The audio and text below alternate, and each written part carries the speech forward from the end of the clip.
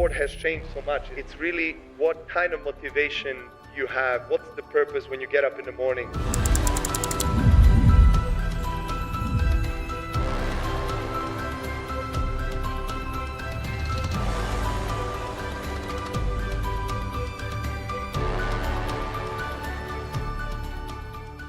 You'd have to, after losing Grand Slam, wake up the next day and go to the gym. Sports is the only venue where you have a structured path for your child to fail, but more importantly, know exactly how to come back.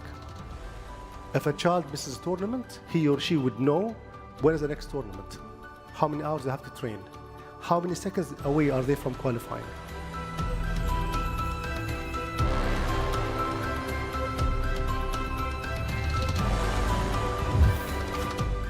So my MBA was playing around the world, learn from the presidents, the director of marketing, the financial directors, every team went, I learned something.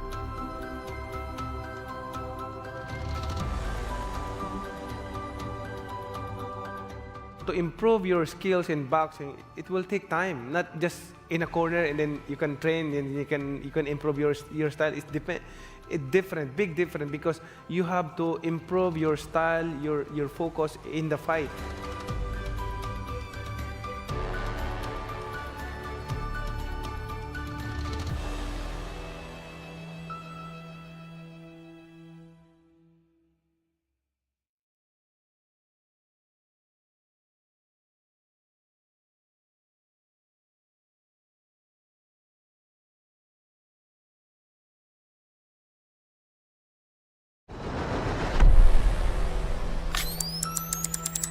Sport has changed so much. It's really what kind of motivation you have. What's the purpose when you get up in the morning?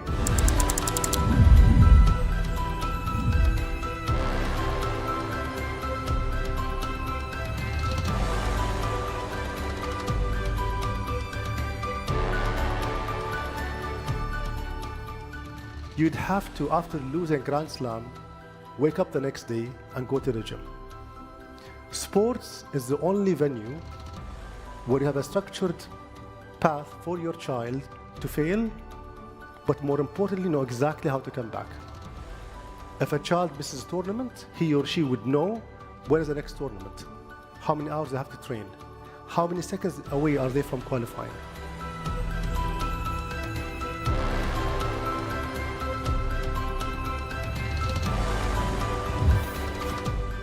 So my MBA was playing around the world, learn from the presidents, the director of marketing, the financial directors, every team went, I learned something.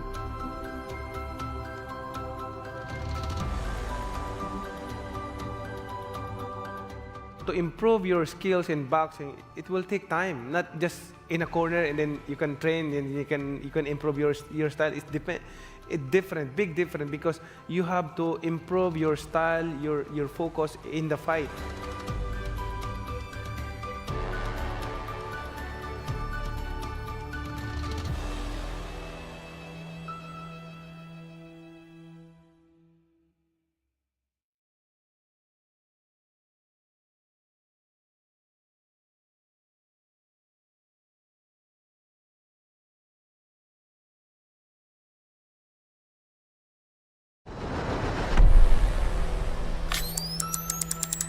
Sport has changed so much. It's really what kind of motivation you have. What's the purpose when you get up in the morning?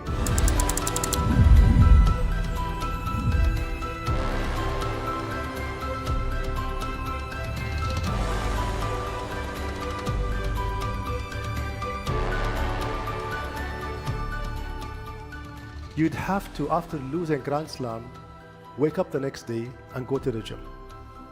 Sports is the only venue where you have a structured path for your child to fail, but more importantly, know exactly how to come back.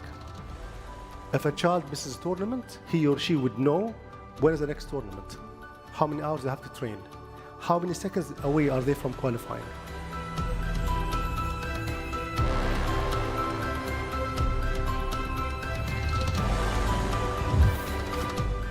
So my MBA was playing around the world, learn from the president, the director of marketing, the financial directors, every team went, I learned something.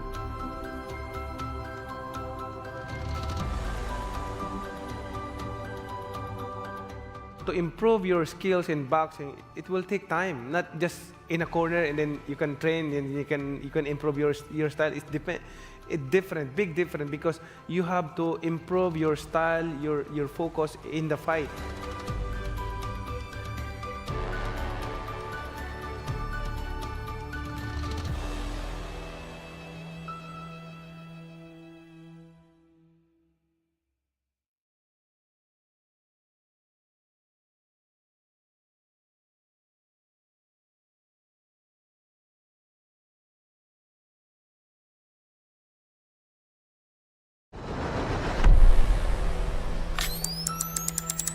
Sport has changed so much. It's really what kind of motivation you have. What's the purpose when you get up in the morning?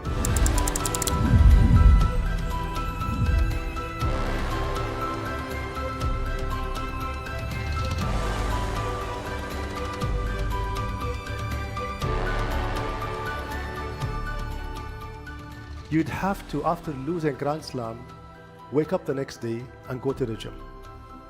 Sports is the only venue where you have a structured path for your child to fail, but more importantly, know exactly how to come back. If a child misses a tournament, he or she would know when is the next tournament, how many hours they have to train, how many seconds away are they from qualifying.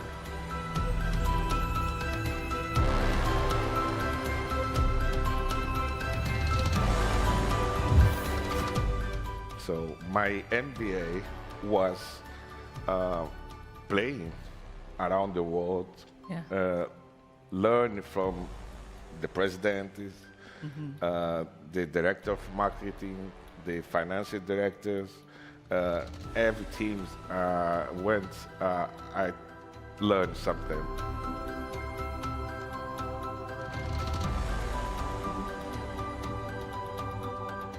To improve your skills in boxing, it will take time, not just in a corner and then you can train and you can improve your style. It's different, big different, because you have to improve your style, your focus in the fight.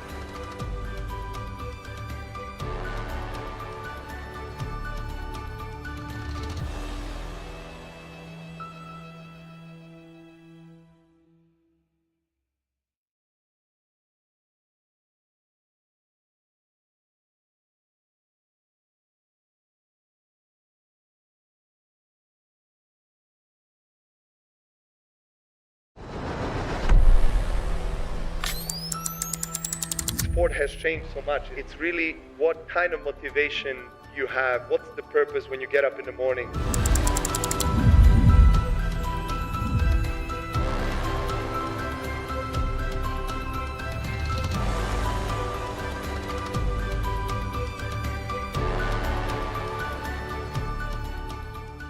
You'd have to, after losing Grand Slam, wake up the next day and go to the gym.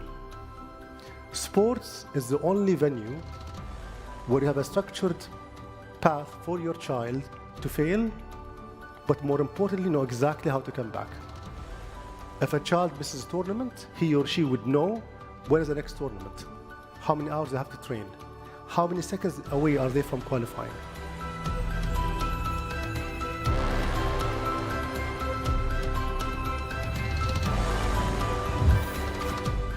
So my MBA was playing around the world, learn from the president, the director of marketing, the financial directors, every team went, I learned something.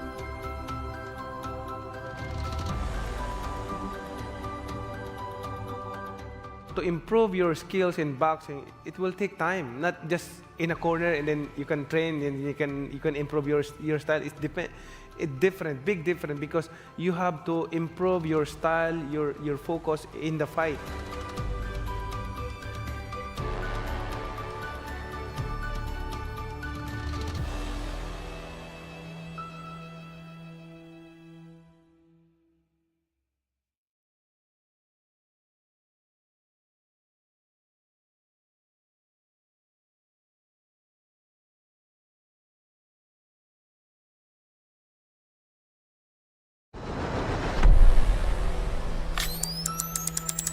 Sport has changed so much. It's really what kind of motivation you have. What's the purpose when you get up in the morning?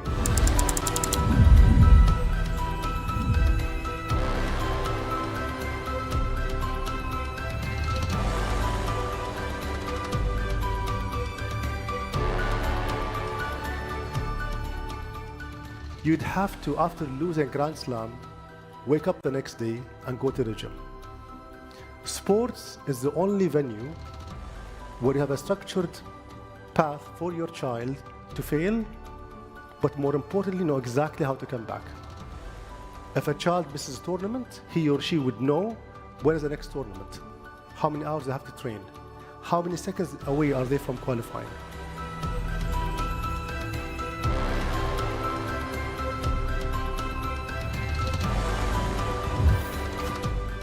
So my MBA was playing around the world, learn from the president, the director of marketing, the financial directors, every team went, I learned something.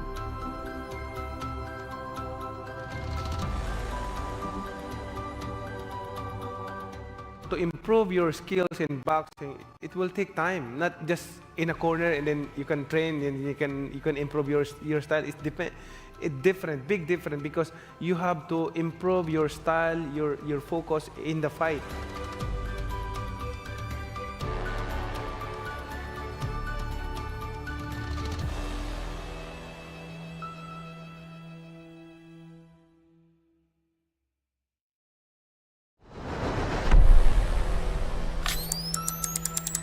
Sport has changed so much. It's really what kind of motivation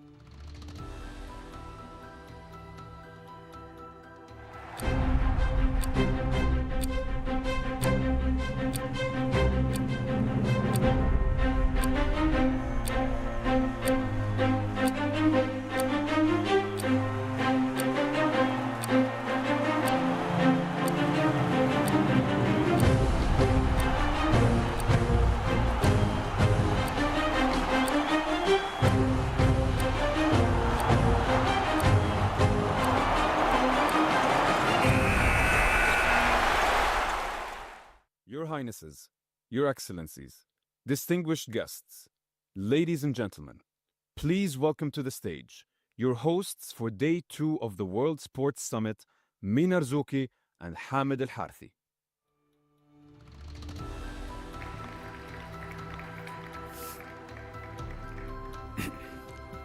السلام عليكم صبحكم الله بالخير. Good morning, everyone. We hope you had a pleasant evening and are well rested and ready for day 2. But before that, should we all enjoy some of yesterday's highlights together? Let's take a look.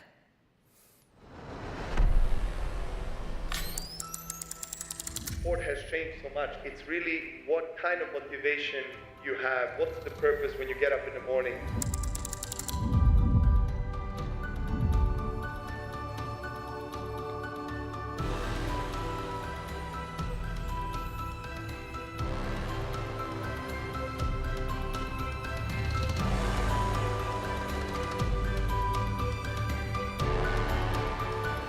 Now the question is, why Dubai? We alluded to this, the diversity. Sports is the only venue where you have a structured path for your child to fail, but more importantly, know exactly how to come back.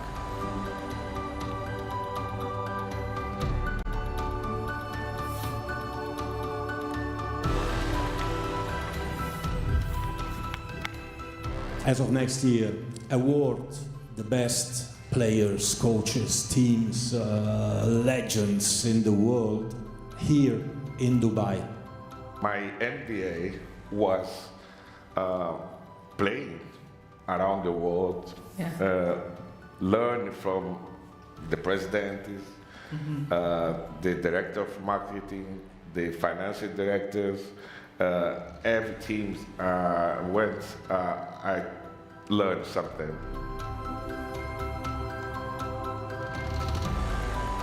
To improve your skills in boxing, it will take time, not just in a corner and then you can train and you can improve your style. It's different, big different, because you have to improve your style, your focus in the fight.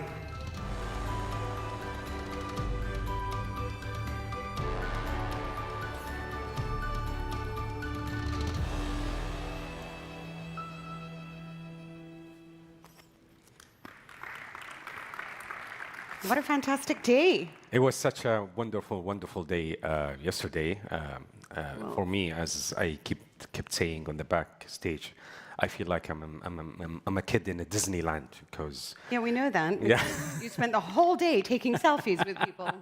It's not just about the selfies, trust me, but I'm going to take some more today, but about the only city that could get all of them some superstars from different cultures, different countries, different worlds, and put them under one roof.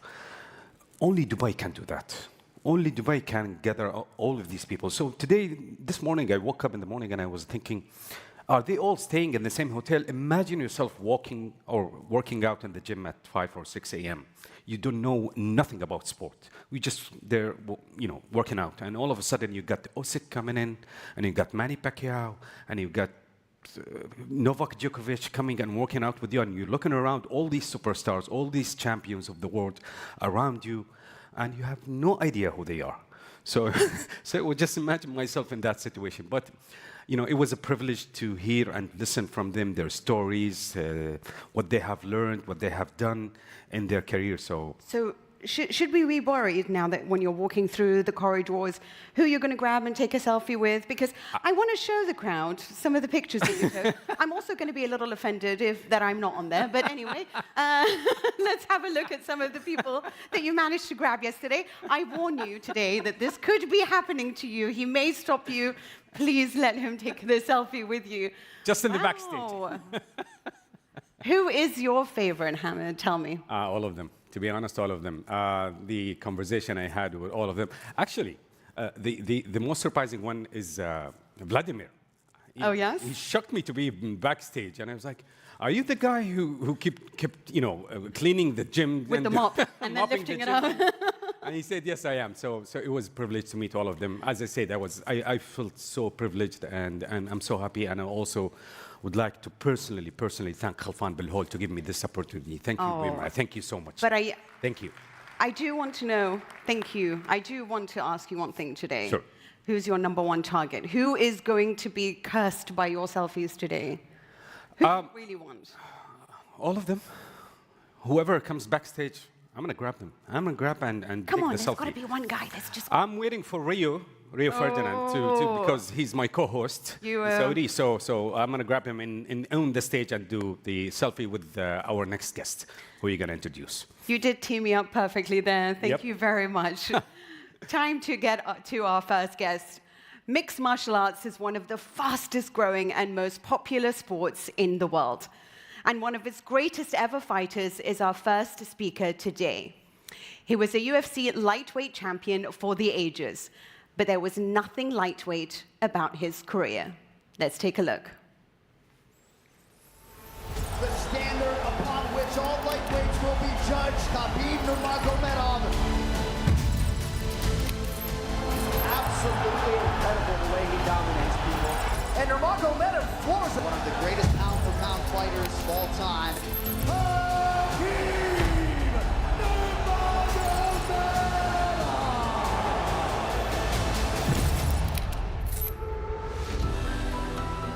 Please welcome to the stage UFC Hall of Famer, and I'm gonna pronounce his name in Arabic, Khabib Nurmagomedov.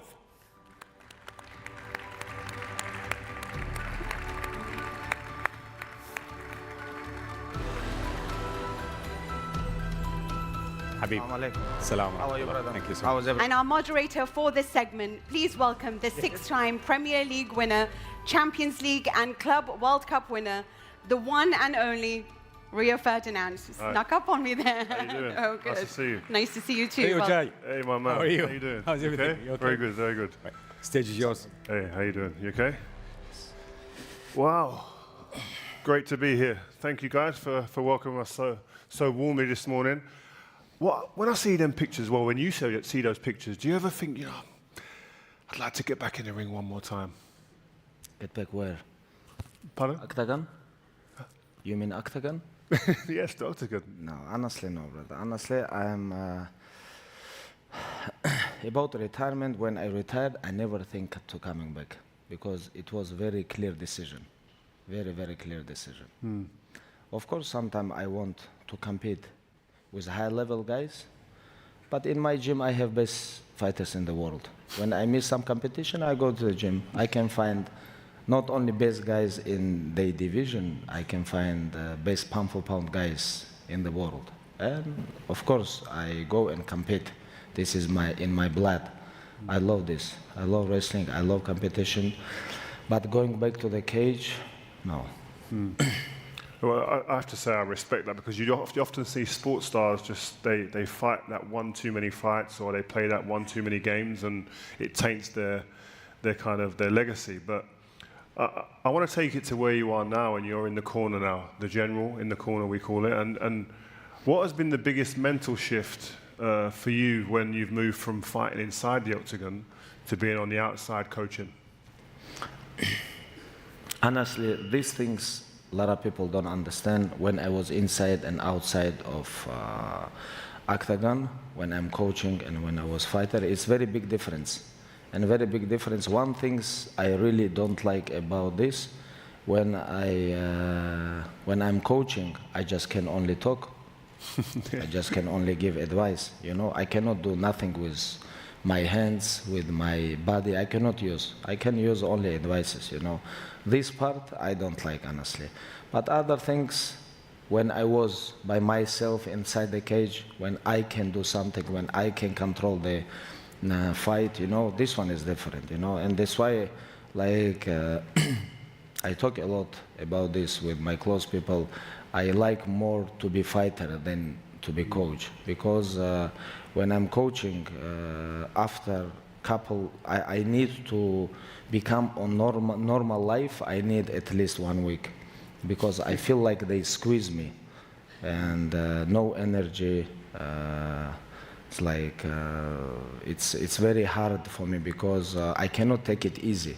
Because when I corner my guys, they all, for me, is very close people, and I cannot be on normal emotion when somebody in front your face, when somebody try to break their face, their arms, their legs, you know, this is not normal sport like what you was doing. Like most of the guys, players, football players, tonight they play, and next day they put selfie. They are happy. But in our game, when somebody smash you, you're never gonna do this. Like next day, you're never gonna see how fighters, when they lose, next day they're gonna post selfie. You're never gonna see. So you're just to confirm that you're not friends with anybody you've competed against in the octagon after? I'm maybe. No, we have to be nice, but it's never gonna be friend. But this guy tried to smash your face. How you gonna be friend with him? No, I agree. Yeah. It's like, it's different. Like in your game you guys play, in our game we fight. It's two different. I thought we was fighting as well at some point. No, but anyways, it's not like fight in our game, you know.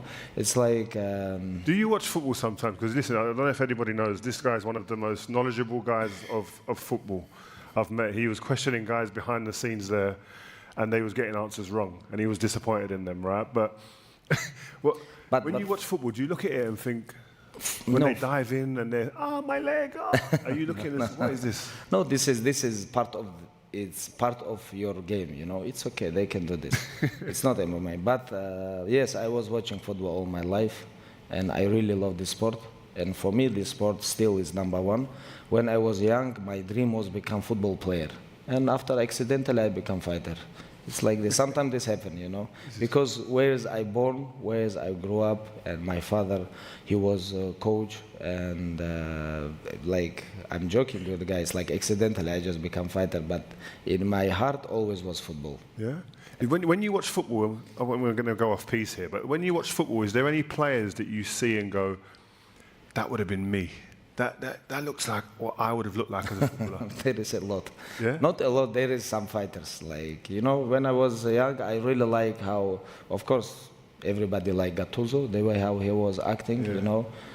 Stam, after he was playing with you, I think.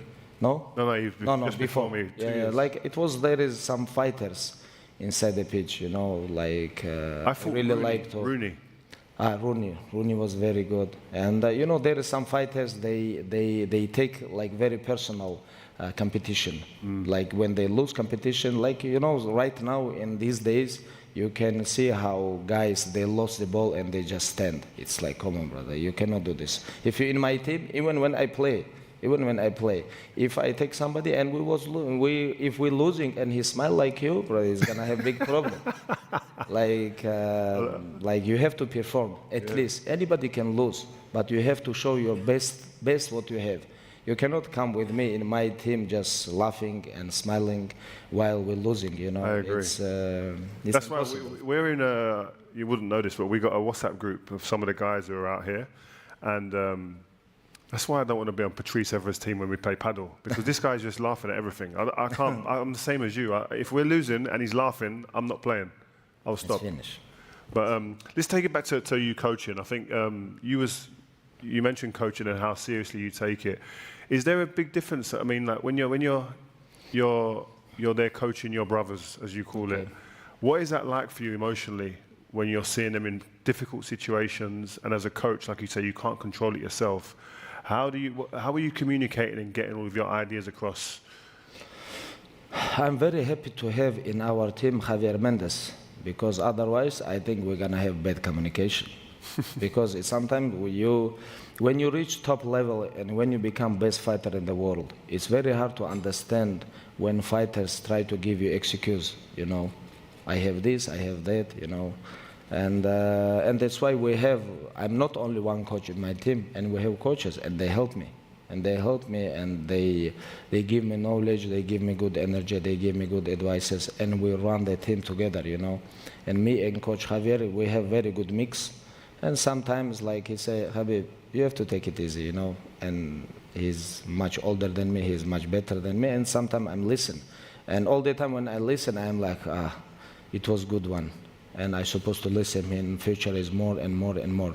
But when we come to the gym, when we beginning in our training, and all of them know about this, there is no freedom speech. No. There is no freedom speech. Everybody do what I say if I'm coach. If I say I'm in or out, there is no 50-50. And I try to push them very well. And if we look at the result, we have in almost every organization, we have champions and we have some best fighters right now, and we are best team. I'm very happy. It's mean I'm doing good job, you know. And for example, like February 7 here in Coca-Cola Arena is gonna be a very big event. PFL, Usman gonna be in main event, and we have 7 guys. 7 guys gonna fight. Now is question, how I'm gonna deal with this? You know, because one fight is 15 minutes. I go to the cage, I corner him, I just come to the locker room, I'm empty. What about other 6 guys? And what about main event, 5 rounds? Then we have to deal with this. We don't talk yet with coach, because never in my career I coach 7 guys. I think we have to do something, we have to fix this kind of situation. And because for coach, you have to be full of energy to share with your student when you go to the cage. You cannot go, because we, like fighters and all athletes, we feel people by energy, you know, it's around. You have to bring good energy, you have to give him right advices, and for these kind of things you have to be ready. You cannot go to the cage with him with empty energy. And for example, these things we have to deal very soon in Coca-Cola Arena, February 7, and till these days I don't know how we will deal with this. Well, that's part of leadership, working these things out, and already you seem, and you're showing great leadership skills. And it's similar, I want to talk about the leadership, because from football, we've seen some great players go into management, and we all expect them to be great managers, and a lot of them, I'm not going to name them, are failures, right? Well, is it expected that because you was a great champion and such a great athlete, that you're going to be a great leader and a great coach, or have we seen failures in that sense before? I think in my DNA, because of my father, when I was young, I was watching how he trained, how he lead the team, and I learned from him a lot. I think because of him. And by myself, I have my own experience. I was on top, I was a champion, and I get from a lot of people, I get small portions, and I'm not anymore young too. I'm like a little bit, almost 38 years old guy, and I have some experience, and everything is together becomes like good knowledge, and I try to share with my brothers. You mentioned your father there, and I've watched you for many years, and I could see your father was a huge influence on you. Give us a little bit of insight into kind of what his philosophies and what some of the things in detail that you've taken from what he taught you. It's very hard to explain in one word, you know.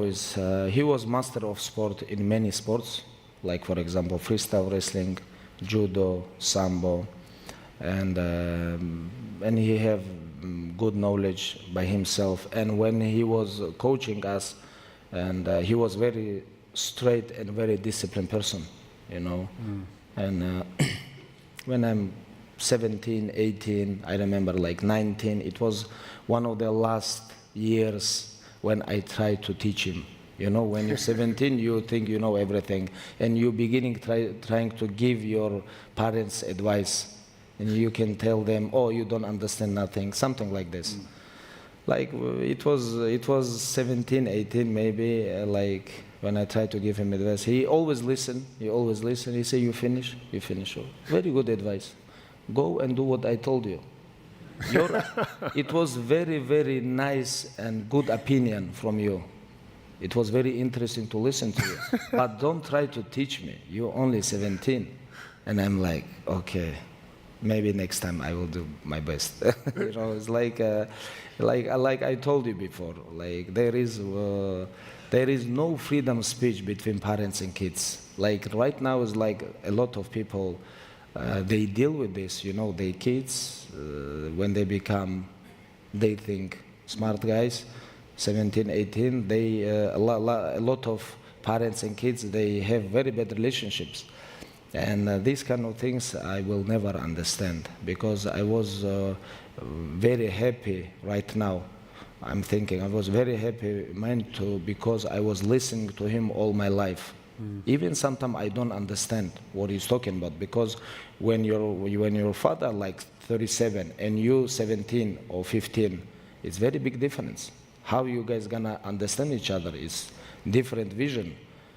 And that's why we have to take from them advices, we have to accept, we have to shut up and follow.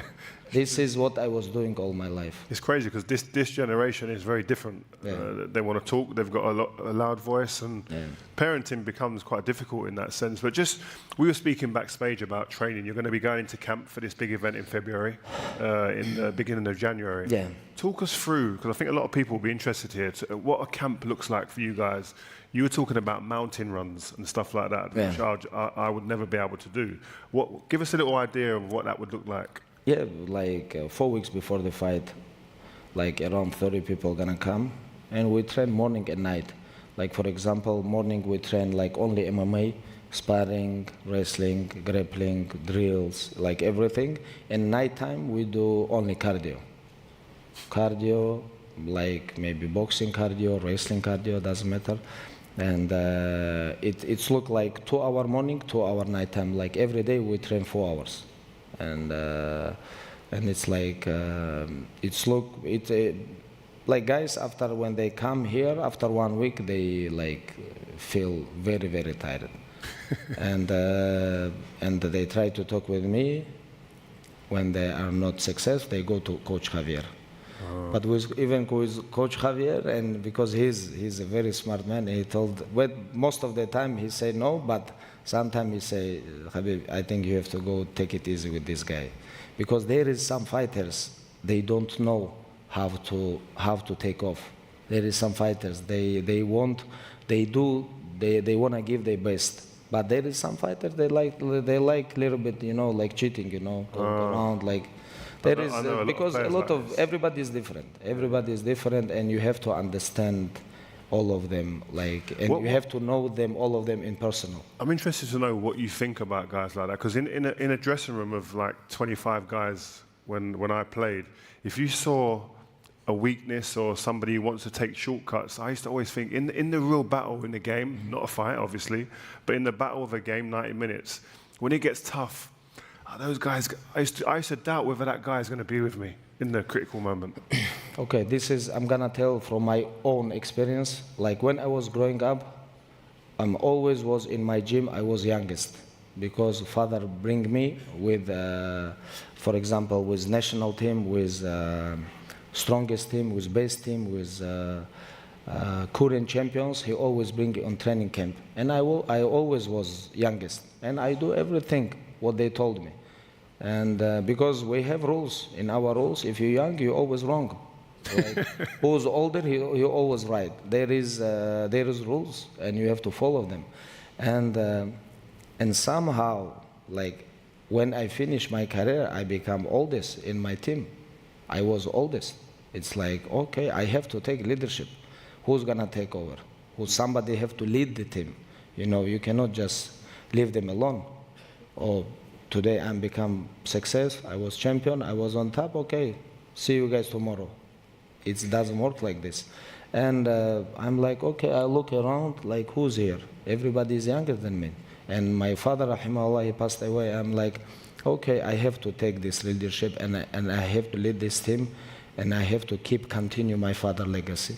It's when time comes, I understand I'm ready for this. You know, some people, they are not ready. They are not ready, and some people,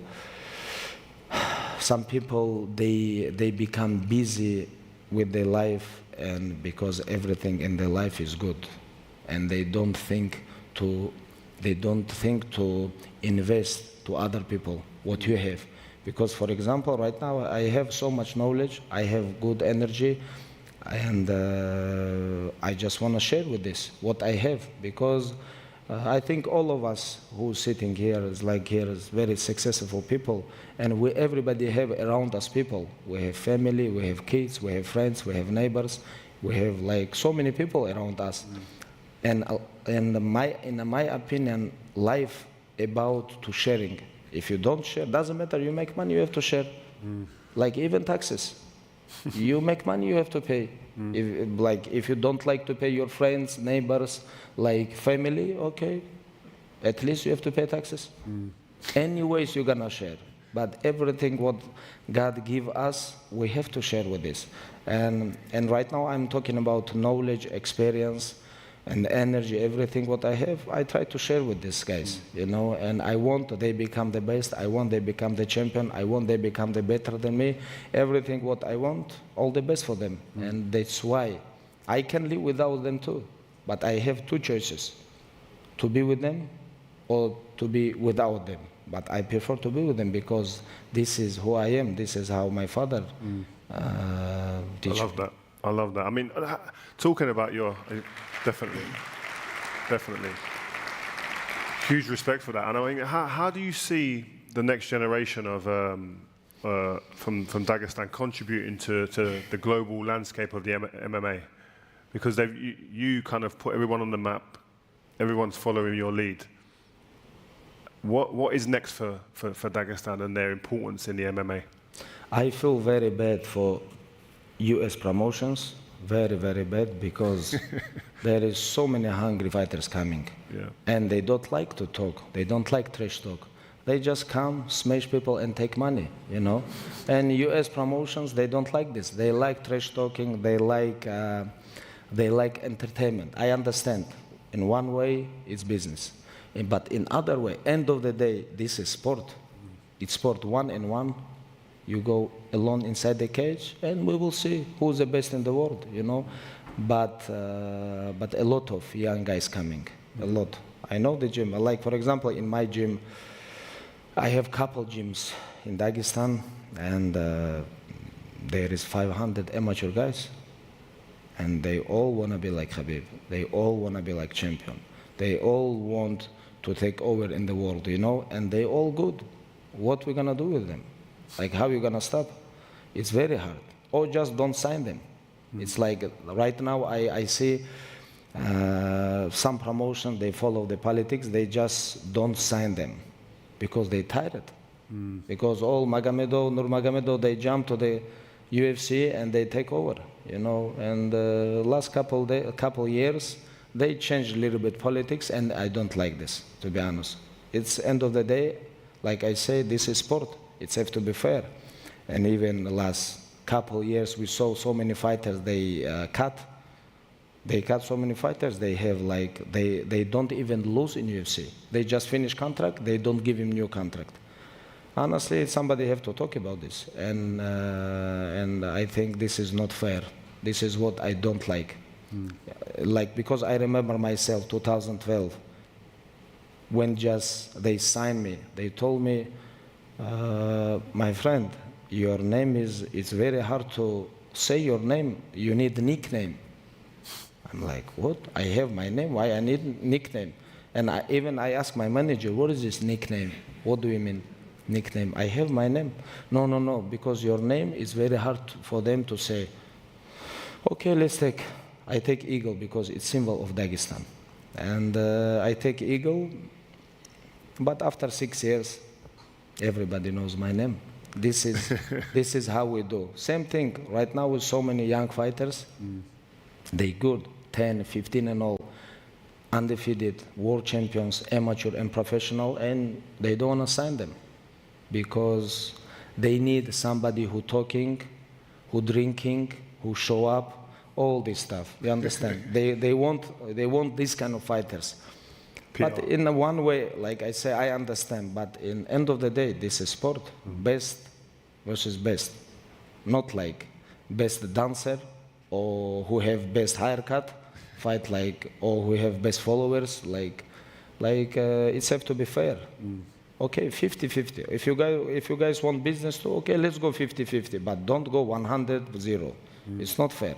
I mean, listen, I think if anybody's wondering, I think, again, some golden nuggets being shared here. I mean, if anybody's in here who's unaware or maybe doesn't have a real understanding of how Khabib got where he got and where he came from, I think it would be great to just watch this video and listen carefully.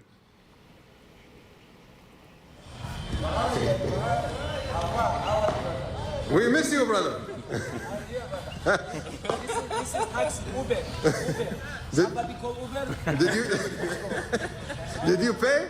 They said it's Uber. Business class. This is camel class. This is when you was playing paddle with Kalfan, no?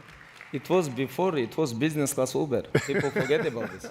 No, they bring camel, and he was boring there. Everybody was having fun, eating, play paddle. I'm like, look at this guy. He is alone. And I go with a little bit walking with camel. No, good. Well, listen, I'm sure everybody's been enlightened and had a wonderful time listening to you, man. I could sit here for another hour easily. Khabib, thank you very much. Good luck what you're going to do next with the coaching and to your team. And February, if you can get me a ticket, I'll be there supporting you guys. Which one you want? I'm not gonna treat you like yesterday, Fantino.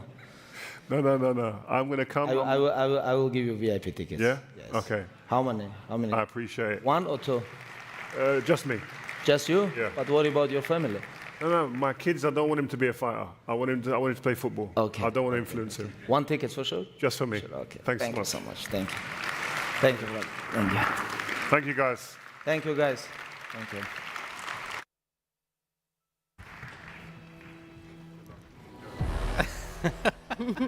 Take it. Thank you, Rio. Thank you, Khabib.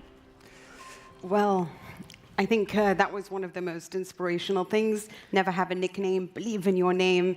His father. It was very impactful. And there's one line that's is very interesting.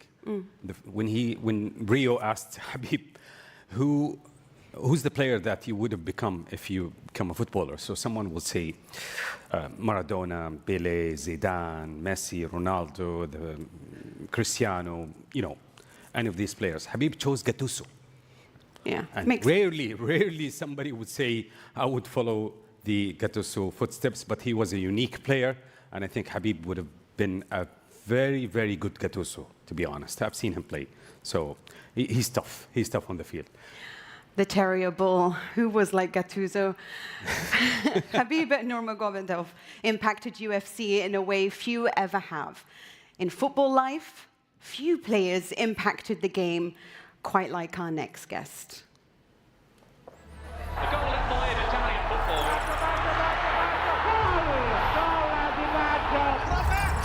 Roberto Baggio! Oh yes! That's a fantastic goal!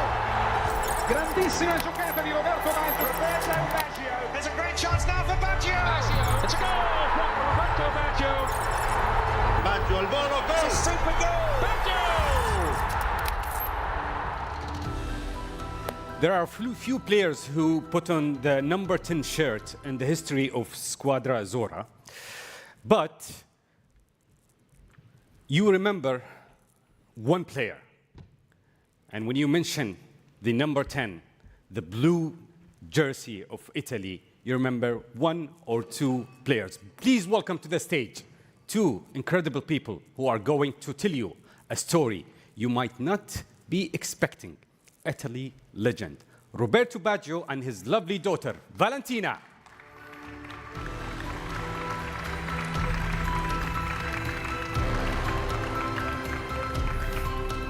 Ciao, Roberto. Ciao, ciao, grazie. Ciao, Valentina. Hello, nice to meet you. Buongiorno a tutti. Hello. Ciao. And this is where I introduce the moderator of our chat with Roberto and Valentina.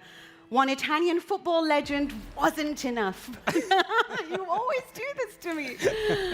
Please welcome. Well, you're already on the stage. Oh, good. Good morning, everybody. Yes, I'm here. Exciting. Thank you for coming on here. Two masters of poetry in motion. You have the stage. Ciao, ciao, Roby. Ciao. Ciao, Valentina. So here we are in this unusual situation. Just to give you an opening, I mean, I reached Juventus when I was 18, and Baggio. Robbie was the guy, the one and only. So it was kind of weird, you know, watching him all the time. I was as a Juve fan, celebrating with him, and then all of a sudden be a teammate.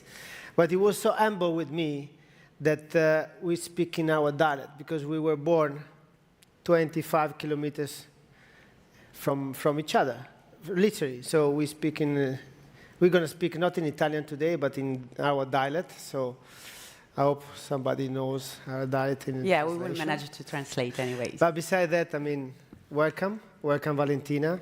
Thank you. And my first question is, where have you been? Ho deciso, quando ho smesso di giocare, di tornare nella nostra terra. Noi siamo molto legati alla nostra terra e di vivere una vita normale come tutte le persone, stando vicino alla mia famiglia e ai miei figli. So yes, back on our life and our land, where we are very close and narrow with our population. So living a normal life, the one that he was living before.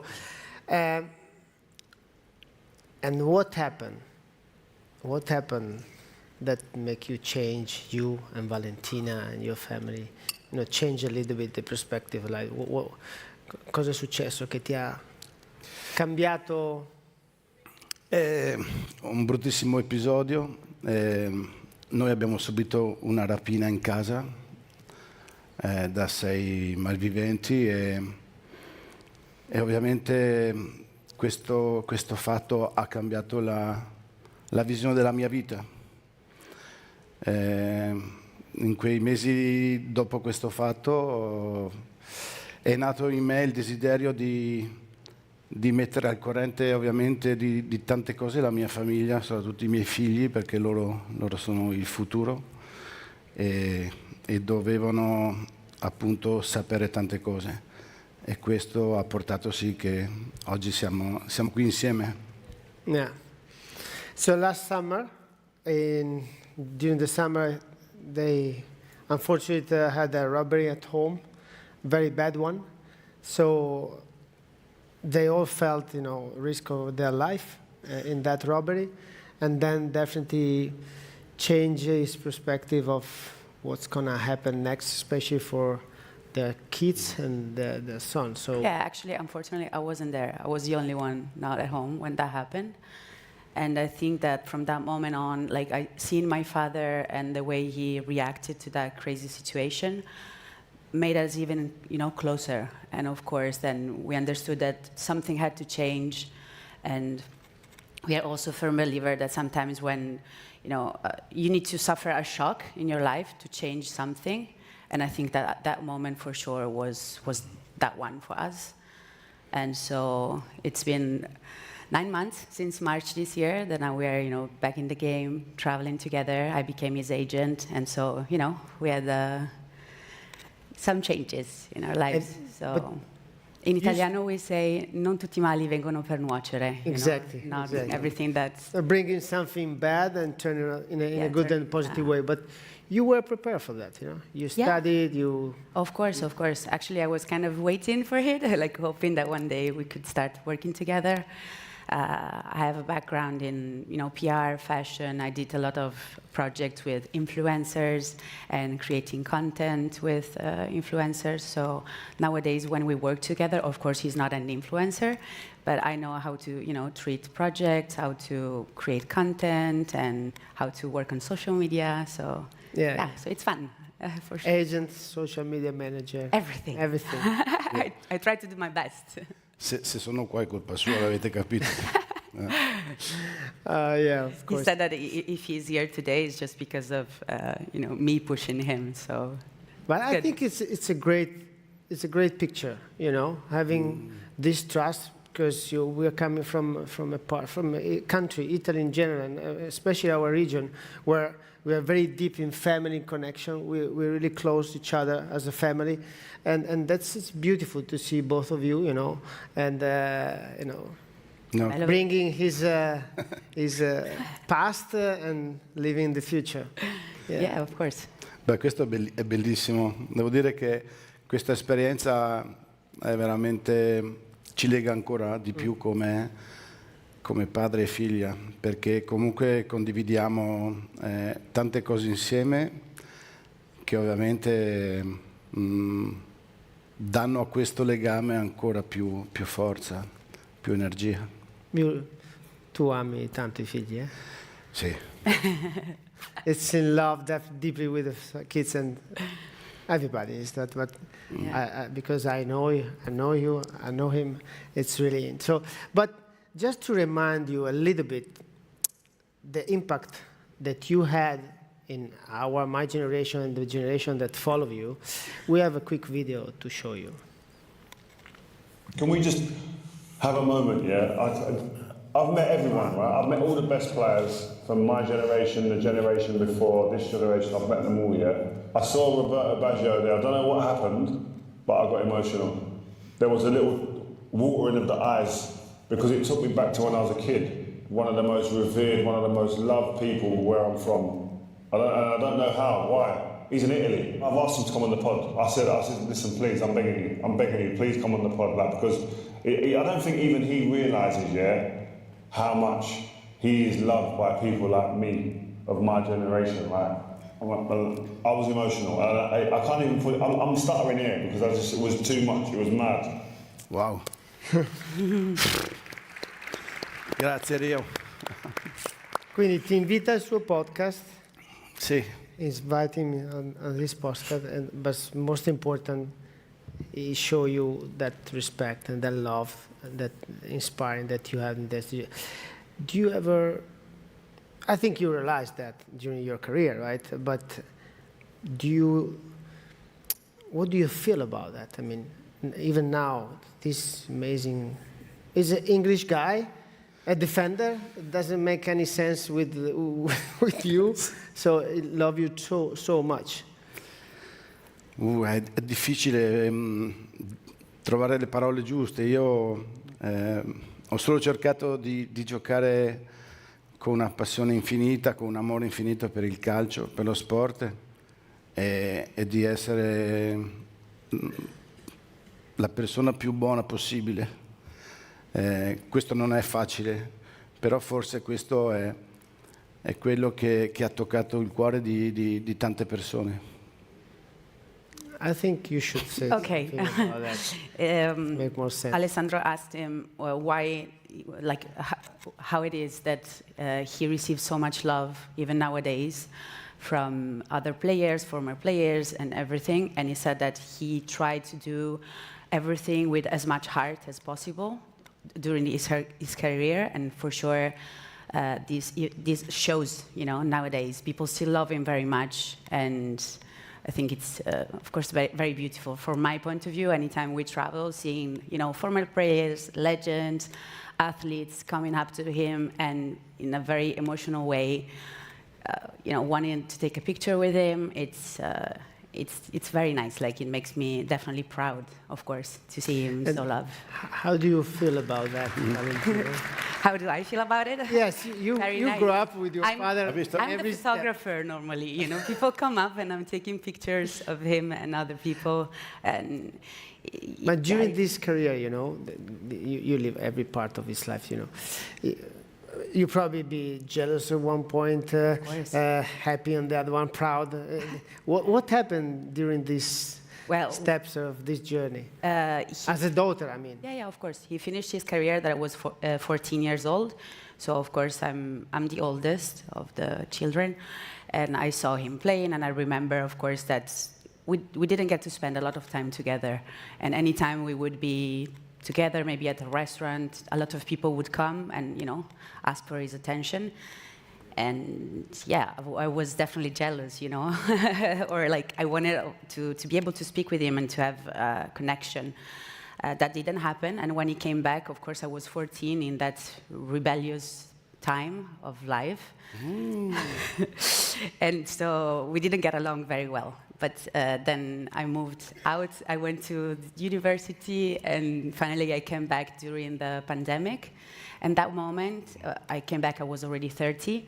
I think that was the actual moment that we got our connection. You know, we spent a lot of time together, we played a lot of cards, we spoke, and of course it was a nice moment for us to, you know, to meet again. Like, I was already an adult, and so reconnecting and being able to have meaningful conversations about life in general. Of course, pandemic, I think that brought us all to see life in a different perspective. So that was the moment that we actually, you know, connect, and look at us now.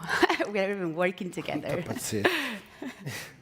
So they don't understand what is to be parents, right? Cosa vuol dire essere genitori? È il lavoro più difficile della vita, credo, perché comunque sia siamo portati a fare degli errori tutti quanti, no? Yeah.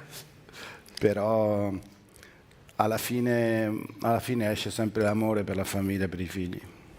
You see, you know, definitely is a harder work in the world, you know, to be parent, and we're gonna make mistakes. We're making mistakes all the time, but we do with love. So that's the beauty of this. And about this moment you spoke, you know, you were 14 when Roberto retired. I think we have the video of that day on the last game, la tua ultima partita. Wow.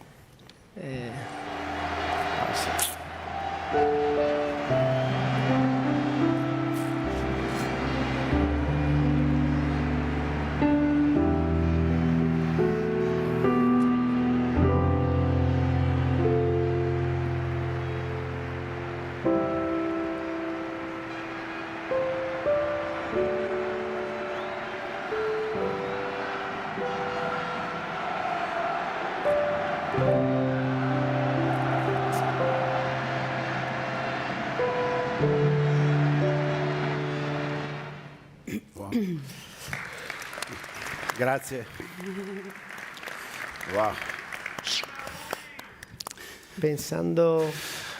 Rivedendo queste immagini, no? E pensando un po' alla tua carriera, ci sono stati episodi molto difficili come il rigore finale del mondiale, ma anche tremendamente belli. Quando pensi alla tua carriera in questo senso, qual è l'emozione che ti sale di più? Sai, soddisfazione o anche il desiderio di aver fatto qualcosa di diverso? I'm asking, you know, there's a huge moment of his career, super high and also quite low, with injuries, l'infortunio anche, with injuries, with penalty, missed a penalty that we don't remember too much, but even amazing trophies and recognized all over the world. And what is the feeling that you have? You know, first of all, when you think about your career, are you happy or? Io credo che tutti viviamo momenti belli e momenti purtroppo negativi. Io credo che sia determinante quello che riusciamo a fare nel momento difficile. Questo determina quello che saremo nella vita.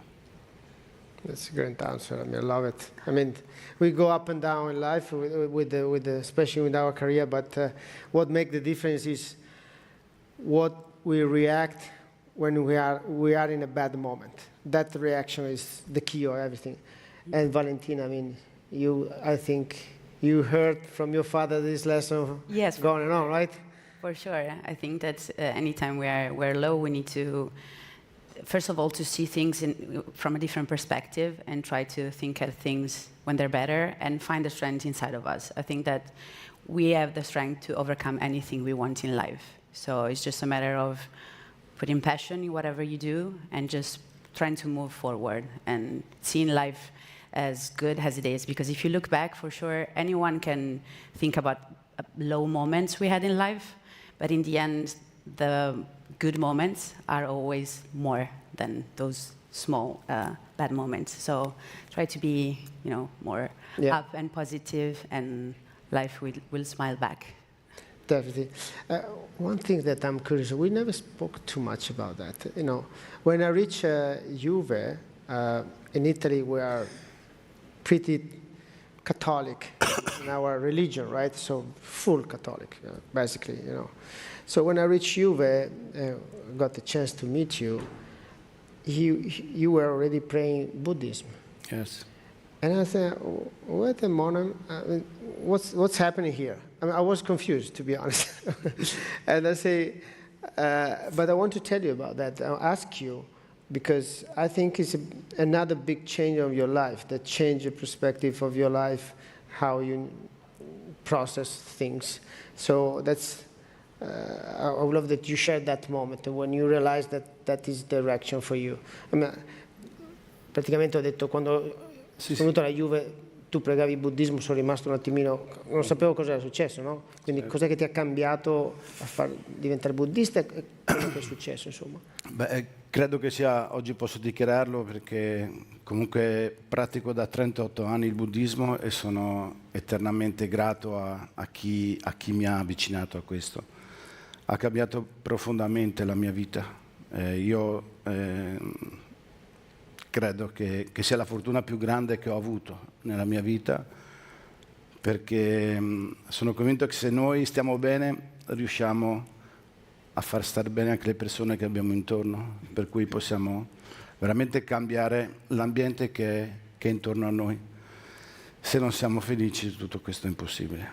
E questo è l'essenza del buddismo. If I can say in one sentence, probably Valentina is the best luck of my life, right? Yes, to for become sure. Buddhism has been like he found strength inside of him because of Buddhism. It's been 38 years that he's been practicing it, and for sure this has helped him through overcome any difficulties and any harsh moments that he got in life. So he's definitely grateful to the people that made him find this faith, and he's grateful to life because he feels Buddhism has been helping him through any difficulties. Are you Buddhism as well? No, I don't practice Buddhism. Okay. Pratico io per lei. He practices for me too. Okay, that's good. As a father, good that you're overtaking everything. As Italian, we are facing another kind of tricky moment, right? We have 2 games to the World Cup. Yes. Back in your career and our career, and my career as well, we never think that we're going to end up not playing the World Cup. Now it's already twice, and maybe the third one. What's happening? What's happening? Sono già 2 volte, quando eravamo noi, neanche mai pensavamo di non partecipare al mondiale, no? Invece adesso sono già 2 volte che manchiamo, forse la terza. Che sta accadendo secondo te? Ma il mio modesto parere è che non c'è lo spazio per i giocatori italiani. E questo determina che la nazionale soffra. È un fatto inevitabile. Noi quando abbiamo fatto i mondiali del 90, 94, 98 c'era un'ossatura di una squadra e poi si costruiva il resto intorno. Oggi questo non è quasi possibile. Io credo che la mia modesta idea, come ho detto prima, è meno stranieri e più spazio ai giovani. Loro sono il futuro. So basically, we are living in Italy at a moment where, if we compare what were before in his time and my time, much more Italians were playing during the league, now much less. And this is one of the, and probably the biggest reason why we are failing now. We don't have enough numbers of players that are playing, and that don't give enough possibility on that. So that's something that maybe should change. And yeah, I mean, it's a good point. For sure, you need to leave space to the young people, the younger generation. It's important. As a social media manager, yes, as well, new generation, talking about new generation, what do you see your father, in this picture? Not only as a social media manager, I mean, generally speaking, as an agent, he has credible past, but also great things to say now. Yes, for sure. When we started his social media pages, I always try to, put him, let him enter in a simple way. I don't want to construct a different image around him. He's always been very authentic, very humble. So I always try to let him speak in a very easy way, the way he is, because there's no point in creating, a different image. Also because I think it's important to preserve his values and all the, everything that's around him. So yeah, it hasn't been very easy to bring him to social media. Of course, I understand the fact that it's extremely important to be speaking also to younger generation. But I try always to do it in a way that resonates with him. I never want to put him in a situation where he doesn't feel comfortable. And I always try to show also the funnier side of him, because I don't think a lot of people know how funny he is in person. So for example, when we took the first video for social media with his panda driving, it was a very easy situation. We just tried the video once, and then the second time it was the video that we posted. Ti ricordi, no? Il video della panda. Sì. So I think that's the idea, we try to speak to the younger generation, but by letting him being himself. I think that this is very important. In a world where a lot of people maybe try to construct a different image and portray a different life than the one they have, I think it's nice, it's important to be authentic. What do we expect from now? So a new documentary, you did one with my father? already? Let's see. I'd love to do something and to show a bit more of our lives, even if we care a lot about privacy. Whenever we are at home, sometimes I complain that we don't have enough to post. I don't want to show our personal life too much. But it would be fun to do something together and show also how we work every day. I think it's a nice way to show people the way we do, and how father-daughter relationship can be, which is fun. That's nice. Sei pronto per questo? No, don't Are you ready for that? I mean, it's okay. It doesn't know what it's it a big said. personality and character. Eh? Oh, sì. You're gonna pray a lot. You need to pray a lot, much more than before. Devo pregare ancora di più. Yeah, adesso. I think so. Well, thank you very much, Valentina, for being here. I mean, thank you, Robbie. Grazie Robbie. grazie a tutti voi. Grazie. It's a true honor to spend time with you, and I want to stand up for giving another round of applause because you inspire our generation. Thank you very much. Grazie. So much. Grazie. Ciao. Ciao. Fuori da lei. Certo. Grazie. Ciao. Dopo. Grazie. Wow. What a conversation that was.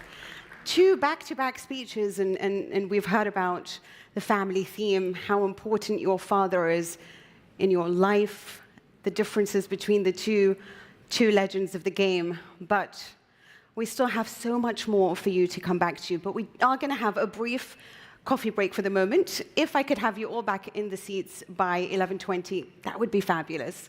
Thank you.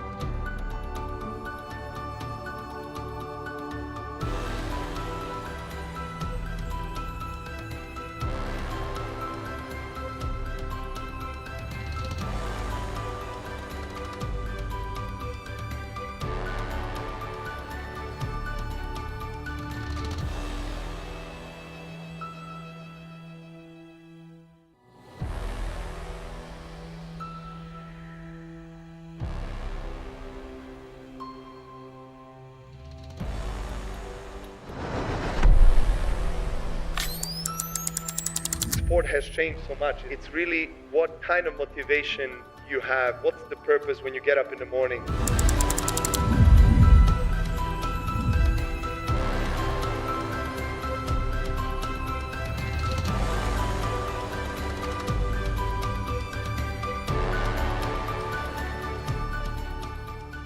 You'd have to, after losing Grand Slam, wake up the next day and go to the gym. Sports is the only venue where you have a structured path for your child to fail, but more importantly, know exactly how to come back. If a child misses a tournament, he or she would know when is the next tournament, how many hours they have to train, how many seconds away are they from qualifying.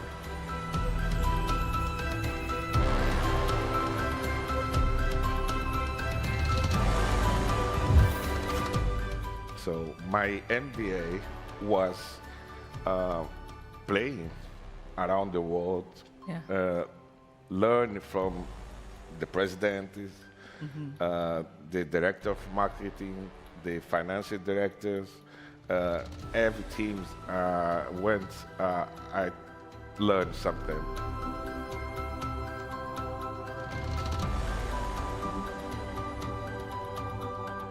To improve your skills in boxing, it will take time, not just in a corner and then you can train and you can improve your style. It's different, big different, because you have to improve your style, your focus in the fight.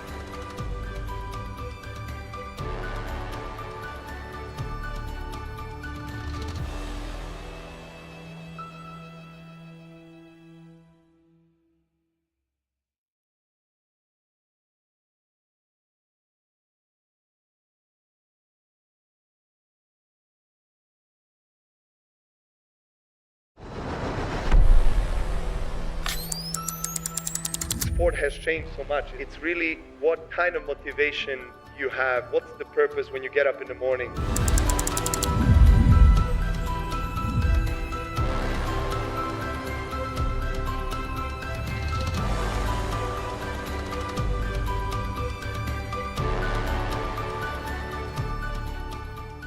You'd have to, after losing Grand Slam, wake up the next day and go to the gym. Sports is the only venue where you have a structured path for your child to fail, but more importantly, know exactly how to come back. If a child misses a tournament, he or she would know when is the next tournament, how many hours they have to train, how many seconds away are they from qualifying.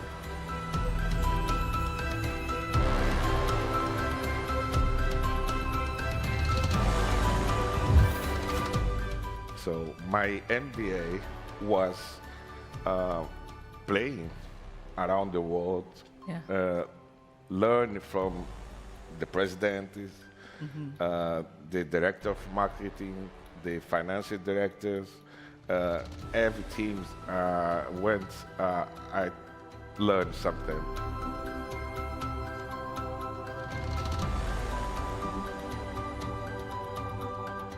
To improve your skills in boxing, it will take time, not just in a corner and then you can train and you can improve your style. It's different, big different, because you have to improve your style, your focus in the fight.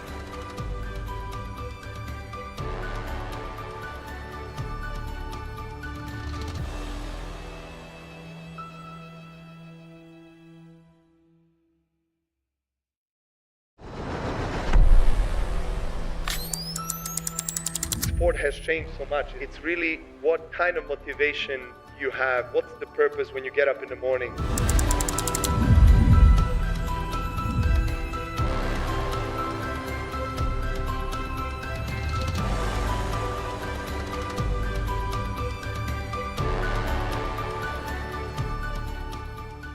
You'd have to, after losing Grand Slam, wake up the next day and go to the gym. Sports is the only venue where you have a structured path for your child to fail, but more importantly, know exactly how to come back. If a child misses a tournament, he or she would know when is the next tournament, how many hours they have to train, how many seconds away are they from qualifying.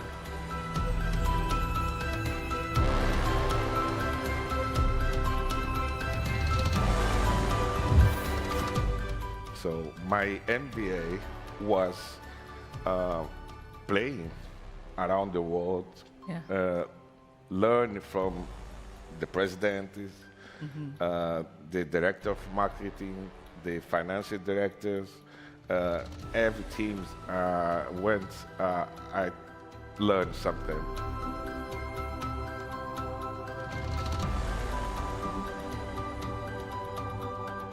To improve your skills in boxing, it will take time, not just in a corner and then you can train and you can improve your style. It's different, big different, because you have to improve your style, your focus in the fight.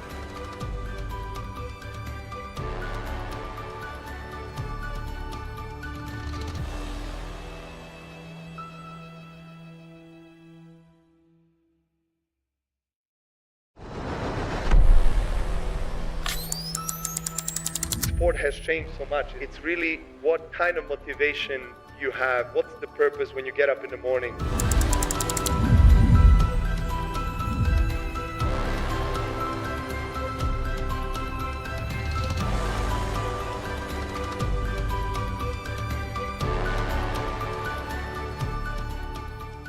You'd have to, after losing Grand Slam, wake up the next day and go to the gym.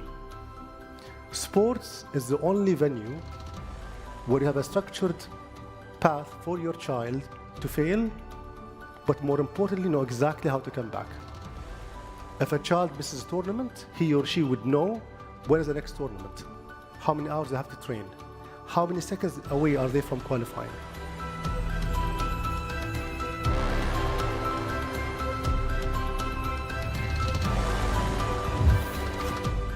So my MBA was playing around the world, learn from the president, the director of marketing, the financial directors, every team went, I learned something.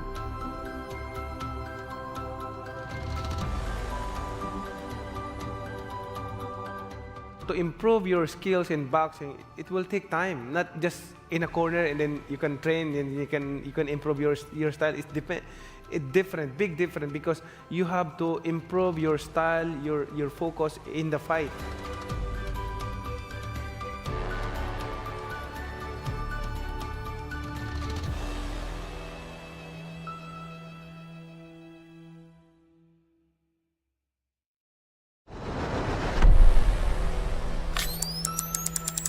Sport has changed so much. It's really what kind of motivation you have. What's the purpose when you get up in the morning?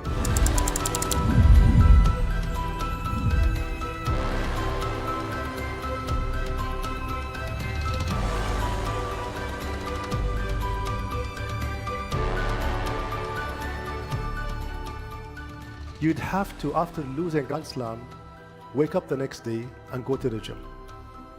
Sports is the only venue where you have a structured path for your child to fail, but more importantly, know exactly how to come back.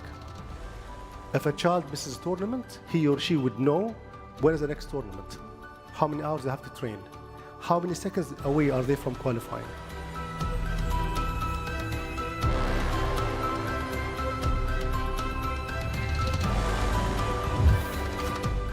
So my MBA was playing around the world, learn from the president, the director of marketing, the financial directors, every team went, I learned something.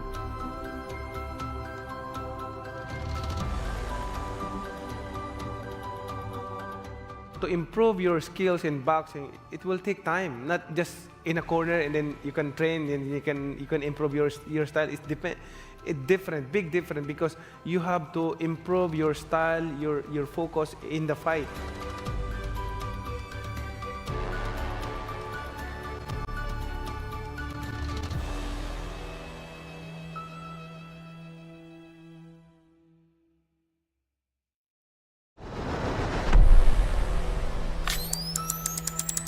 sport has changed so much. It's really what kind of motivation you have. What's the purpose when you get up in the morning?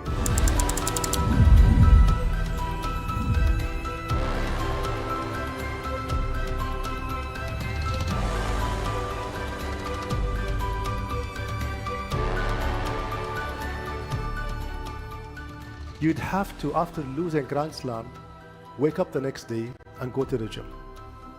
Sports is the only venue where you have a structured path for your child to fail, but more importantly, know exactly how to come back.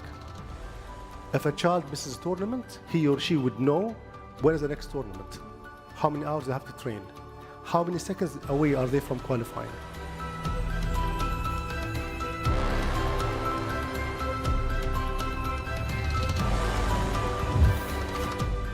So my MBA was playing around the world, learn from the presidents, the director of marketing, the financial directors, every team went, I learned something.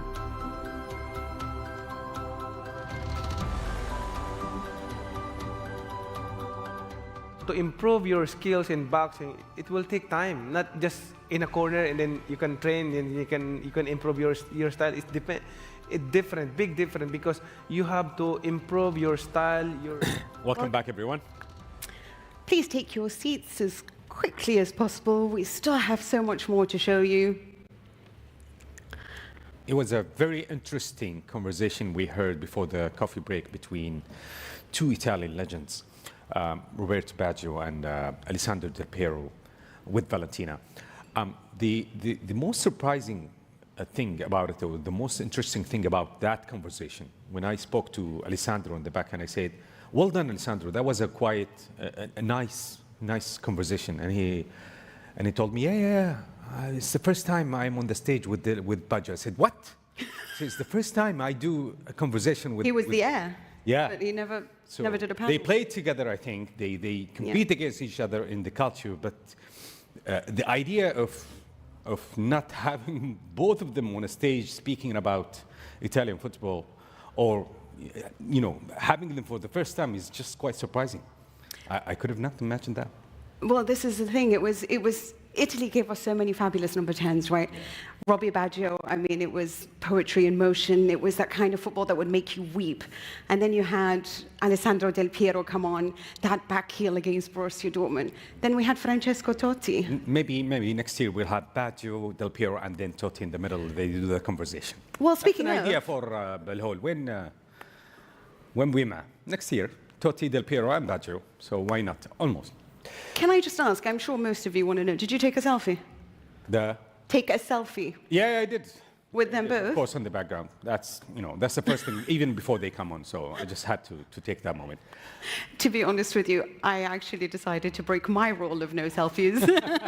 And I had to take one as well with the two legendary Italian ones. But was it always football for you? Because growing up, for me, it started with Italian football, and then it was football.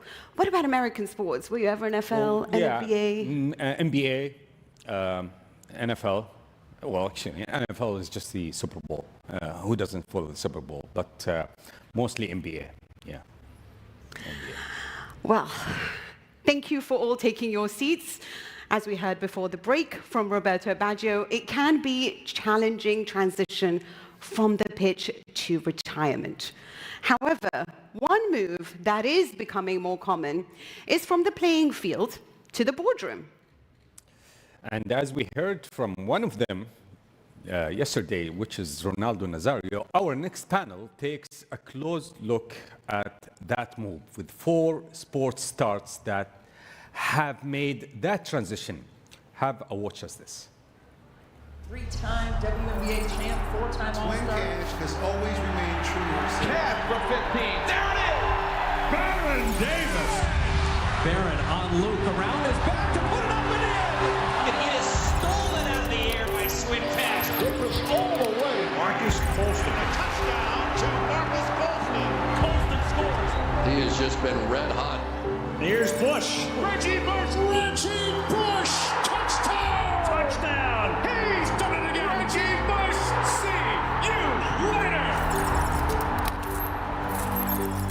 think about the value of sports in our community, it's one of the few things that really connects us all. Sports saved my life.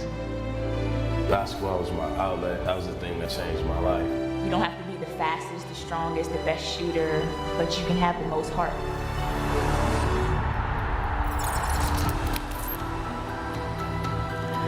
Please welcome to the stage former NFL stars Reggie Bush and Marcus Colston, former NBA All-Star Baron Davis, and WNBA legend Swin Cash.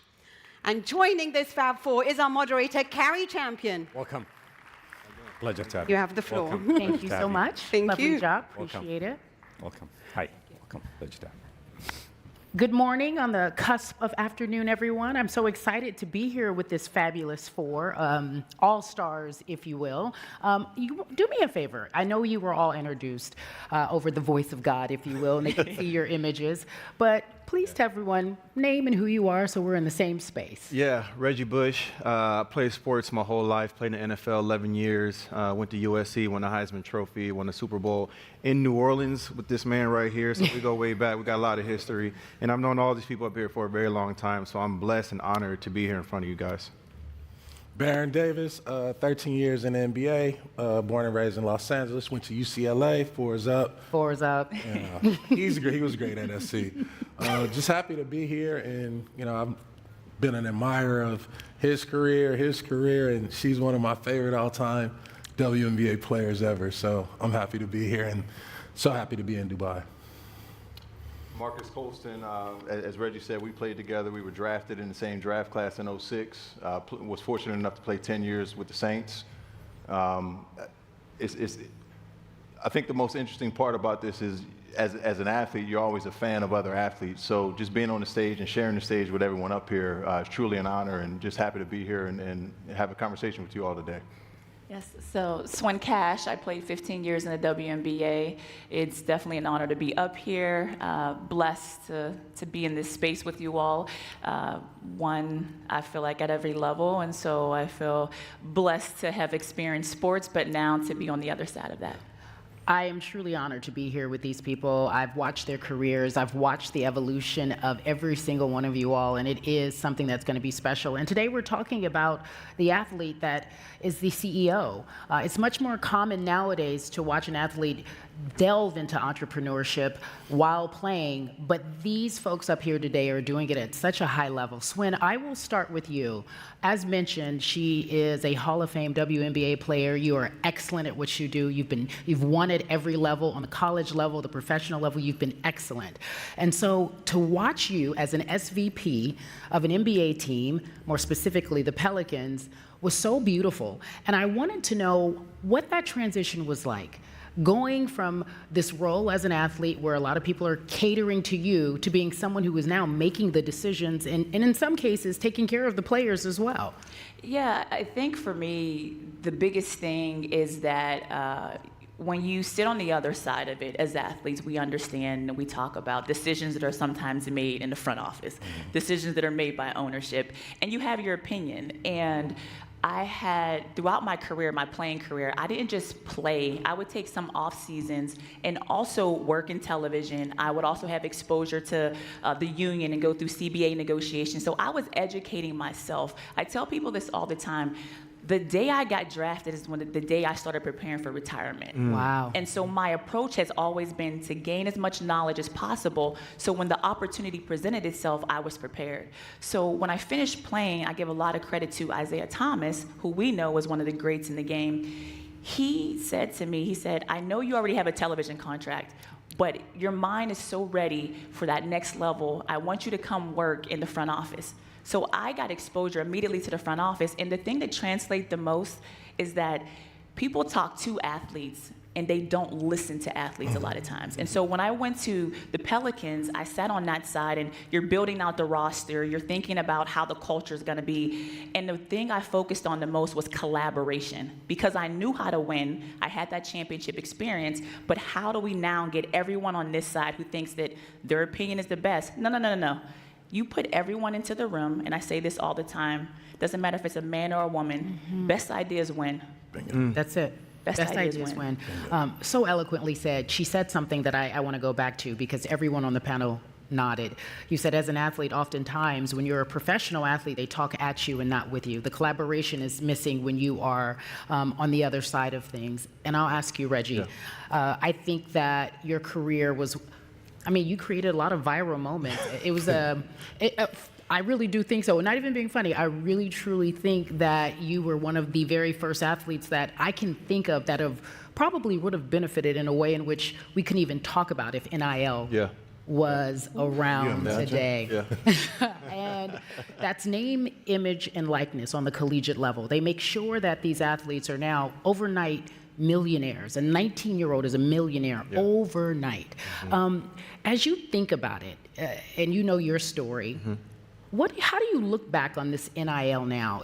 Are you proud of it, or is there a tad bit frustration? Do you wish that, I mean, I'm sure you wish you could have maybe, had something. Of course. I mean, all of us wish, that we had those opportunities available to us when we were in college, because we felt the value. We just weren't receiving, the value. And so when I look back on my college career, I feel like, I was one of those people, one of those trailblazers, one of the people that kind of allowed, NIL to get to where it is, to this day. I feel like that story goes right through my story, right? Of everything that I went through at the college level, being stripped of my Heisman Trophy, being stripped of all my records, something I'm still actually fighting for to this day. I have my Heisman Trophy back, but I love now seeing that the players have the opportunity, they have more power back in their hands. And that to me is the most important piece, because when you're playing football, it's one of the riskiest sports, right? We have a 100% injury rate in football. So it's not a matter of if you get injured, it's a matter of when you get injured. And so because of that, we're taking all the risk on the football field.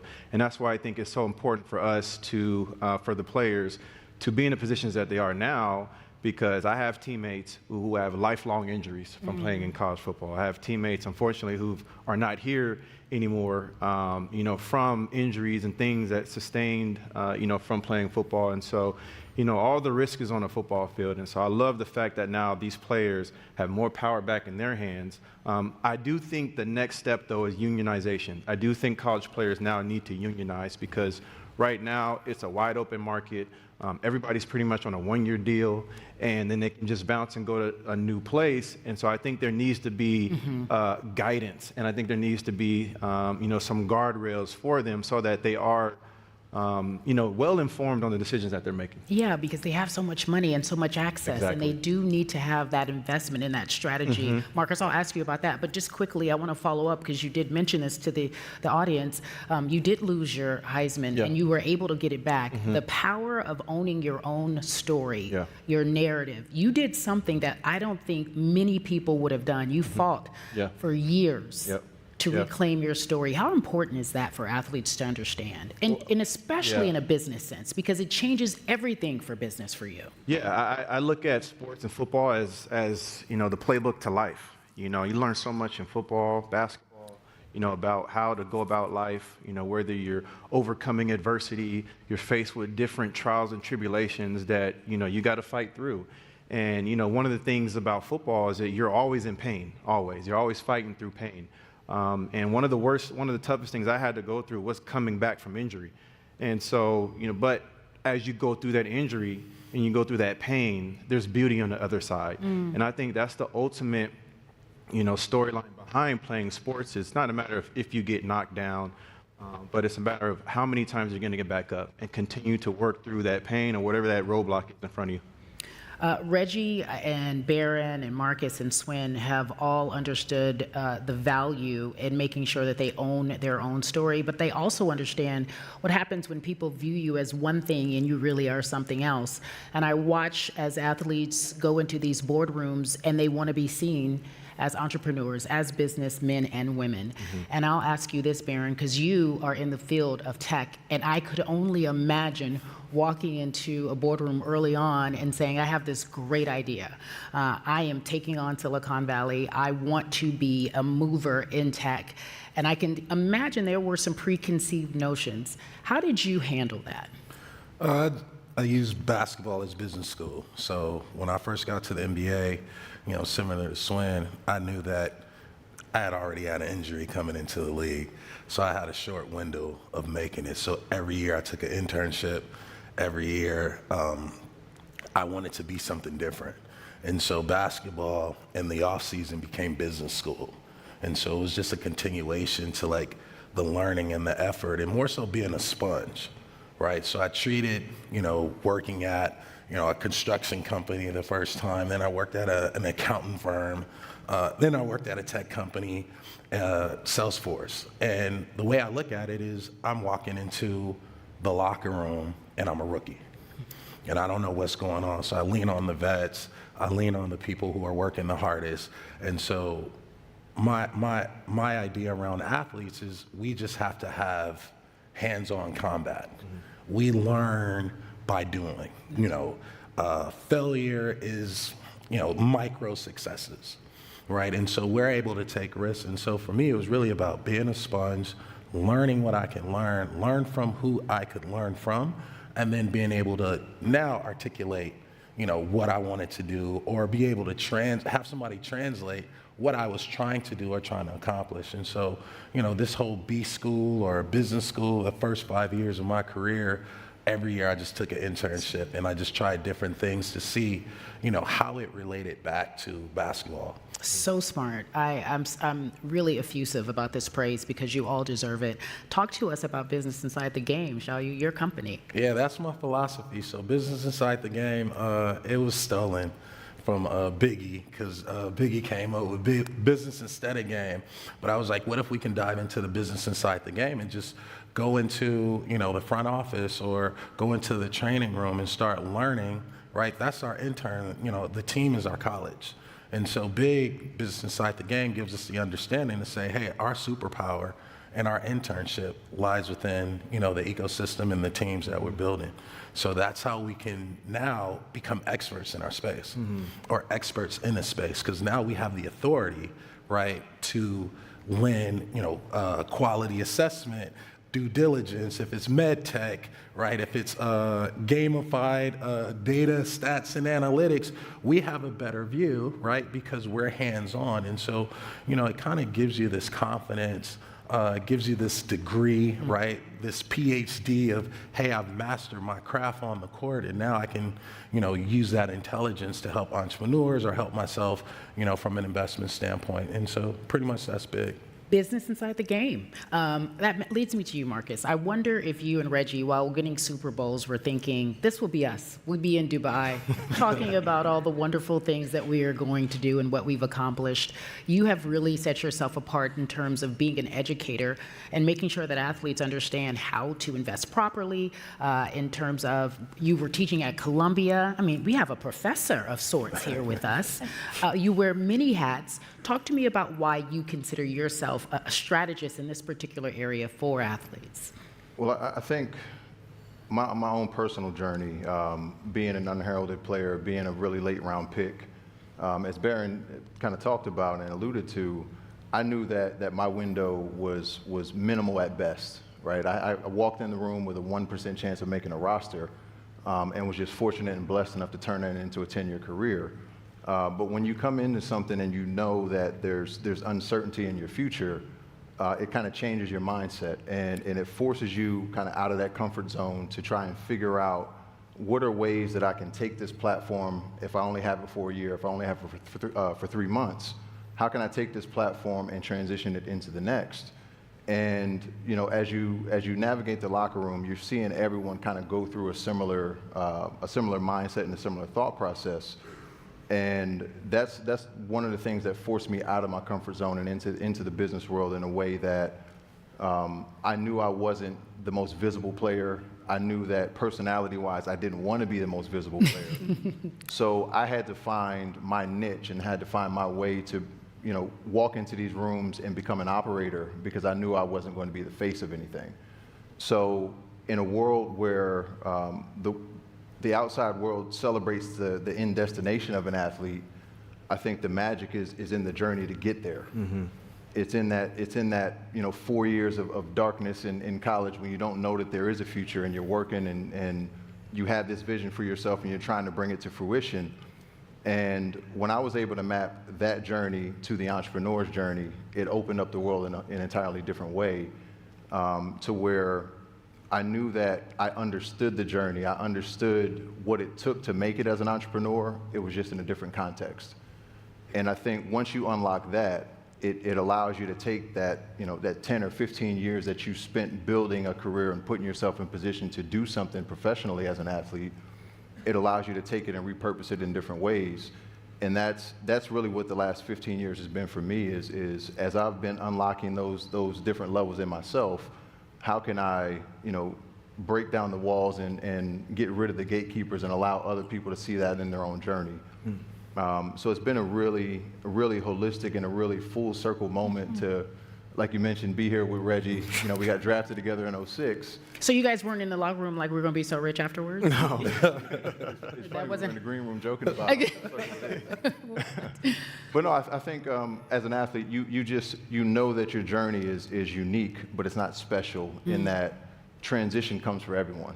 Yep. And the more that we get accustomed to the transition out of the game is one of many transitions in life, and putting it into that context, I think it makes it a journey much more than a destination. A journey much more than a destination. That's the beauty. The journey is actually the beauty. I have watched you all, obviously professional sports, NBA, NFL, for so long has been front and center, especially in the United States. But now it's about the women in the game. I love it. Yeah. I love it. And I have watched you, Swin, navigate this in such a beautiful way. I'm really curious about your take on what we're watching with women's sports and how you have been able to build a company around what you already know naturally. Yeah, and thanks for the question, because I think it's so important when we talk about sports, and not just the women's game. A lot of times people think the women's game, they think WNBA or US. The women in sports, the game itself is growing globally. And I want to say this because even though we knew it years ago and we kept fighting and fighting and fighting, we were knocking on doors that I knew I would never walk through, but that we had to leave it open for the women coming behind us. And so now as we see the salaries going up, now as we see the brands and the investment going into women's sports, it's not because people are like, it's charity, it's women's sports. It's because the world has figured out it's good business. If you think about business and you're talking about P&Ls and you strip it away and it's men's sports and women's sports, you look at the investment and now you're like, this is where we need to go. And that's why you're starting to see the investment in, we all invested in our bodies and how we took care of ourselves. They are giving the women that now, and I'm so happy to see it happening. But it's one of the reasons why I started my company, She's Got Time, because I wanted to not only focus on the female athlete, but people aren't realizing is women with careers in sports is an invisible ecosystem. We have women, whether it's from F1, whether it's in soccer, basketball, that are engineers, media, behind the scenes, running teams, that are building rosters, that are the coaches, the doctors. If we look at the global community, women have a seat at the table. And at the end of the day, I always say this as She's Got Time. Investing in women is good business, because diversity of thought, best ideas win. Best ideas win. And how do you have the best ideas if you don't have everybody at the table? And so as a woman and a Black woman, I understand what my responsibility is to advocate in that way. Not only for women, but also the male allies that I've had. I mentioned Isaiah Thomas earlier, my brothers that are here. I could sit here and have a conversation with y'all. We could talk hoops, football. The Steelers was my team growing up. And I could walk out this door anywhere in the world. My husband is 6'6", and he looks like he could have been a tight end as well, But people will come up and want to talk to my husband about sports, and he'll be looking at them like, yeah, I could talk to you, but you should be hollering at my wife. You want to talk about investment, you want to talk about different things, and I think it's so beautiful to see that we have men, and just in this room today, talking to some of the men that are here, they love sport. And if you love sport, you love every aspect of it. And I'm super excited to be here at the summit because I think it embodies what we're talking about, the future. I had the honor, yes.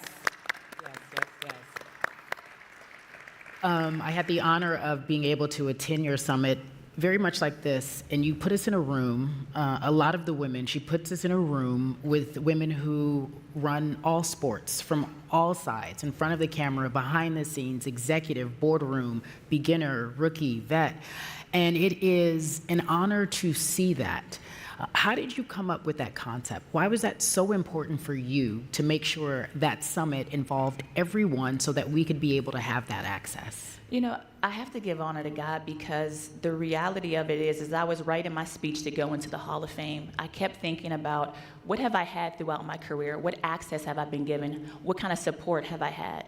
Other women have not been given that opportunity. And I wanted to try to figure out how I give back. And I said, you know what? We're doing it the business way because that's how I was brought up in the industry. This isn't about starting another nonprofit. This is about, is this good business and how do we create access? You were in the room, and the beautiful thing for me is once you're in the room, and I look back on social media, we're scrolling, or I look on TV, and I'm like, oh, she's speaking at this event or that event. We're all in here networking and growing. Our network is our net worth. That's right. And women don't always have an opportunity to do that. But you put us in spaces like this with men and women, and that maximizes everything. So thank you for coming. Thank you for the opportunity. And we just have to keep pushing forward. The future is here of sport, and it includes all of us. It includes all of us. I would like to, Reggie, turn it over to you and everyone here. You were working on some very special business ideas. Why won't you share? Yeah, so it's been amazing, you know, for me these last few years. I've been really focused in the sport of golf. Golf, for a very long time, was a sport that athletes went to once we retired. We didn't wait till we retired to go play golf. Now we've seen this explosion of athletes, current athletes, playing golf, not only playing golf, but playing golf at a high level. And one of the things that has never been available to us as athletes is an opportunity to compete in the sport of golf in a professional manner. And so what I have created is called the United Athletes Tour. It's a golf tour for celebrity athletes, for athletes, both men and women. So it's a co-ed sport because golf is one of the few sports that it's for everybody. Sure. Old, young, kids, grandma, grandpa, men, women, it don't matter. Golf is for everybody. And that's one of the things, you know, that's most important to me is also leading with my heart. Because this is, in my opinion, this is an opportunity, you know, for all of us to come together, right, in a way that's never been done before, right, uniting athletes from all around the world, not just in the U.S., but athletes all over the place. I was just fortunate enough yesterday to catch up with Djokovic, and right away we started talking about his golf game, you know, and it's amazing because, you know, for the true people who love golf, it's always on our mind. It's always the thing that we're thinking about. We're always practicing our golf swing. It's an obsession. It's a way of life. It really is. And it also is community as well. Right. And that's what I love about the sport of golf is, again, as I said, it's for everybody. It's a great community. And there are so many great athletes who love the game of golf, who share the same passion as me, want to play, want to compete. And it just makes it so much more meaningful, you know, for us and what we're doing. But I'm very excited about the opportunity to be able to hopefully bring a golf tournament here to Dubai, because I think this would be a great host city, you know, for a tournament of what we're bringing. So this is going to be a combination of athletes from football, basketball, baseball, soccer, hockey, tennis, as I mentioned before.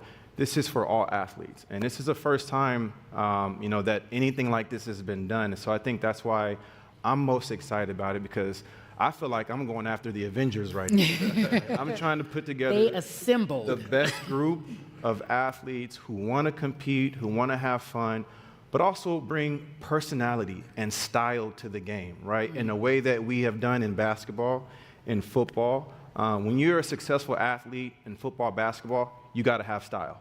First and foremost, style is most important. The way you play the game, I can think right now about how Boogie plays basketball and how he goes up for rebounds, and also, you know, everybody up here, how they play the sport, and I can think of some highlights or moments in time where I watched them, you know, and so those are all things that we want to bring to the game of golf, right? And then lastly, diversity. I think diversity, as you mentioned, is so important in sports. I think it's actually, the most important piece of sports, because sports cannot exist, in the right way without diversity, without everybody from all countries all over the place, being involved in it. And so the United Athletes Tour is the name. Please look out for it. Plug. But yeah, I'm excited. Reggie mentioned something that I'll summarize it with that je ne sais quoi. Every athlete has that je ne sais quoi. What you're trying to put together allows the athlete never to die. Yes. I did the interview with Novak Djokovic yesterday, and he's like, what do you do with that adrenaline rush? What do you do with that feeling that you need to feed because you can't get it anywhere else but on the football field or on the basketball court? You need to feed that energy. And Baron, you have said that you've been able to bring that je ne sais quoi into a boardroom. I think you called it the cultural Trojan horse. I want to make sure that I'm saying it correctly. You said Trojan horse? Oh, you didn't say Trojan, bro. Yeah, I'm down with that. I'm paraphrasing here as a fellow UCLA Bruin, just like yourself. The Trojan horse.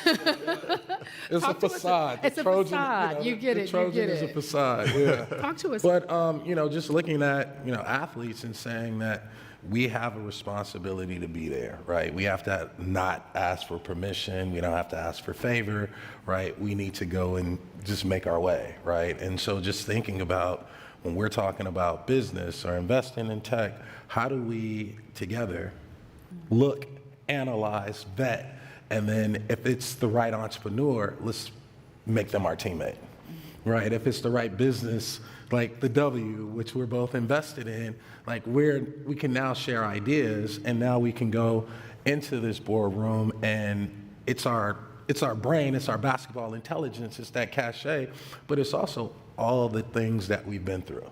So how can we help the W continue to make revenue? How can we help the W and our separate businesses? And so just really looking at, we don't have to ask for permission. I don't think I've ever asked anybody for permission. I was my own agent since I was 22. I don't have an agent now. I'm still my own agent, but it's that, right? It's allowing yourself to walk in a room, to be humble, but then when it's your turn, right? We know what to do. We know how to show up.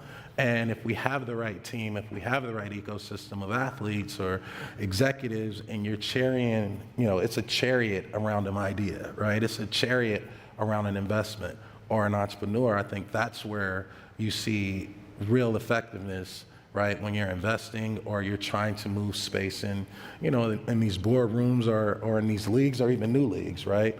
And so how do we all kind of come together to kind of use our celebrity to get in the room? But then after that, it's all our intellect and the things that we share that is really going to make that deal a really sweet deal for us. So I don't know about you all. I'm ready to get in the game, Coach. You have motivated me. I'm ready to do it. Marcus, we have just 2 minutes left, and I'll give you the last words here. I know that you try, with athletes such as everyone who's sitting with you, you try to make sure that they don't go broke, make bad investments. Talk to me about some sound business advice that you're giving to that athlete that is transitioning or still doing it, or even doing it while they're playing the game still. Yeah, absolutely. I think we're in a different time and space when it comes to sports and athletes, in that what we do as athletes is really marrying up with the creator economy and what's happening just in global business in general. And I think more now than ever, athletes have to sit in that executive or that CEO position within their own ecosystem. For a long time, we have been the client. You're coming out of college and you're selecting your financial advisor, you're selecting your agent, your business manager, and we are selecting these people to effectively run our business lives, and then we take a back seat and sit there and act as if we're the client. And I think now more than ever, we have to move to the forefront of our own ecosystems and really become that executive with the vision. You don't necessarily have to have all of the tactical skills today. You can build those over time, but it has to be your vision that your team is executing. And I think the more that we can collectively empower each other to do that and move in that direction, we get ourselves into this position where the people that we hire to work for us and on our behalf are truly doing that and not just working to serve their best interests. you know, I think about the financial services world in particular. I spent a couple years there, and the thing that drove me out of it was the fact that I really couldn't truly help my clients. I was helping the firm first, and then if it was good for the firm, then I could help the client. So I think as athletes, the more we empower ourselves to run our ecosystem and be the executive and the CEO of our ecosystem and truly run our teams, the more we can set ourselves up for that collective success that we've all been talking about. That's so smart. So I'd like to say this. For Swin Cash, Marcus Colston, and Baron Davis, and Reggie Bush, I'm Carrie Champion. This is a perfect example of the CEO as a player, the player as a CEO. We thank you for listening, and I hope this was valuable for you all. If we could give them a round of applause. This way, man.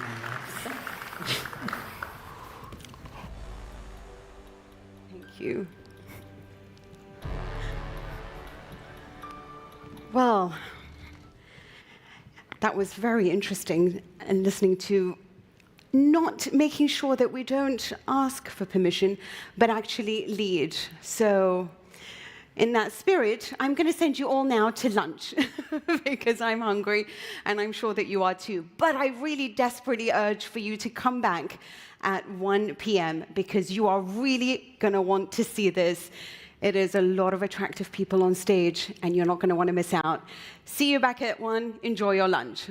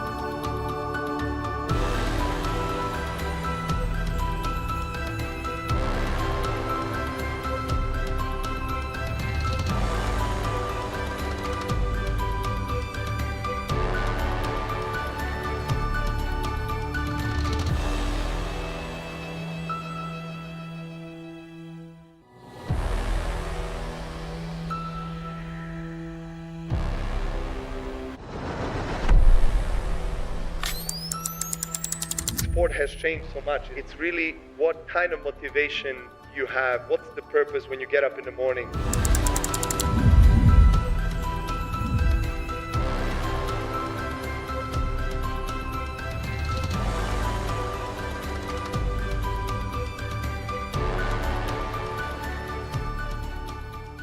You'd have to, after losing Grand Slam, wake up the next day and go to the gym.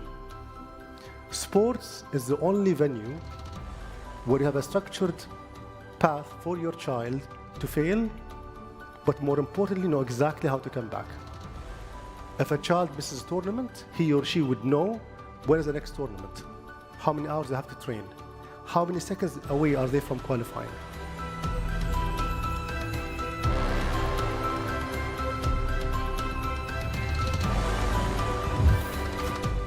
So my MBA was playing around the world, learn from the president, the director of marketing, the financial directors.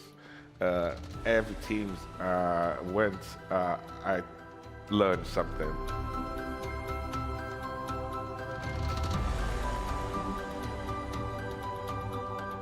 To improve your skills in boxing, it will take time, not just in a corner and then you can train and you can improve your style. It's different, big different, because you have to improve your style, your focus in the fight.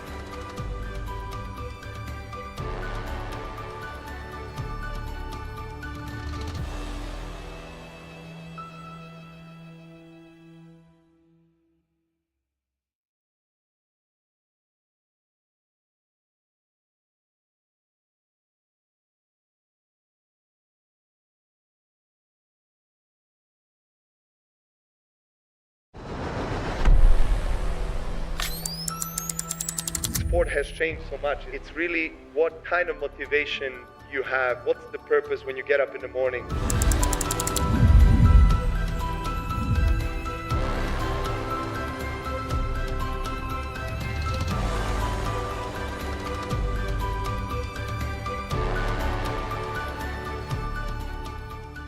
You'd have to, after losing Grand Slam, wake up the next day and go to the gym. Sports is the only venue where you have a structured path for your child to fail, but more importantly, know exactly how to come back. If a child misses a tournament, he or she would know when is the next tournament, how many hours they have to train, how many seconds away are they from qualifying.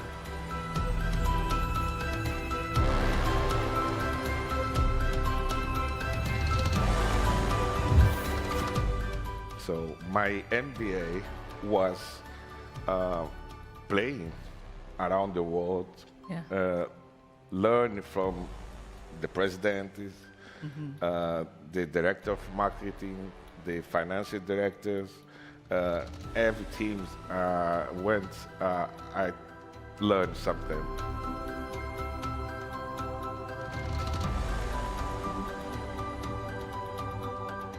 To improve your skills in boxing, it will take time, not just in a corner and then you can train and you can improve your style. It's different, big different, because you have to improve your style, your focus in the fight.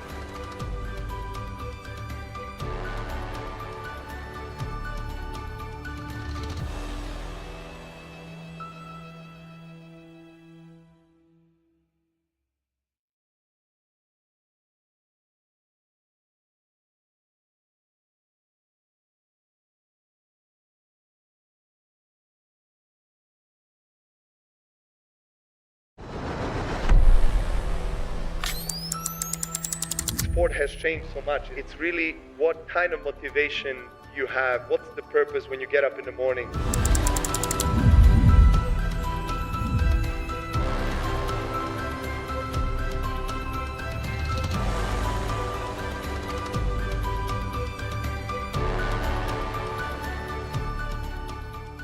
You'd have to, after losing Grand Slam, wake up the next day and go to the gym. Sports is the only venue where you have a structured path for your child to fail, but more importantly, know exactly how to come back. If a child misses a tournament, he or she would know when is the next tournament, how many hours they have to train, how many seconds away are they from qualifying.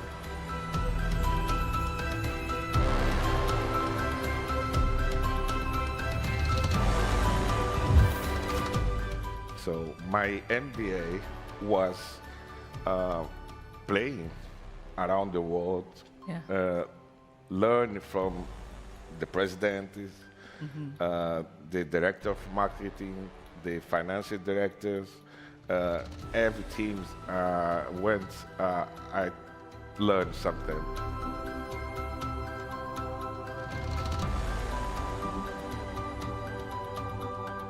To improve your skills in boxing, it will take time, not just in a corner and then you can train and you can improve your style. It's different, big different, because you have to improve your style, your focus in the fight.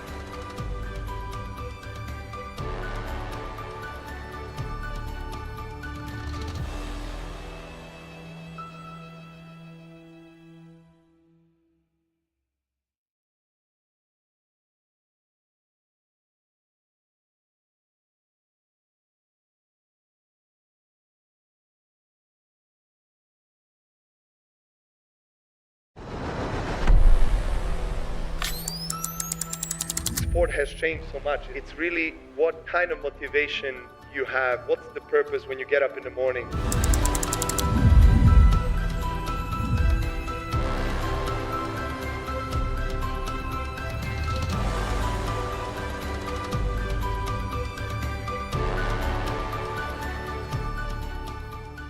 You'd have to, after losing Grand Slam, wake up the next day and go to the gym. Sports is the only venue where you have a structured path for your child to fail, but more importantly, know exactly how to come back. If a child misses a tournament, he or she would know when is the next tournament, how many hours they have to train, how many seconds away are they from qualifying.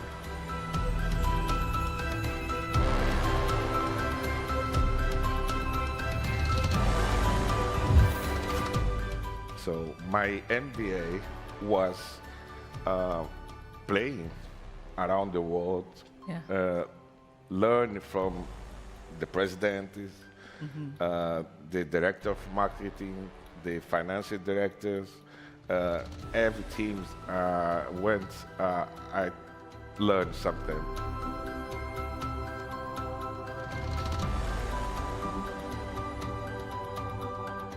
To improve your skills in boxing, it will take time, not just in a corner and then you can train and you can improve your style. It's different, big different, because you have to improve your style, your focus in the fight.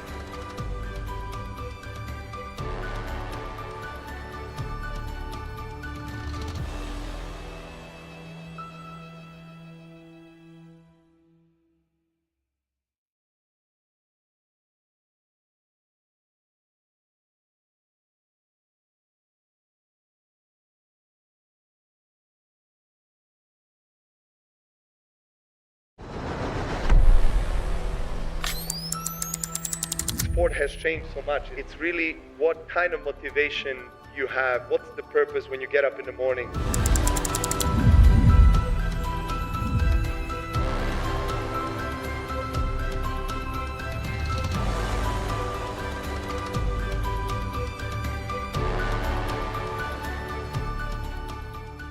You'd have to, after losing Grand Slam, wake up the next day and go to the gym.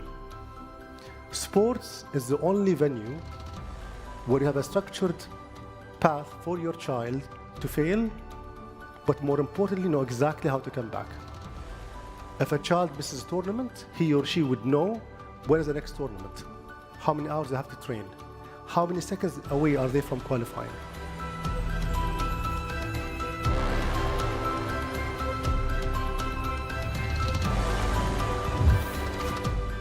So my MBA was playing around the world, learn from the president, the director of marketing, the financial directors, every team went, I learned something.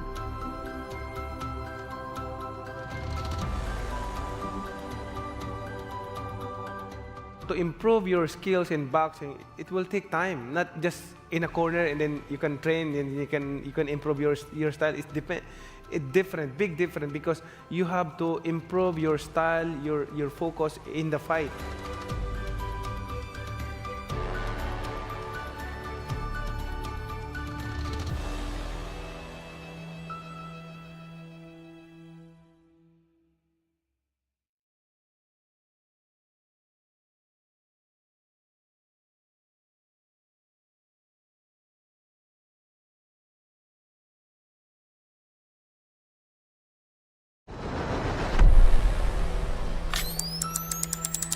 Sport has changed so much. It's really what kind of motivation you have. What's the purpose when you get up in the morning?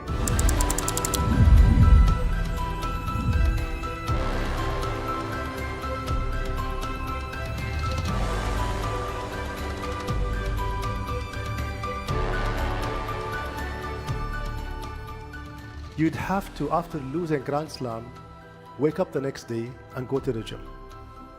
Sports is the only venue where you have a structured path for your child to fail, but more importantly, know exactly how to come back. If a child misses a tournament, he or she would know when is the next tournament, how many hours they have to train, how many seconds away are they from qualifying.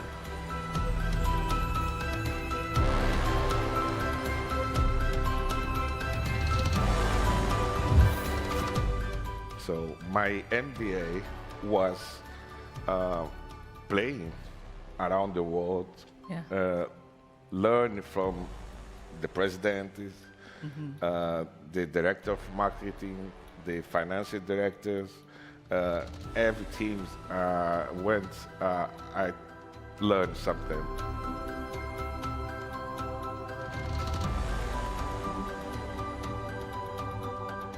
To improve your skills in boxing, it will take time, not just in a corner and then you can train and you can. Hi guys, welcome. Thank you so much for coming today. My name's Lani. I'm actually Kayla's manager, so if there's anyone in the audience that wants to do any business, feel free to find me. There was a few actually as you came up. Perfect. Kayla, thank you so much for joining us. Thank you for having me, guys. I think it's really exciting that everyone's here. So we're going to have a 30-minute conversation at the end. I'm going to throw to any questions, should anyone have any. So think about them and we'll pass the microphone around. So let's get into it. Kayla, in 2014, you weren't trying to build a global tech company. You were trying to help women feel confident. When did you realize you were building something much bigger than a fitness program? I mean, I definitely wasn't building a tech company because I was personal training women out of my parents' backyard. And that's literally where it started, and that's where I thought it would end. And when I realized something was happening is when I actually used the power of social media to grow my brand, to upload transformations, to upload stories of women, cutting out half the market. That was huge for us. But as we did that, and as we started uploading those transformations, people started writing in, and we decided to develop a guide, which was a PDF guide, basically putting all of our training and everything that we knew in this guide that we thought that no one would buy. And it went global, it went worldwide, and it gave women power, it gave them a voice, and it inspired them to do so much more. And that's when we knew we were onto something. And I think there was nothing for women, and suddenly it was all about them, which they loved. Yes, definitely. Speaking of giving a voice for women, how do you feel about being one of the very few women showcased at World Sports Summit? What does that mean to you? I mean, I made a comment yesterday, definitely walking in, seeing that amazing board of athletes and sports stars. I said, like, where are the women?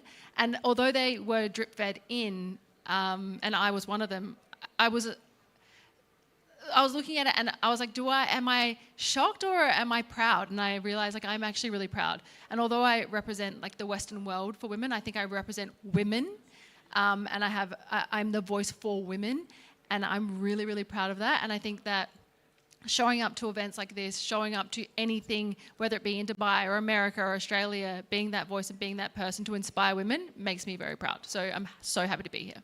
What do you see as what would you like to see in the future for the female representation at events like this? I mean, obviously I would want at least 50% of those faces to be female. I think that a lot of the people that are here, although they are so incredible, they are so powerful and so strong, I think that they came from a time where the sports industry was dominated by men, and the gyms were dominated by men, and fitness clothing was made by and for men, and programs were made for men, tailored for women. And I think now, in 2025, in Australia especially, and if you haven't been to Australia before, women are everywhere. We are the entire gym. We are the entire strength station. We are the entire first floor of a shopping, of sports clothing. We are literally dominating the industry. And so what I would like to see in Dubai in the future is just way more women everywhere, because it's just so empowering and so inspiring to see those faces. Yeah, definitely. I think on that, talking about women and how big of a market there is, let's pivot to a little bit of marketing questions. So before user-generated content became a strategy, you were one of the first brands to really use the community's transformations and get photos sent in from your community and your followers of them using your program and then being able to see the results thereafter. and you started that trend in the health and fitness space. Talk to me about those transformations, what they did for the business, and how you would see it in today's day and age. Well, for the people that don't know, what I used to do is I used to upload the transformations of my clients, right? So it was the before, and then we used to call it the progress photo. And we used to very clearly call it the progress photo because it was a progression and it was going to continue. And I think that's what went so viral. But in talking about like just transformations in general, running a business, transformations are the key to everything. Not transformations as in a body transformation, but it doesn't matter what you do. If you own a cleaning company, it's the before and the after. That's your review. That's your sell point. It's grout before and after. You're like, oh, I can visually see something is changing, and the visual is better on the other end. Not only that, but it's the caption that we would use as the review. So it was the transformation, and then it was the story beneath. So it was, here's my body before, here's my progress after, and here's how it's changed my life. And that, plus the caption was a sell. So that program went viral. That program sold millions and millions of copies because you could visually see it and you could read it, like you could hear it. And that's the sell point for all businesses. So if you're running a business, which most people here are, or they're part of a business, it's the transformation, it's the story, it's the journey that you need to take people on to get the client to get the sale. Yeah. How would you see it going now in 2025, almost 2026? Would you see being able to do the same method and working exactly the same, or would you see it being slightly pivoted because now everyone has a bit shorter of an attention span? There's also a little bit of fatigue, saturation of everyone posting something. What advice would you give to people that are doing it nowadays? Well, nowadays there's AI, so there's trust issues now. So is that actually real? Is that actually edited? Like, how do I actually trust? And so the way that we're doing it now, and the way that it's even though it's old school, it's now modern, it's community. The community is what sells. So you need to build a community, you need to build trust, and you need to have people almost. Now it's like gone back to word of mouth. It's, I did this really cool thing and this is my transformation and I'm part of this community and I'm part of this journey. And that's why now I'm talking just from Australia, but those big group classes are taking off because there's a sense of community, there's a sense of empowerment, there's a sense of motivation. During COVID, it was by yourself. You had to teach yourself to do it by yourself. And now it's all about community. So that's how you sort of do that transformation. You tell that story through your community. That's the modern way to do it now. And what advice would you give people to start and create a community? You have one of the biggest female fitness communities in the entire world. How are people getting started? How can they build that community when they have a product or a brand? Well, I think the way that I did, and I can speak to myself, is I was actually active in the community. I believed in what I was doing. I would physically do it myself. I would do more tasks than everyone else. I would try and do the tasks of, 10 people. I'd be in it. And then what I would do is, rather than talk about myself, which is I think a lot of businesses fail in this, they talk about themselves. We're so good and we're this and we can do that for you. Allow your customers to talk about you. Provide them something free. Give them a service. Give them your time. Give them something so they can talk about how amazing you are. I actually think about just the other day, we were at a restaurant and we'd been there a million times and the food was actually terrible. Like, this was the first time ever I was like, this is the worst food I've ever eaten. I'm never coming here again. We were all discussing on the table, this is the worst food we've ever, never coming again. Anyway, the waiter came over and they said, how is it? And I said, to be honest, not that great. And they were shocked. Like, really? What's wrong with it? I said, well, the steak is really overcooked. The vegetables kind of feel a bit gritty. They're like, oh my God, so sorry. They went inside. The chef came out. The manager came out. They came out. They said, I am so sorry. This is one, not good enough. Let me take it all off the bill. The service that they provided, we actually left. And I said to my husband who's sitting there, I said, would you go back? And he goes, initially, no, but actually, yes. Now, just because they came out and gave us the time of day, apologized, they didn't have to do that, we would go back. And that's what a modern day business needs to do. You need to give them the time of day, talk to them so they come back to you and they trust you. Yeah. I do think that's one of the best things that you've always done. I've obviously been a part of your story from the very beginning, and it has always been about the people that are a part of the community, the followers, the members, everything, not just you. Your page, you've always said, I don't need this to be a page about me. I want it to be about what everyone else is doing, which I think is one of the most amazing things and something that people in business do often misstep when they make it about them and what they can give you and them, as opposed to what do you want. And then also all of your customers find like-minded people that are also interested in that product. And that is where the BBG community came from, the sweat community now, that would also do meetups with each other because they were finding other people that were bonding through the program that Kayla created, which I think was something that was amazing in the beginning and now as well. And then on marketing, what would you say is the most unconventional marketing tactic you made early on? There's one that's coming to mind for me. Well, this was, it was unintentional. And at the time I was devastated. So what happened is I was really young. And when I put together this program, right, I put it on the worst website in the entire world. And what it was a PDF and it was 12 weeks. And to be honest, I promise you guys, I thought no one would buy it. I was like, no one's going to buy this. No one's going to be interested in it. Anyway, I put it online. And what people did is, yes, they bought it. A lot of people bought it. But the ability to be able to share it was so easy. So all they did was send an email, send it out to their friends, send it to 10, 20, 30, 40, 50 friends. If you can imagine, we found out that this program was sent to, in the US alone, 40 million women in the US, and we got not $1 from that. And then for me, I was obviously like, I didn't grow up with money, so like I'm not as devastated as the rest of the business, but I was like, wow, that would have been a whole lot of money. But then what happened was, it was free marketing, because when we released the second guide, we locked it.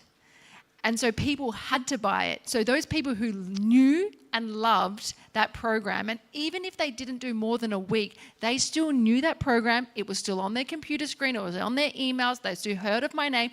They came back, and that's how the whole thing blew up and went so viral. So don't be scared of people.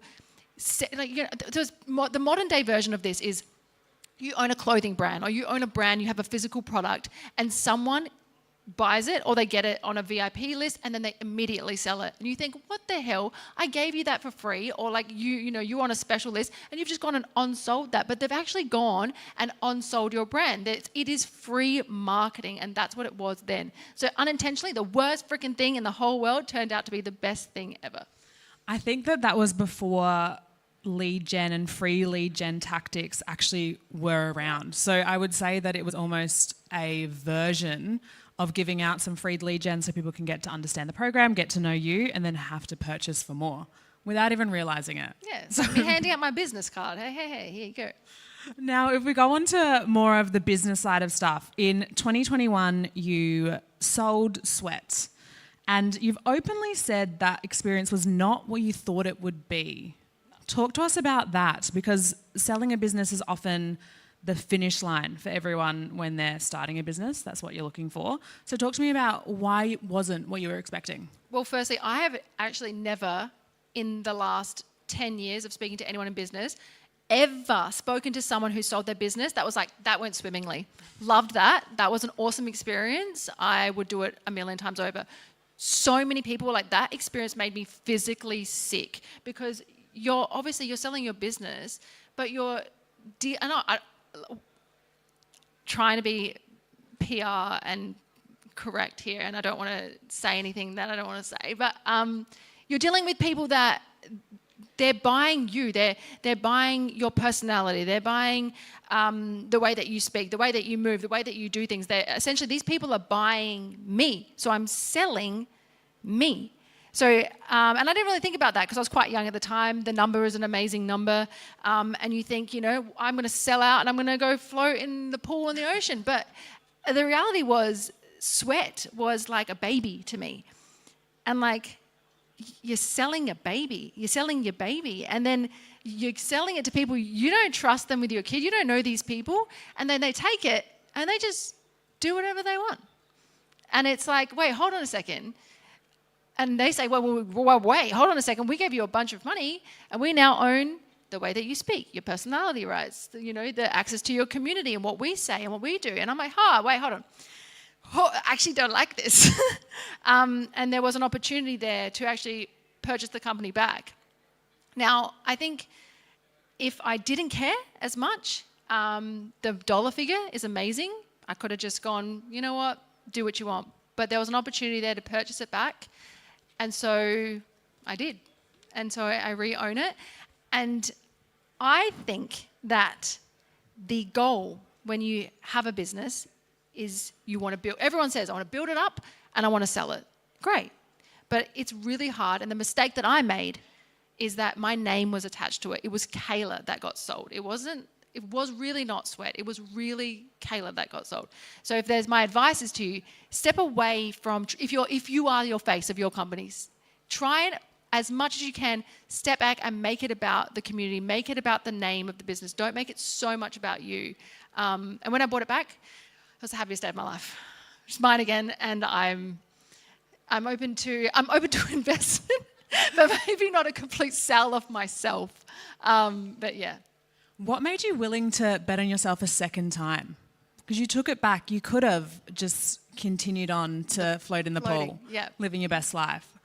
No, I bet it on me, right? So it's a good gamble, right? So what I'm doing is, imagine you have a bunch of money and you're betting on someone to show up, to win, to have sleepless nights, to get over it, or they're in a bad mood, to run the boot camp even if they're sick. You're betting on all these things, and the bet is I'm betting on myself.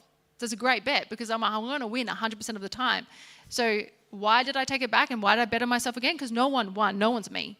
No one's showing up like me. No one's putting in the effort like me. No one's putting in the 100% like me. So I'm betting on me again. I'm going to win again. I think one of the biggest things watching it all unfold, the sale and the buyback, that I've really been able to see and understand through this process is the passion that you have. You can't buy that and you can't sell that. So having someone lead the company with that passion and that purpose for what the values and the mission is of the business is so important to be a part of it. And that's something that you live and breathe, and you can really feel it in the heartbeat of Sweat all the time. So I think that is something that's very important as well, is that passion and that purpose is back in the business that was lost for a little bit when someone had just taken it for the numbers and for the commercial reasons. So I think that is also something to think about as everyone's building up their businesses equally. Absolutely. Now, moving on to a bit more of just general building of businesses. In a world of AI training plans, automations and rapid changes, what do you think can never be replaced? And what do you hope Sweat represents beyond fitness? I mean, for me, look, AI is, by the way, it's freaking amazing. Like, everyone should have it. It's the future. But things that can't be replaced is the community. It's the love. It's the passion. It's the respect. It's the drive. You can't. AI can't replace me. I'm sorry, you can't. You can try, but you can't replace me. I grew up in a Greek family. Like, I have love and compassion, and I love helping people. You can't replace that with AI. So it's all about community. If you have a business, which most people here have, or they work in a business, all you're doing right now is focusing on building community. You're building a sense of something people want. This is why we were so popular, because I grew up in a big Greek family. Love, food. Food was huge. Food brought people together, and it was acts of service. And when I started training people, I realized so many women were alone. So many people are alone, and all they want to feel is a sense of family and a sense of community, a sense of something. So like I said, if you can do anything, it's community. It's building that sense of I belong to something and these people are here for me, because you don't realize as a business owner, so many people are doing this alone. Yeah, definitely. What do you see for the future of AI in fitness, the health and fitness space? Oh no, this is taking over. It's everything. You don't need it. Guys,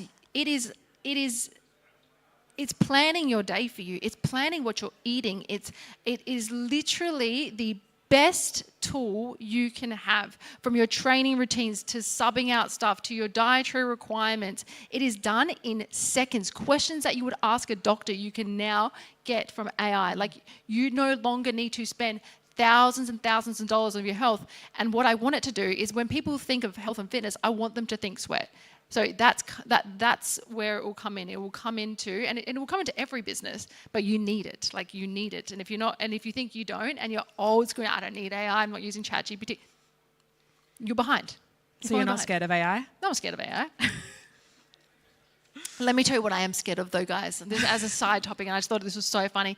Someone said to me, "If you could have," I was in Dubai, and they said to me, "If you could use AI for anything," and I said, "I would have an AI robot clean my house." Guys, have you seen those robots? They're actually controlled by humans with goggles, sitting somewhere else in your house. I was like, that's where I'm scared. I don't want some person in my house, but other than that, I want AI to do everything else. Do everything else for me. I love that. Now, onto Dubai. Dubai has managed to make fitness feel like a cultural movement rather than a campaign. What do you think other cities can learn from the approach? I mean, every year, I'll be so honest, when I first came to Dubai, I thought Dubai was behind. Really. I saw a lot of segregation. I saw a lot of male-dominated gyms. I saw a lot of sportswear for men and not so much for women. Even walking around the mall, I was like, where do I get sports clothes from? And this was almost 10 years ago. And I'm watching Dubai lead. And one of the things that really was amazing for me was to watch Dubai do the Dubai Fitness Challenge, where they would set up stations for people to work out for free. You're not finding that. Go for a run in Australia, but you're not finding a free gym, a free whoop station, a free rowing. You're not finding kids' playgrounds that have got it's just amazing. So where I wish there were so many places in the world that would do what Dubai does. They open up, they listen, and they open up women-only training centres that if you go, sorry guys, just to who's from Australia here? Sorry. The women's only sections in Australia, used to have, maybe even 3 years ago, 3 dumbbells and a little yoga mat. In Dubai, there's a women's gym. It looks identical to a regular gym. And that's incredible. They're listening and they're building and making people feel comfortable, making it accessible for everyone to be able to work out and be fit. You don't want to be unfit here. Oh, thanks, guys. You don't want to be unfit here. No. I think it's also, we always talk about this, is that it's really to benefit the people of Dubai. It's not about... Yeah, Dubai wants their city to be healthy. They want their city to be strong. They want their city to eat well. They want all these things. You can feel it from the leaders that they want that. They want elite humans living here. And they provide that service, and it shows. Which is amazing. Now, one thing I think everyone in this room at this summit can agree on is that we're all busy. We are prone to burnouts. It's that time of year. What is a non-negotiable habit that you've built in your day-to-day to ensure you're not burning out with your non-stop work and travel? I mean, we've travelled over here, we're going home, we're travelling again in a week's time for another 30 hours. Australia's very far away. Everyone doesn't know. So far away. Listen, I'm really bad. So I've actually said this recently at Apple event, and people came up after and they're like, we're actually going to use that. And what it was my biggest weakness is I, as a business owner, really suck at celebrating, right? So, and you guys would do this too. I don't care if you own a business or not. You guys have tasks. If you work for someone or you work for yourself, you have a task. You complete the task, and the thing in your head that you do is you go, oh, next. Okay, what do I need to do? You don't go, yes, I completed that task. I'm going to make myself a nice dinner. I'm going to go out with my partner and, have a glass of wine. You don't do that. You go next. Burnout. You never stop. You never celebrate. So what my husband noticed with me is he said to me, you never stop. You never celebrate. So what you need to do is we're going to start this thing. He started at family dinner and it was actually worked. It's called highs and lows. And I want you guys, if you can take away anything from today, is to do this. So you sit down at the end of the night, you do this with yourself or you do this with a friend. Even when you leave here, you go, what was your high of the day? What was your low of the day? And what that does is makes you stop and it makes you celebrate your high and think about your low and how that could improve. And I think that is so important. So for example, my low of the day is I woke up with a headache. Fine, I can improve that. But my high of the day is being here speaking to you. And I will say that at the end of the day. And I think that you guys should do that too. Every single day, what is your high of the day? What is your low of the day? It's actually a great conversation starter. Hi, how are you? Good. How are you? Good. Yeah, I'm good. What was your high of the day? What was your low of the day? Oh, it's actually like a really good icebreaker. Oh, my high of the day was this. My low of the day was this. What was yours? It actually makes you feel really good. It makes you feel really confident. It makes you stop. So that's what I would recommend to you guys to do if you leave here. It's very fun. We do it at every single dinner that we have. I would also love to ask you, what would be the thing that you would do differently if you could start again tomorrow with everything in business? I would lock the first program. No, I'm joking. What I would do differently? I think it's more like who I would be, and I'll be really honest with myself. Like, I think I was a bit naive. Like, I was very young when I started, and obviously I can't change it and I can't go back. But be more understanding of women. I obviously cut out half the market. So imagine cutting out half the market. So I'm not working with men, and I'm only working with women. And what I really focused on were women that were my age. Mm-hmm. So at the time I was 19, 20, 21. So I'm doing these high intensity jump programs, so fast paced, and I'm essentially injuring women that are in menopause or that are trying to do this program. I'm not tailoring it to them, had nothing for pregnancy, nothing for post-pregnancy. And so through my journey, I've only ever released a program based on what I've done. So I've had 2 kids, I've got a post-pregnancy program, I've got a pregnancy program. I've done that, but I think I would do it. If I could go back, and like the chances now, if you guys own health and fitness business, do it for everyone, for all stages, because we all need it. And especially 40 plus, we need it the most. I mean, I'm not 40 plus yet. Stop. I always make a joke about my age. She's close. 27. But yeah, I would go back and I would really tailor it to everyone and not be so young and jump around. Would you say that's one of the biggest things that has evolved as you have evolved as a person in business? Obviously, you started the business at 19, 20, and then now you are your age that we don't need to list. And you have 2 kids and a husband and households and all of these things you never had. How do you juggle all of that, and business is bigger and busier than ever? I mean, you just got to have the right team. And like, I don't know what you guys do. So I keep addressing you, like saying, like, do you own a business? Do you work for a business? But it's also like, it's okay to outgrow your team. It's okay to get rid of the team that you currently started with and have a new team and build. Like that is so important. You need the right team around you. You need also, like, just on a personal level, guys, Dubai has really hectic hustle culture here. You have hustle culture. It exists, and it's good that you have it because it means everybody's working. But also, you need friends. Like, you need support. You need someone who's happy for you. You need someone who says well done. Like, you need that person. That is important. And so when I say team, I'm not only just talking about who your colleagues are, but who your friends are, what your family is acting like. You need a solid base and a solid team around you to succeed. It's just non-negotiable. Definitely. I also think something that is amazing with you empowering women, standing for women, being a representation of women in business is how you do juggle all of those hats. For example, 5 minutes before we're coming on stage, Kayla's reading a story time to her son who's back in Australia on FaceTime. Like, you just don't see that with every single CEO, and I love that aspect of you as a mum and as a businesswoman as well, being able to juggle all of it, which is so exciting. So then, to look towards the future, what's next for Kayla at Cena's? What's next for Sweat? Well, I'll be really honest, like, things that we do right now, we do workouts and nutrition, but things that we want to explore are things like we want to explore supplements, we want to explore clothing, we want to explore gyms, we want to expand. We have such an amazing name. The name is Sweat. Like, you can't get better than that, sorry, but like, try and beat it. It's just like, that's the coolest name ever.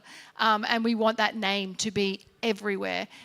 So we're really looking in either collaborations, partnerships, or our own businesses with that name attached, because I just think it's such a powerful name. And the fact that it represents women as well is incredible. Again, anyone in the audience want to know more? Come talk to me. Now, we have a couple minutes for any questions. Are there any questions in the audience? I actually have 2 questions. First of all, thank you to both of you.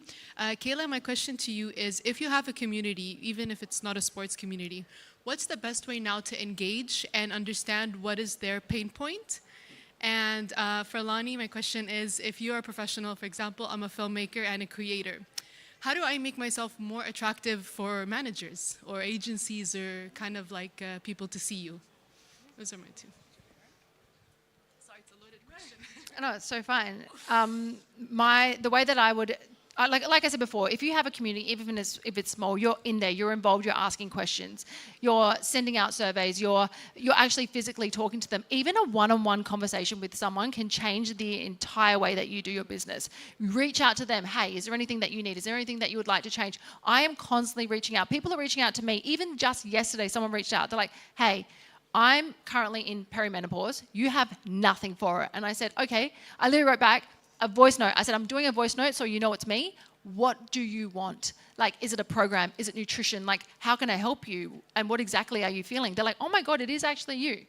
And so like by doing that, you then take that and you take people on the journey. You can go online. For example, I can go online right now. Go on Instagram story and say, hey, I just had a conversation one-on-one with one of the people in my community and they wanted perimenopause. Is anyone else here perimenopause? Do you guys want it? What else do you want? Bang, bang, bang, bang. You might get a few things. You sit together with your group and you execute. That's how you build it. Now, for your question about how to make yourself attractive to managers as a filmmaker, is that right? I would say the biggest thing, similar to what Kayla's saying, is get your voice out there. It really is being as loud as you possibly can of yourself, true to you. Don't try to be like everyone else. You obviously, to a degree, have to follow trends sometimes to jump on them. But if you are truly speaking from yourself and you are pushing that as much as possible, that will attract the right person, that will attract the right business ventures. It really is being the most you that you can possibly be, I think would be a big one on that. Do you have any other? I also would say that, like I said before, the selling point to anyone is a transformation, right? Whether that be before and after, whether that be whatever it is. So what I would do is, I remember going up to someone and they had no idea who the hell I was. It was a lady and she was complaining and I just put in my 2 cents and she sort of looked at me like, who the hell are you? And I said, oh, like I'm Kayla, and I said, let me show you my page, this is what I do. And as soon as I had credibility, as soon as I had a transformation photo right in front of her, she was like, oh, wait, I trust you. So come with something. Hey, this is what I created, this is what I did, this is what it looked like before, this is what it looks like now, this is who I am, and this is what I do. And I think that is attractive and the confidence is attractive. You can say, hey, what was the high of your day? What was the low of your day? Thank you for your question. Is there any other questions that we have in the audience that anyone would like to ask before we wrap up for today? No more? Or you can come up after and ask us, it's fine. All right, well, thank you guys so much for coming. Kayla, thank you so much for sharing the stage. Thank you guys, with me. thank you so much.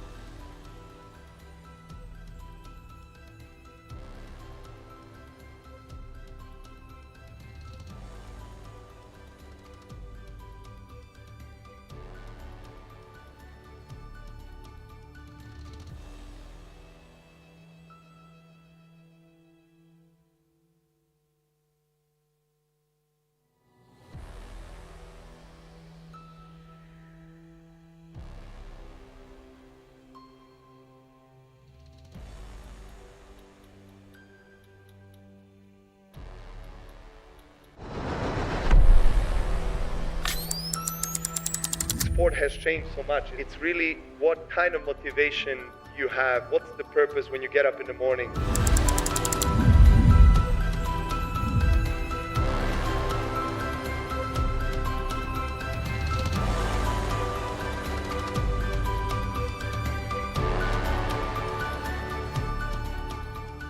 You'd have to, after losing Grand Slam, wake up the next day and go to the gym. Sports is the only venue where you have a structured path for your child to fail, but more importantly, know exactly how to come back. If a child misses a tournament, he or she would know when is the next tournament, how many hours they have to train, how many seconds away are they from qualifying.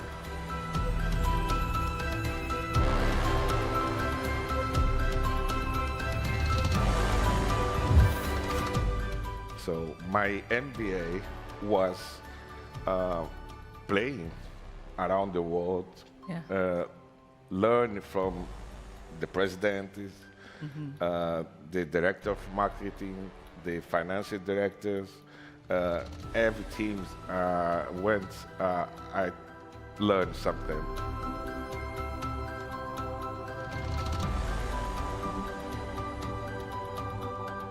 To improve your skills in boxing, it will take time, not just in a corner and then you can train and you can improve your style. It's different, big different, because you have to improve your style, your focus in the fight.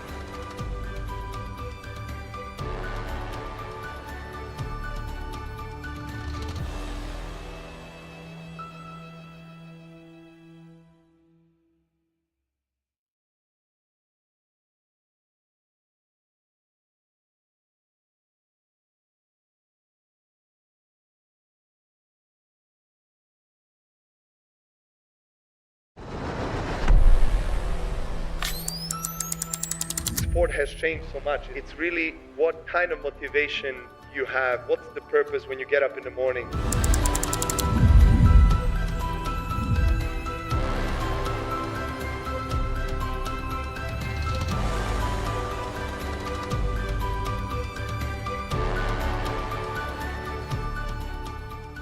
You'd have to, after losing Grand Slam, wake up the next day and go to the gym. Sports is the only venue where you have a structured path for your child to fail, but more importantly, know exactly how to come back. If a child misses a tournament, he or she would know when is the next tournament, how many hours they have to train, how many seconds away are they from qualifying.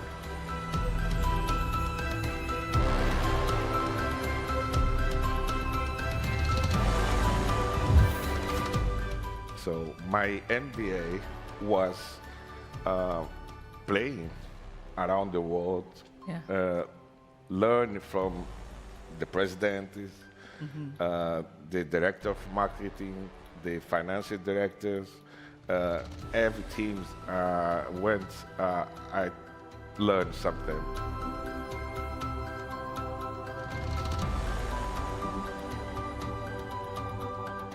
To improve your skills in boxing, it will take time, not just in a corner and then you can train and you can improve your style. It's different, big different, because you have to improve your style, your focus in the fight.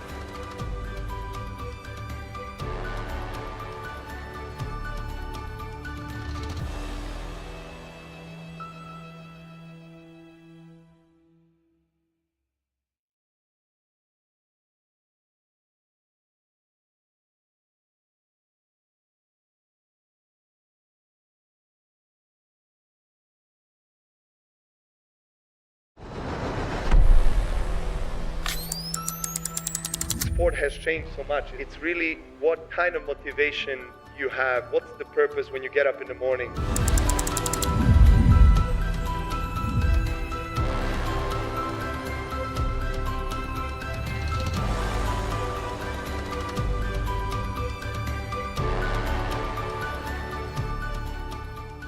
You'd have to, after losing Grand Slam, wake up the next day and go to the gym.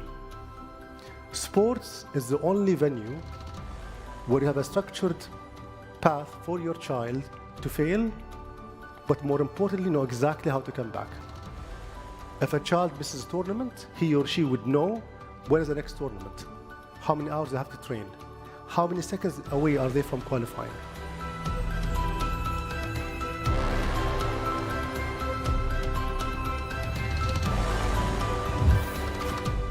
So my MBA was playing around the world, learn from the presidents, the director of marketing, the financial directors, every team went, I learned something.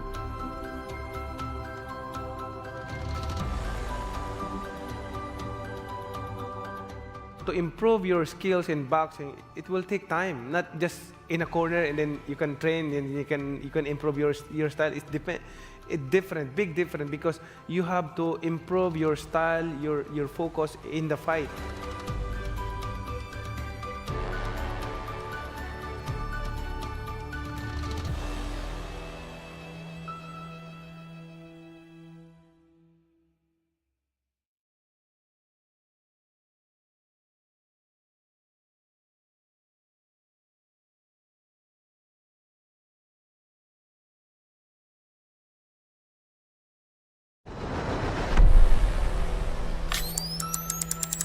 Sport has changed so much. It's really what kind of motivation you have. What's the purpose when you get up in the morning?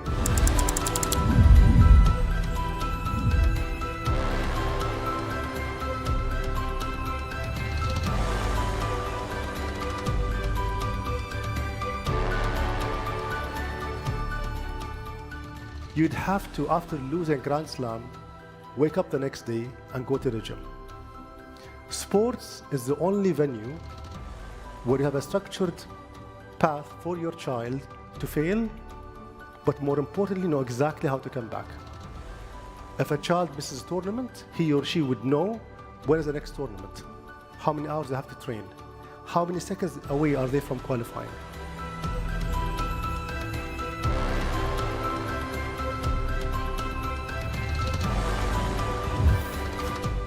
So my MBA was playing around the world, learn from the president, the director of marketing, the financial directors, every team went, I learned something.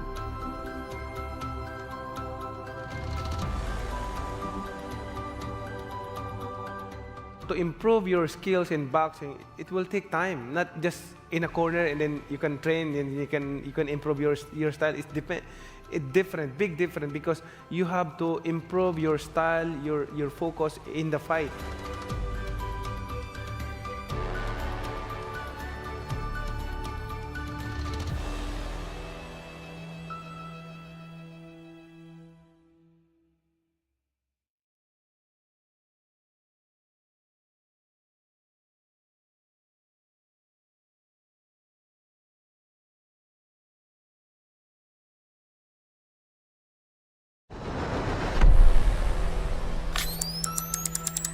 Sport has changed so much. It's really what kind of motivation you have. What's the purpose when you get up in the morning?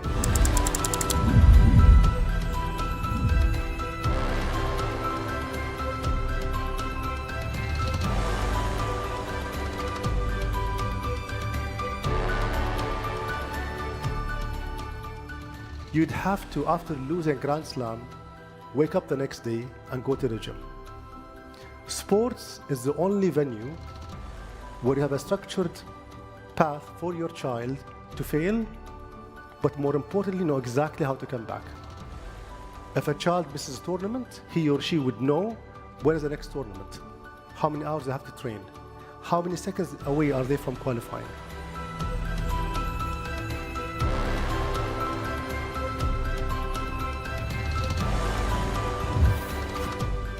So my MBA was playing around the world, learn from the president, the director of marketing, the financial directors, every team went, I learned something.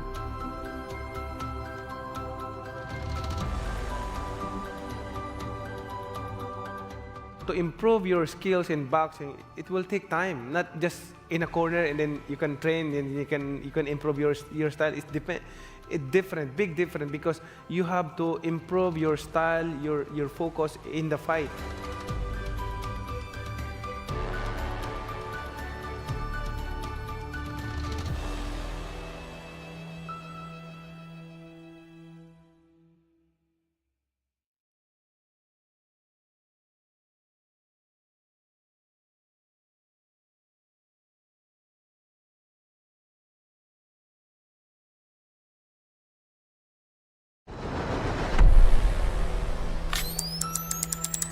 sport has changed so much. It's really what kind of motivation you have. What's the purpose when you get up in the morning?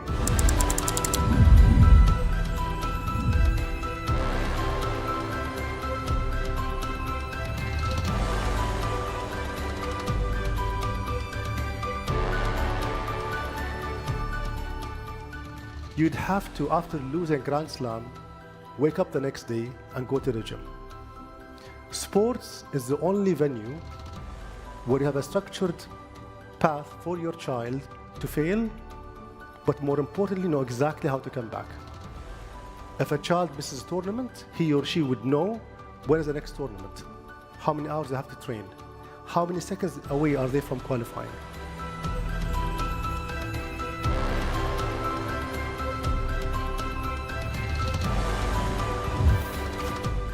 So my MBA was playing around the world, learn from the president, the director of marketing, the financial directors, every team went, I learned something.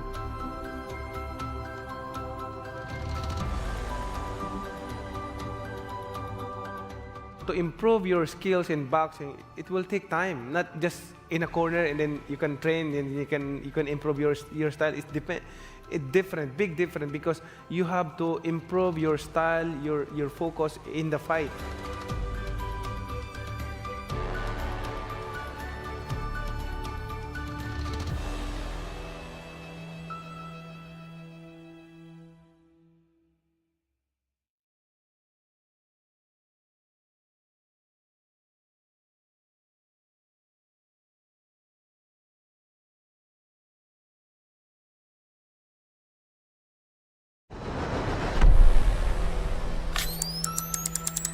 Sport has changed so much. It's really what kind of motivation you have. What's the purpose when you get up in the morning?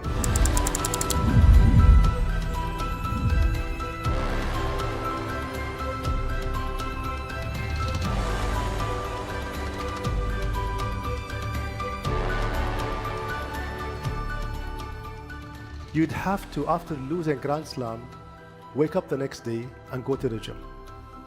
Sports is the only venue where you have a structured path for your child to fail, but more importantly, know exactly how to come back. If a child misses a tournament, he or she would know when is the next tournament, how many hours they have to train, how many seconds away are they from qualifying.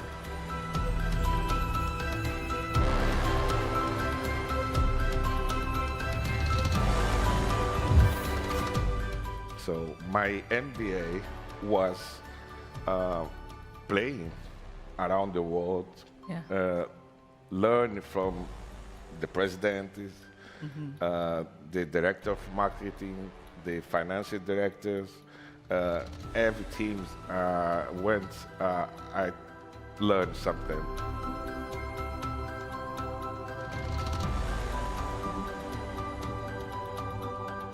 To improve your skills in boxing, it will take time, not just in a corner and then you can train and you can improve your style. It's different, big different, because you have to improve your style, your focus in the fight.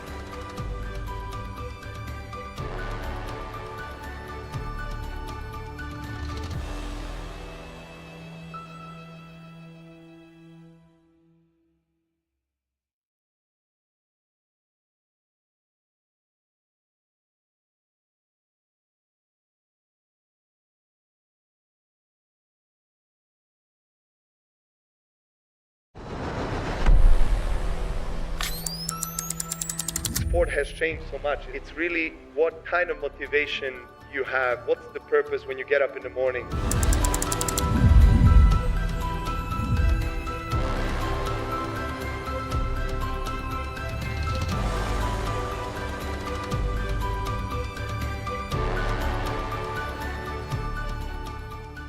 You'd have to, after losing Grand Slam, wake up the next day and go to the gym. Sports is the only venue where you have a structured path for your child to fail, but more importantly, know exactly how to come back. If a child misses a tournament, he or she would know when is the next tournament, how many hours they have to train, how many seconds away are they from qualifying.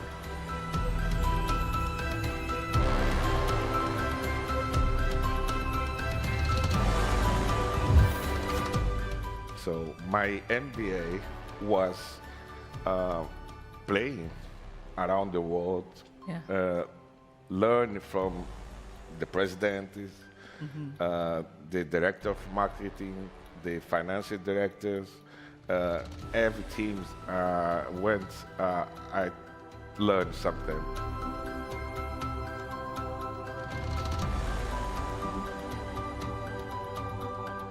To improve your skills in boxing, it will take time, not just in a corner and then you can train and you can improve your style. It's different, big different, because you have to improve your style, your focus in the fight.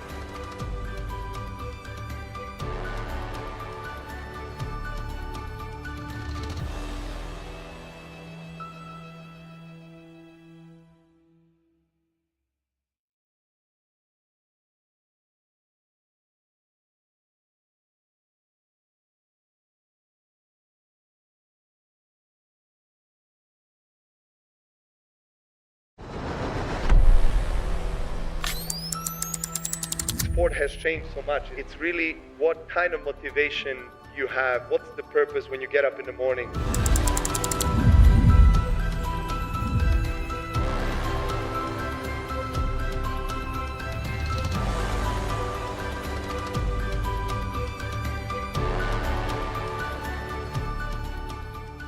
You'd have to, after losing Grand Slam, wake up the next day and go to the gym. Sports is the only venue where you have a structured path for your child to fail, but more importantly, know exactly how to come back. If a child misses a tournament, he or she would know when is the next tournament, how many hours they have to train, how many seconds away are they from qualifying.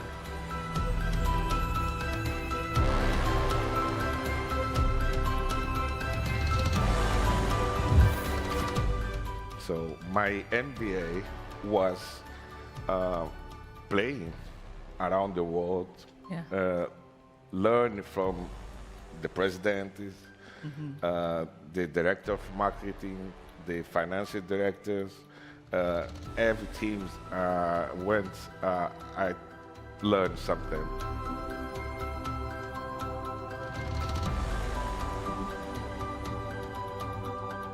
To improve your skills in boxing, it will take time, not just in a corner and then you can train and you can improve your style. It's different, big different, because you have to improve your style, your focus in the fight.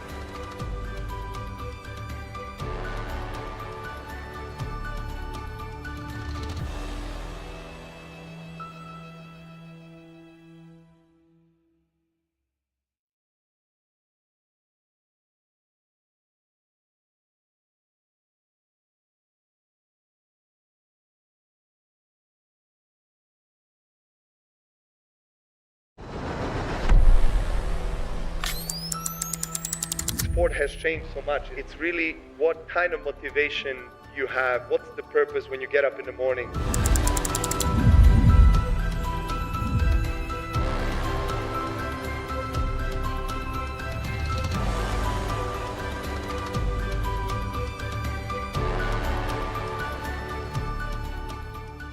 You'd have to, after losing Grand Slam, wake up the next day and go to the gym. Sports is the only venue where you have a structured path for your child to fail, but more importantly, know exactly how to come back. If a child misses a tournament, he or she would know when is the next tournament, how many hours they have to train, how many seconds away are they from qualifying.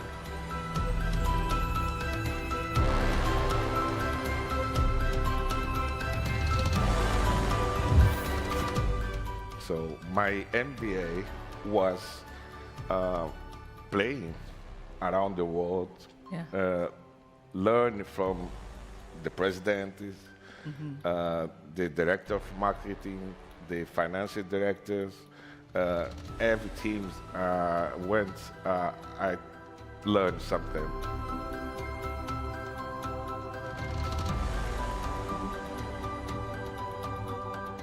To improve your skills in boxing, it will take time, not just in a corner and then you can train and you can improve your style. It's different, big different, because you have to improve your style, your focus in the fight.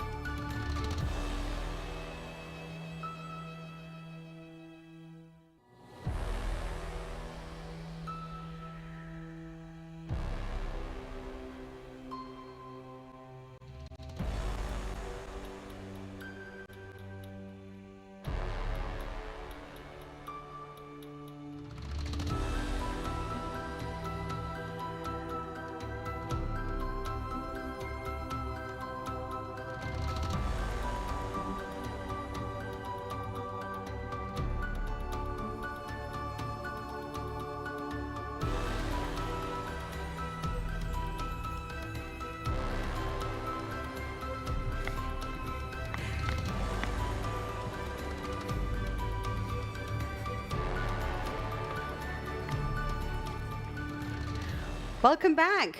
Thank you for finding your way back from lunch. Welcome back to the afternoon session on the second day of the Dubai World Sports Summit. The business of sport is a massive topic. And this afternoon, we're going to look closely at strategic thinking, both for athletes, boardroom executives, and financial leaders. Our first panel, however, this afternoon is one close to my heart, the sports fashion revolution. I did promise you attractive people. You're about to see many now. Here to tell you more, please welcome our moderator, Sunny Hostin, co-host of The View. Thank you. Thank you. Thank you. Thank you, Mina. Thank you. The stage is yours. Thank you. Welcome. For many years, there was always a strong link up between sports and music. But in recent years, we've seen an increasing link between fashion and sports. The tunnel walk has replaced the runway. From NBA stars arriving in couture to AC Milan partnering with Off-White, the boundary between elite sport and high fashion has dissolved. For luxury brands, athletes offer a gateway to a younger, culturally diverse demographic. For teams and athletes, fashion is a tool for brand expansion and self-expression. Please join me and welcome to the stage 3 leaders in this influential, ever-evolving field. From the designer's perspective, the president of Jimmy Choo Americas, Jamie Nguyen. Former NFL star Victor Cruz. And from the classic football shirts, John Carney. And the man who brought beautiful clothes over, AC Milan Chief Revenue Officer, Michael Edel. Oh, yeah. Yep, you got it. So let's talk about fashion and sports. Jamie, I'll start with you from the luxury perspective. Now, historically, luxury brands protected their exclusivity by staying away from mass market sports, right? Now we see companies like LVMH sponsoring the Olympics, your company, Jimmy Choo, collaborating with diverse icons. Is this about finding a new customer for companies like yours, or has the definition of luxury changed? It's a great question, Sunny. Sport is no longer confined to the arena. It truly is about the tunnel. It is about celebrations. It's about the arrival. It's about post-game moments. Those are cultural moments that are actually shaping music, fashion, and sport. Luxury brands aren't entering sports as a performance brand. They're actually meeting culture where it gets filmed. And so what I would say is the tunnel is an extension of the new front row. And oftentimes you think about what's changed. You ask about that. The broadcast value of arrivals and off-field moments has exploded. Athletes such as Victor Cruz have become global icons and also entrepreneurs. And luxury brands are shifting from inaccessible to intentional and also curated. And athletes are creating that gateway to attract younger cultural audiences. And so I would say that storytelling is also quite critical. When brands such as Jimmy Choo want to collaborate with diverse icons, you have to think about alignment. You have to think about authenticity. And so I'm thrilled to announce that Jimmy Choo will be partnering with the first Emirati race car driver, Amna El-Kubasi. Yes. She will be featured in our Ramadan capsule dropping at the end of January. She is empowering and inspiring young girls all around the globe. She is igniting joy. She is empowering achievement, and those are 2 missions that are critical to Jimmy Choo. So we're breaking news here at the World Sports Summit. Wonderful, thank you. Well, Victor, as you mentioned, I consider you sort of the first athlete that I can recall sitting in Paris, front row at a fashion show. You sort of invented this, the athlete as a brand ambassador. So let me ask you, because I think you've been caring about fashion and what you wore before it became a contractual obligation, right? So when you look at the tunnel fits today, NBA, NFL, football, do you see genuine style, or do you see stylists just dressing players? To be honest, I see a little bit of both. I think the ones that are genuine kind of stand out. Those are the ones that you pay a little bit more closer attention to, because they aren't, the clothes aren't wearing them, they're wearing the clothes, and they're really owning it and really putting their best foot forward when it comes to setting the tone and setting the mark from a fashion perspective. I'm excited for this time for players. I think when I was doing it and I was coming into the games and wearing my outfits, we didn't have cameras. And like the Giants now have a blue carpet for them to walk through, and they document everybody, and there's photographers outside. I didn't have that. We had to manufacture it a little bit more. We had to make sure that I was seen a little bit more. That's why being one of the first to go to Milan as a New York athlete was so important for me. Being the first to go to Paris and sit at front row, being one of the first to be the first football player to be in a Givenchy ad way back then was just so important, because I wanted to break those barriers and show that athletes can be important in this luxury aspect as well. And we can be able to hold a high standard and have a platform that made sense. And I wanted to be the one to set the tone. And now you see it, you know, tenfold, and guys are doing it all over the place, and debuting different collaborations, and, you know, Travis Kelce doing things with American Eagle, and just all these different collaborative things that are coming to fruition. I was happy that I was able to set the tone, and it was very, very intentional from the very beginning. From the very beginning. Well, you mentioned Milan, and so I have to go to you, Michael. You have this unique advantage being based in the fashion capital of the world. How much of your commercial strategy, though, is about winning Serie A versus winning Fashion Week? And can you monetize cool even if a team has a bad session? So first and foremost, the most important thing is winning football games. That's the important thing, and you got to keep the main thing the main thing. But for us as a brand, as a global brand, I think not just being based in Milan, but the way that this club represented itself on a global stage for multiple decades, the players that came through, a lot of them, some of them are here, were here yesterday.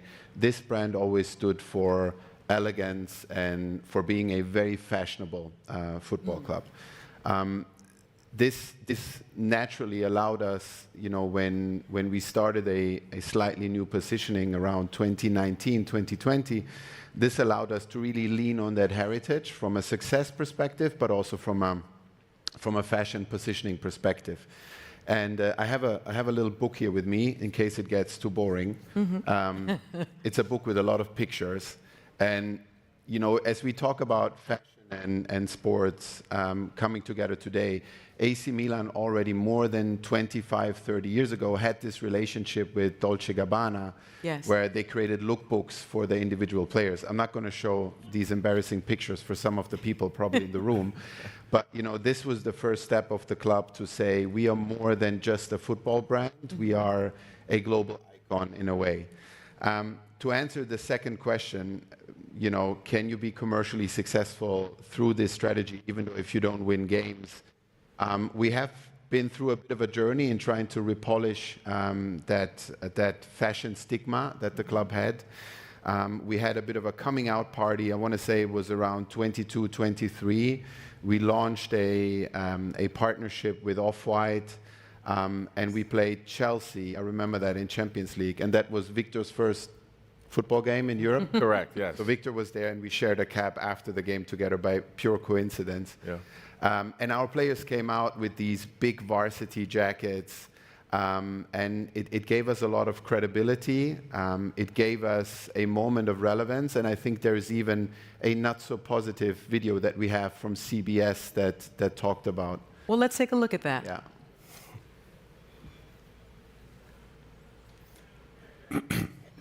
It's better with sound. It is better with sound. Can you talk us through what? I can talk you through. Yes. So basically what happened here was, they spend a good 5 minutes talking about that if you walk out with those jackets, you better win the game, and was not the most positive segment, but it gave us 5 minutes of relevance. Actually, I think we do have the sound now.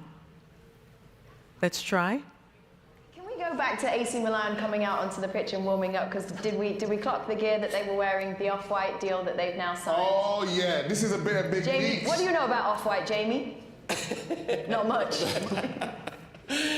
Micah's teeth.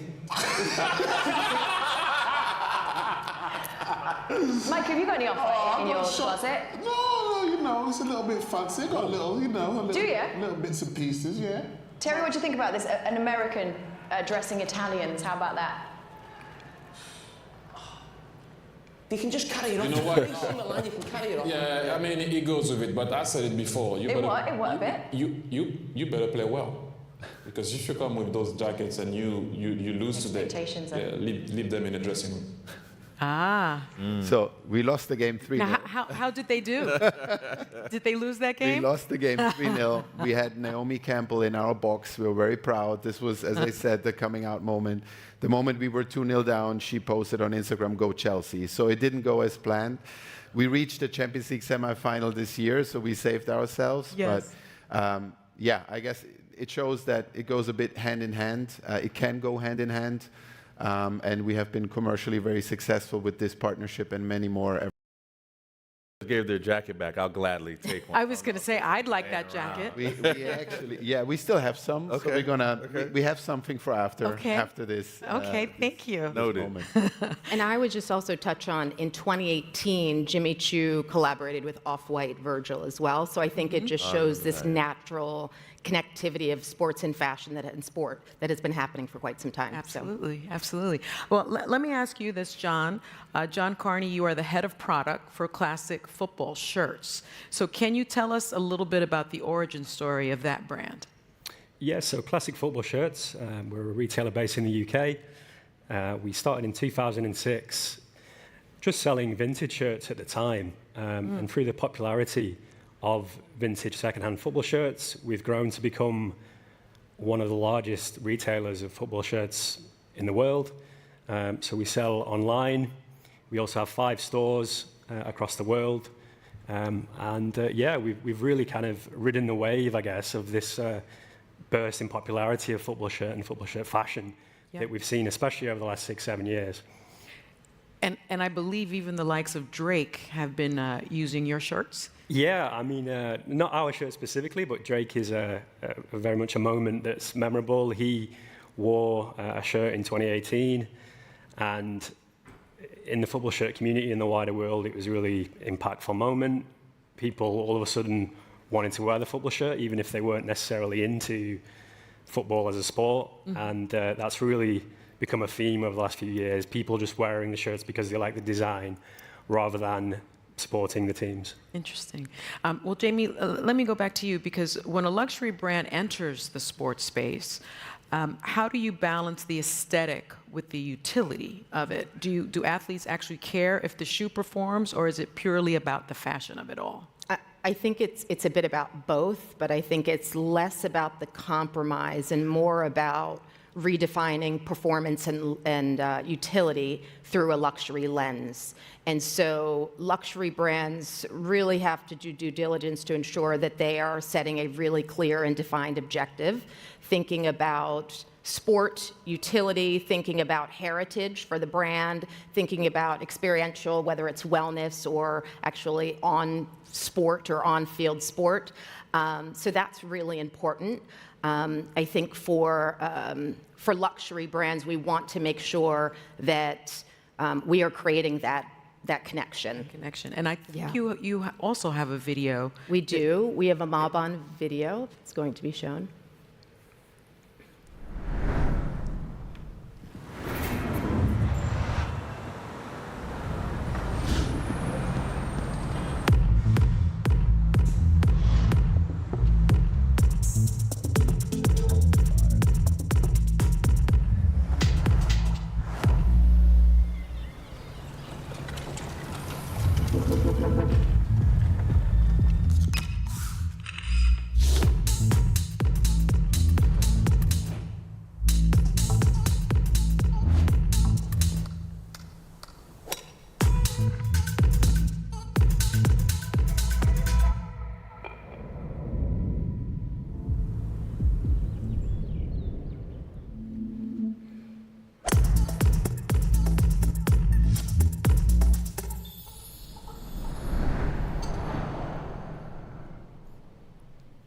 I like that. So that was our second outing of our Mob On collaboration that dropped in April of 2025. And I think what's really important that that video shows is that we need to make sure we protect key anchors, and that could be silhouettes as well as brand codes. And what's featured within our Mob On collaboration was our Diamond Maxi sole.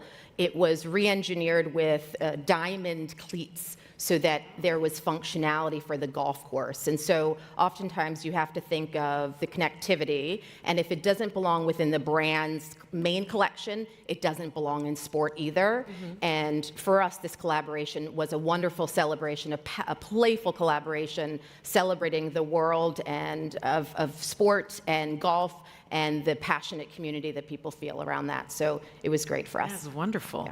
Yeah. Michael, let me ask you this, because speaking of collaborations, that collaboration with Off-White was really a game changer, right, for your team, and it gave the players. The uniforms look like streetwear, which is very popular, of course, in the United States. Did you face any internal resistance from traditional football purists who just thought it was too different, too radical? Yeah, that's a great question. There is always a bit of a reluctance and resistance when you try to do things differently and when you approach things in a different way.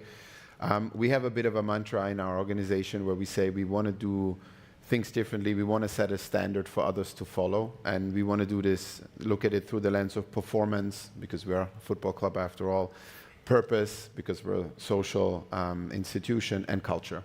And culture for us, obviously being based in Milan, is centered a lot around fashion and design. Right. What Off-White allowed us to do was really to bring these three elements together and come up last year with our fourth kit collaboration with Puma and with Off-White. All three came together because, you know, we basically said, what is the story of a fourth kit? You know, if you keep doing these fourth kit and you're doing them with different designers, at one point you need to start having a really strong story and lead with that story rather than with design.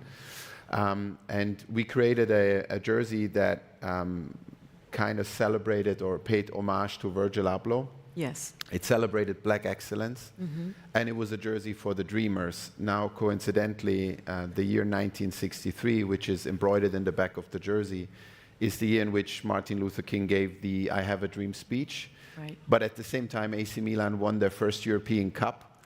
So that allowed us to create something extremely unique, which at the same time didn't play with the traditional colorways of AC Milan. So there was a lot of resistance, I would say, from some parts of our fan group. It was the most successful jersey we have ever sold. I was going to ask that. Yeah. How successful was it, though? It was the most successful jersey. It was obviously very limited. It's, you know, we do these jerseys always with an element of scarcity in mind. But it was the fastest selling jersey. It sold out in the months of March last year. We had 2 iterations. It sold out mainly because the international audience bought the jersey. In Milan, the hardcore fans, they weren't too thrilled with the design of the jersey.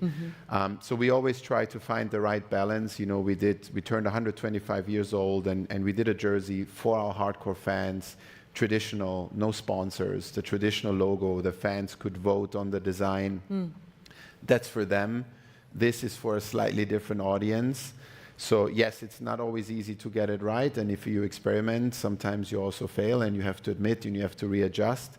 But we try to, on our fashion journey, if you can call it that, we try to produce a product for all the different segments that you can find in that world of more than 500 million people that love AC Milan. Right.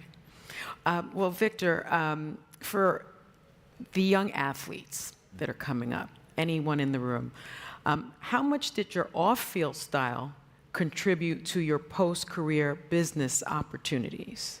I think it directly reflected. I think a lot of the things and a lot of the platforms that I created for myself while I was playing just helped benefit me off the field as well. I think anytime I went out and presented myself and showed my personality and showed who I was, it benefited me off the field as well, and things that I was salsa dancing at the time. The dancing definitely helps Dancing as well. helps. I mean, it definitely did not help. It always was an attribute to whatever I was doing. So the dance definitely helps, but I just knew that branding myself in that way and putting myself out there, whether it's through my clothing or through my personality or through dancing, I knew that it was going to bring an element of business to me outside of the game. And, you know, I'm 9 years removed from the game now, and I'm still being able to take meetings, being able to collaborate, being able to lend my name to certain brands and things of that nature. And just seeing the things that Stephen Malbon is doing with Jimmy Choo and bringing streetwear aspect to luxury and bridging that gap and both sides winning. Those are the things that I keep in mind mentally when I'm going out into the market, how to bridge the gap between both sides of myself and the brands that I'm working with, or just individual things that I'm doing by myself. I always try to think of storytelling, which is always a major component, and how to bridge the gap. So if I'm speaking to a kid out there, I will tell him to start now. I think a lot of times when I go to, you know, when I go back to the Giants and I'm in the locker rooms or I'm moving around, a lot of guys ask me, how do I do this? Or what's the, you know, what's the key to like still being relevant and doing things even post-career? Well, let me just ask you that because we were discussing this yesterday in terms of American football players. I guess the vesting is about 3 years. Correct. Most players play about 3 years. You played longer than that. I think you played about 8 years. Yes. Right? But that is unusual. And so do you consider fashion an avenue for really extending what is generally a 3-year career? Absolutely. If it's your passion, if it's something you're passionate about, if it's something that you see a true love for and you can see yourself doing it when you're done as well, for sure. I always say those meetings that you want to have as a current player, those CEOs and those people are going to answer the phone for a current player faster than they're going to answer the phone for a retired player. So as a current player, do it now. Don't worry about, you know, if you're not as heralded or you're not the guy that you think you should be making these calls. Have the conversations. Put yourself out there because you never know what's going to happen. You never know what opportunities are waiting for you on the other end of that phone. And, you know, it's funny. I was talking with your son yesterday, and he was telling me about a book he read about getting a bunch of no's. And that really resonated with me about, man, get a bunch of no's. Like if you start, but that means you're active. That means you're calling people. That means you're making the calls, and that yes will come around the corner. So don't be afraid of hearing those no's early on. I always say that no is the first answer on the road to yes, and you learn more from failure than you do from success. Absolutely. Every single time. Every single time. So, John, going back to you, your company has been very successful, started in 2006. You're now worldwide in 150 countries, selling 80% of your sales are online, but you do have stores, brick and mortar stores, a very successful one in the United States. You sold 300,000 classic shirts just this year, so congratulations on that. Tell us about your investors and why people should invest in your company. Well, classic football shirts were very uniquely positioned in the market because we are a real one-stop shop for football shirts. We have the biggest variety of football shirts in the world. We work with more clubs and brands probably than any other sort of sports or football retailer. We also, whilst we do sell brand new stock that we get from clubs and brands, we also sell the vintage shirts as well, and I think that's a real USP, and we are looking to the future, and we feel like that size of the business, part of the business, is going to continue to grow. We feel like clubs can explore that opportunity themselves as well, not just because it's sustainable, but because it's commercial. More and more fashion brands are developing what we call take-back schemes, and I feel like the football industry and the sports industry can really take a lead in that, and not just because of the sustainability, but because, as I said, the commercial benefits. As an example, we did a pop-up event with Bayern Munich in their Munich store for a week in October, and it was a record-breaking week for them. And in that, we sold vintage. We had a take-back scheme where customers could bring back their used jerseys. And yeah, it's a really exciting time to be involved in the business, and we think there's a big opportunity there for other clubs to work with us in a similar way. And my understanding is that you have some very well-known investors that have joined. Yes, Rob McElhenney, who is of fame from the comedy Always Sunny in Philadelphia. He's also famously the co-owner of Wrexham, if you've seen the TV show. Also Gerard Piqué, former Barcelona legend, and also Alex Morgan, the American great women's soccer player as well. Okay. Well, I understand, I'm being told, that you have brought 30 of your favorite shirts for us to see. Is that correct? It is, yes. We have some coming out, I think. I think we do. So shall I cue the music? All right, let's get them out. That's it.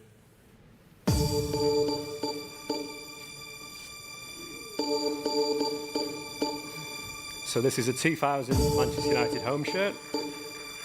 You said 2000 Manchester United. My lover's got no money, he's got his strong beliefs. My lover's got no power, he's This got is the his shirt that Drake famously wore on the left here. He's got his strong beliefs. My lover's got no money, he's got his strong beliefs. And we brought with us as well a United Arab Emirates shirt here. Freedom and love, what he's looking for. Juventus shirt from the year 2000 here. Just want more and more freedom. So many of these are vintage. All of these are vintage. All of yeah, these so are vintage. very old, some of these. 1998 Japan, 2002 Portugal here, Italy 2000,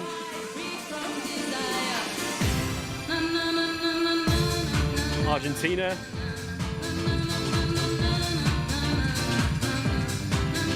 Inter Milan 1999 with Baggio, Arsenal 2005, so from the famous Invincibles team, if everybody remembers that.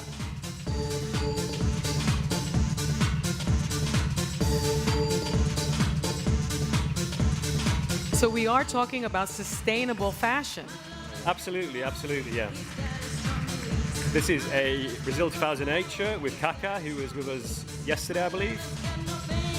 2008 Liverpool away shirt. Here's a Croatia shirt from the 1998 World Cup. Barcelona 2009 shirt with Iniesta, who is with us later today as well. This is probably the most topical shirt here. So this one on the left is inspired by Louis Vuitton. So Paris Saint-Germain released this. That is one of the most popular shirts? It is, yeah. It has the small LV logos, are very similar. It's inspired by Louis Vuitton. And of course jackets as well. Jackets also very popular. And then a Zidane shirt from 1998. And then on the left, this bright green shirt. This is one of the fastest selling shirts of all time. It's the 2018 Nigeria home shirt. Very, very iconic, memorable design. And you have jackets as well. Jackets, yeah. So this is a 1994 jacket. Roberto Baggio, who's been with us today, famously wore that.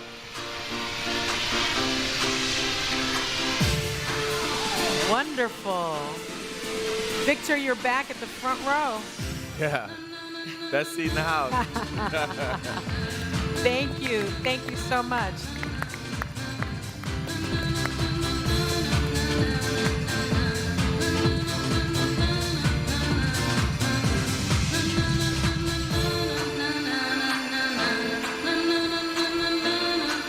Well, thank you, all of you. Thank all of you for bringing us into the world of fashion and sports. I appreciate it. I have a few more presents that we can bring on. I Since love we're a talking about present. jerseys. The AC Milan jerseys came so late. I don't have something for you, but we'll do that afterwards. You have plenty of... I've got enough shirts, don't worry. Okay. Yes? Yes, we have a little something for you guys, if you could. Thank you. If it's coming. Oh, Gate this coming. Wear the shirts. We heard in the background. So. I'm being told they are on their way. There we go. Here they are. Thank you. Thank you so much. Oh, thank you. Thank you. Okay, Oh, they got names. No, I think there's names. Yep, Cruz. This one. Got it? Thank you. This is Hassan. Yes. Okay. Are we opening them? They're not entirely retro, but they're very wonderful. So, you have the whole lineup here. It's fire. Amazing. Thank you. So much. Oh, this is good. We will wear them well. This is sick. Thank you so much. I'm going to be so fashionable. Victor's got the best one. Well, thank you so much, and thank you everyone for your attention. Yes, thank you. Thank Thank you. you.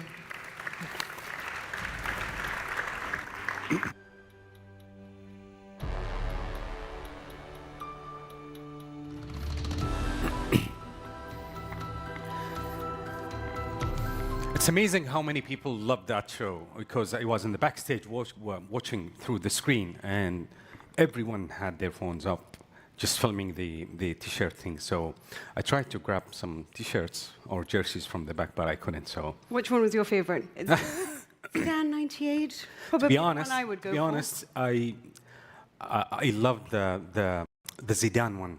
Yeah, From so the 19. Zidane Yeah, 98. the Zidane jersey from 1998. All right, from football to basketball, which is one of the world's favorite sports, no matter where they live. For the most fans, focus on the NBA. However, in recent years, there has been a trend for European stars to make a big impact across the Atlantic. Now, basketball is expanding its reach even further, including here in Dubai. Let's take a look. The most competitive league in the world, back with a bang. Oh, what a bucket! A buzzer beater! Every game matters. Absolutely sensational! Oh, this is unreal. Oh my word! Oh, what a move! What a finish! Dubai Basketball making a dream EuroLeague debut. Basketball is beautiful, baby! Please welcome to the stage four basketball leaders deeply involved with both its massive growth and its potential to unite. Dubai Basketball Chairman Abdullah Nabuda, NBA legend Tony Parker, EuroLeague CEO Paulius Motijounas, and the President of FIBA Europe, Jorge Garbajosa. And who better to moderate this panel than two-time WNBA All-Star and ESPN co-host Chiney Ogwumike. Welcome. Have a wonderful session. Oh, Thank you. Stage is yours. Good afternoon. It's time for some basketball. I'm so thrilled to be here. My name is Chiney Ogwumike. I'm a two-time WNBA All-Star. I also work on ESPN, primarily debating the likes of Stephen A. Smith, Kendrick Perkins, Richard Jefferson, and it is my absolute pleasure to lead this conversation about how basketball is truly breaking down borders and barriers in Europe and beyond. And these right here are the finest minds in the building. 1, 2, 3, 4, 5. We make a pretty good starting 5. And I love this conversation because it centers around how Dubai has entered the chat, as young people say. Now, as someone who has played professionally alongside many of you, this is my first time in Dubai. I played in Italy, I obviously played in the WNBA, I played in China, and I'm not gonna lie, I wish I had an opportunity to play here. I would like to first start with the concept and the notion that every dream turned to reality starts with a vision. Abdullah, in a region or world that truly loves football, or as Americans say, soccer, how did Dubai basketball emerge and become a player? Yeah, thank you. It wasn't easy. It took a few years.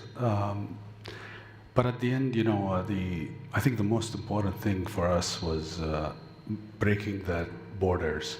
For a team in the Gulf, we're still part of Asia, and creating this team to play in Europe was one of the, I think, the biggest challenges for us. But thanks to many people, and Paulius, of course, and all the shareholders at EuroLeague that made it happen. And it's been a beautiful sight to behold as I First of all, I mentioned this being the starting five, but I would love to actually formally introduce them. Abdullah, the mind, the architect behind Dubai basketball. I'll save you for last. Paulus, really leading EuroLeague into the next direction. And Jorge, thank you so much for joining us as well, the head of the regional governing body. I'm sorry that the microphone is having fun with us too, but best for last, respectfully, we have a 4-time NBA champion, a finals MVP, a 6-time All-Star, a Eurobasket MVP. Can we make some noise, please, for Mr. Tony Parker?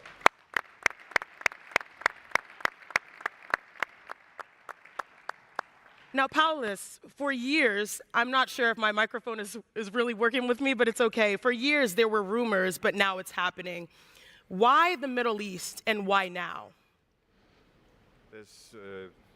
The most important part, we were supposed to be matured as a league, which I think we are now, because the stakeholders, Tony being one of them, had to approve of the idea. And the key and the cornerstone was obviously the people in Dubai. And when Abdullah knocked on the door, and when we started talking, and then we brought all the shareholders into Dubai for the first time, it was an eye-opener. And then the dream started to become the reality, because when you think about it now, it seems like it's a no-brainer. But back then, you have to go through many, things that are blocking you of EuroLeague. Is it European League? It's not Europe, all that kind of stuff. But when we looked at the stats, since 2022, I think the people attending or doing basketball increased by 60%. In some research, it says it's even 400%.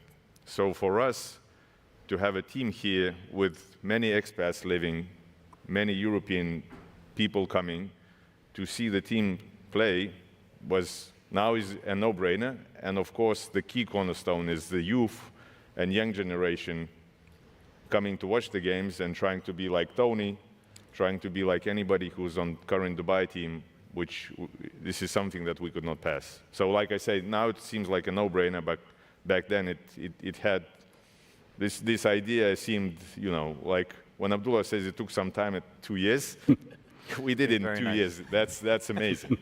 It was the microwave process, but now you see what's cooking, which is truly important.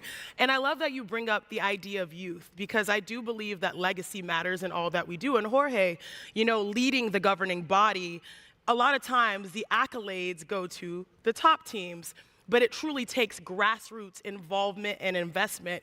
Can you describe what FIBA is doing to help supplement this? Well, thank you, first of all, for having me here. It's a true honor representing FIBA in such a huge and important event as this summit is. And as FIBA, of course, we take care of the youth. Of course, we take care of the national teams, but not only. Mr. Infantino yesterday, in one of the opening speeches, he said very correctly that as an international federation, we have to take care of, to create, first of all, the scenarios for the clubs and the national teams to be developed through the national leagues and the international competitions, and also to create these revenues to keep feeding the wheel so we can invest this money through the federations and the clubs in the youth development. If there's no youth, there's no basketball anymore in the future. So, and then about, traditionally, FIBA used to take care about national teams competition and youth competition, but not only. Since some years ago, and that's honestly, I can say it openly, why I'm part of this project, proudly part of this project, is because we also take care about the club competitions all over the world. And here we are in Dubai, where the teams for this region play in the WASL, in the West Asian Super League, that the winners go to the BCL Asia, and the winner potentially will go to the Intercontinental Cup. So we truly, through the federations and through the leagues, we take care of the pyramid of the competitions, and important to be solidarity principle in the base, and also meritocracy in the sense that the one who wins, the one who deserves it, go to the next step. And it's cool when you have people that are true testaments to that development process, like Tony Parker. Tony, you played both in the NBA and EuroLeague. Can you please describe the difference? I think the biggest difference is the speed of the game. Obviously, the Americans, you know, the NBA, they were the best for a long, long time, and the biggest difference is they were just going faster and jumping higher. And slowly but surely, you know, we're closing the gap, you know, with European basketball. And the EuroLeague is a little bit slower, but it's adapting, you know, to the NBA game. As you know, the NBA game is a lot of threes now, and it goes up and down. And in EuroLeague, you see a lot of teams trying to play the same way now. Like last year, Paris was trying to play like that. And so it's interesting to see the evolution, you know, of basketball around the world. And I'm happy that Dubai is coming in, and hopefully we can keep it going like this. It was the vision of David Stern back then. You know, he wanted to make basketball worldwide. And I'm one of those kids, you know, watched the Dream Team in 1992. I was 10 years old watching MJ and Magic, and then me, Pau, Dirk, you know, we all came in the league, and we try to be pioneers, you know, for our countries. First of all, that was a very sophisticated answer, because if you play in EuroLeague and the NBA, or for me, WNBA, I would say EuroLeague is physical.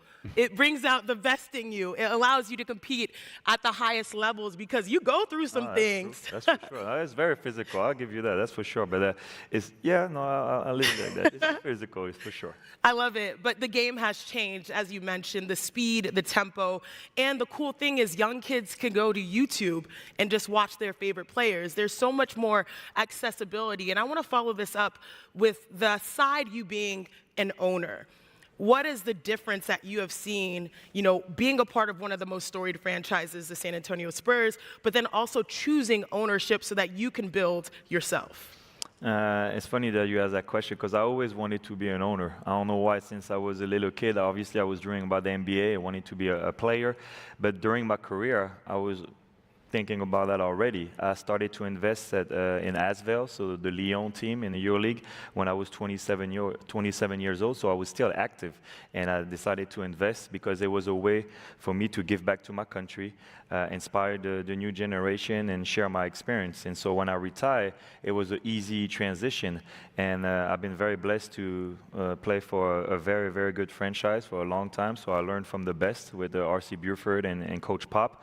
And my last year in the NBA, I wanted to play in Charlotte for Michael Jordan, because I wanted to learn from him too, because he's been very, very successful in business. And so for me, it was just thinking about what can I do for my country, inspire my country, and try to grow basketball over there. And so when I see, you know, the Olympics final, you know, in 2024 against the US, I was very proud, you know, because I can see the evolution in French basketball. And then as an owner, hopefully we can keep it growing, and it's looking pretty good. The future is looking bright, so I'm excited. The excitement comes in many forms. Abdullah, I assume you share that mission. Absolutely. And when you think about building from the ground up and quickly reaching success with Dubai Basketball, what would you say has been the greatest challenge in this time? Well, we didn't know where we're going. We thought, but every strength was there. We had 177 academies in Dubai, and there's tens of thousands of kids playing basketball. We knew these kids want to watch, you know, real basketball. So that was an easy marker for us. Where we're heading, I think the most important question is we have to run a sustainable franchise. We're not here. We're trying to throw money at it and make it work. But it is a commercial asset. We're trying to make it sustainable, and it goes for decades. And when you speak of sustainable commercial assets, there's no better example than EuroLeague. Could you describe the future vision for basketball in the region? The future is bright. It's a first step. So our first step was the Final Four in Abu Dhabi last year, which was a huge success in many ways. First, all the fans came in; they had a great time, and the support from the locals was unbelievable. Then the next step was Dubai playing, and so far, I know it's only December, but they are playing better than anybody expected. I'm pretty sure they're 9-9 in the middle of the table. After 2 years, it's unbelievable, because in Europe it takes time to grow, and Tony knows it. We have good examples that worked. We can probably mention the same Paris team. We have examples that failed, like London Lions, where like Abdullah says, you want it to be sustainable, and you need to invest, and it takes time, and you have to have patience. So I really believe that Dubai is the first step, or the second step after the Final Four. We can have more teams, we can have more tournaments, we can have more competition, we have even more academies, maybe under the same umbrella. So I really believe that this region, this city, with the help of now Dubai Sports Council with His Excellency Kalfan helping us, and we're just exploring. And the way the business is growing here, I think basketball and sports in general will just catch up, and we need to make sure that we don't miss out, following the grassroots, like you said, and making it a sustainable business. And Paulus, if you'll indulge me for a moment, behind the scenes, you said we could have a little fun. I love you sitting next to Jorge because everyone knows EuroLeague and FIBA can sometimes butt heads when it comes to scheduling. That's not true at all. Oh, okay. It's not true. Fake news. Fake news. But here on these platforms, again, we speak of shared mission. Jorge, how do you see the level of cooperation to really push forward into the future alongside great organizations like EuroLeague? Well, we have to say that historically the relationship has not been the best one. The good news are, personally, we are good. We talk a lot. Actually, we agreed to wear the tie or not last night. But honestly, talking seriously,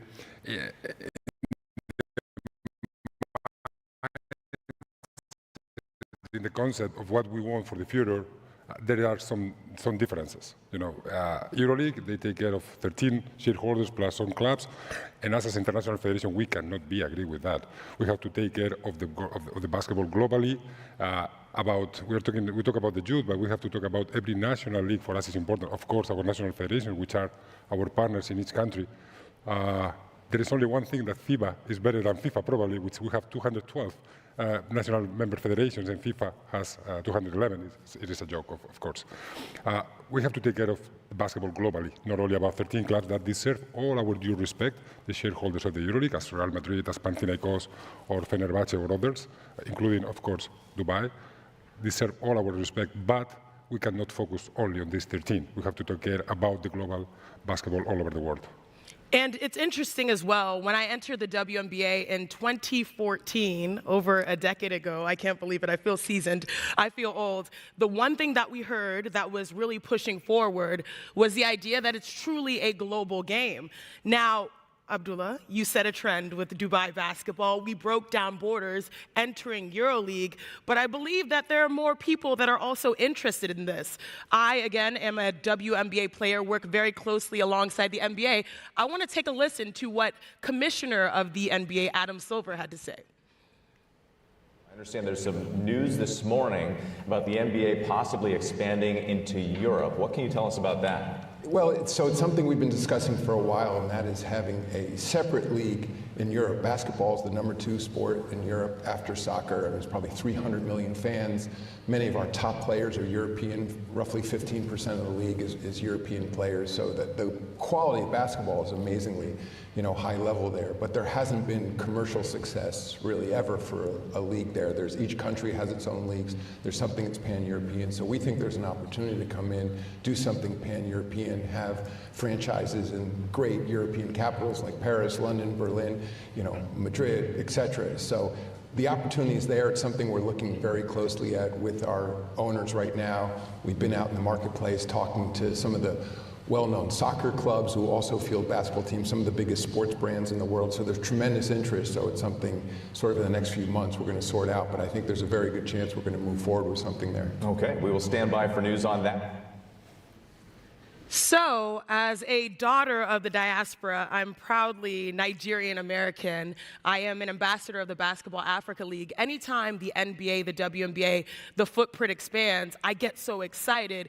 But if this is a safe space, I would say that as someone who has played in EuroLeague in Italy, I believe that that is some of the most pure, and as Victor Wembanyama would say, ethical basketball that I have ever experienced. So Paulus, I want to come back to you.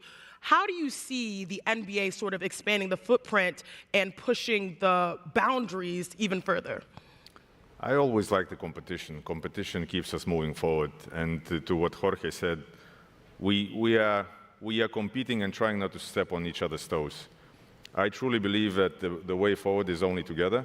If we form another league, whether it's with FIBA, without FIBA, it doesn't help anyone. So I keep repeating the same thing. I think we should protect basketball first. Like you say, with your experience, with Tony's experience, in my job, basketball comes first, and then we can put business from the side and worry about what Abdullah says. And we have 1/3 of the clubs who are sustainable. We can get the number higher, but this is something that we cannot lose focus. If we look at the business side and then try to bring basketball, I think it doesn't, it hurts the grassroots, it hurts the whole passion, and it hurts the product of basketball. So if we put the fan and the game first, and we sit down and we see how we can make it better, that's the best path forward. And that's how we should compete, not behind the scenes, not trying to show who's stronger and so on and so forth. And I think my experience with Dubai and Abu Dhabi in general is that they share the passion of putting these bridges, and us bringing Middle East to Europe it's the best move of the century, I would say. And as you're building a club like Dubai Basketball, how do you build an identity here that you can be proud of, knowing that maybe the standard is the large, maybe franchise footprints that you've seen, like the Boston Celtics, the Los Angeles Lakers? How have you found a way to succeed in that so quickly? I think without the passion of the fans to the game itself, basketball, because we had two challenges basically we looked at. Part of it was the technical abilities of the team on the court and showing, a high-level basketball. The other one was, and we tore a page from the NBA, which is the entertainment part. And that was what we produced to the fans. It's the NBA experience. And I think combining these two added more ticket sales. And then we took it a step further, that we took it to the schools in Dubai. And building those grassroots, not only to play basketball, but to fall in love with basketball. And we always targeted the 8 to 15 years old kids, because that 8 to 15-year-old kid, if he starts coming to the game, he is a fan for life. And that is what we targeted. And that is absolutely the goal, to create pathways that you can win at home and then succeed at the highest level right here. And Jorge, I love how you mentioned the environment and the NBA experience, because what's ironically interesting is that it typically is EuroLeague or FIBA competitions that go viral because of the passion of fans. We have the flares, the cheers, I think honestly, I'm not gonna lie, I'm based in Los Angeles, and the Los Angeles Clippers created the wall. I'm like, they've been having walls in Europe forever of fans. How would you describe FIBA and how they maintain the sanctity of the experience with basketball? Well, the best example, probably one of the best examples, would be the last Eurobasket that was played the final phase in Riga, also in Cyprus, Poland, and Finland, where players as Antetokounmpo or Jokic or Luka Doncic or Markkanen played that tournament, and they describe the experience like one of the best experiences, if not the best, in their lives, because you represent your country, you play for the fans of the whole of your country, not just for your club fans, which is Tony, myself, we have the experience.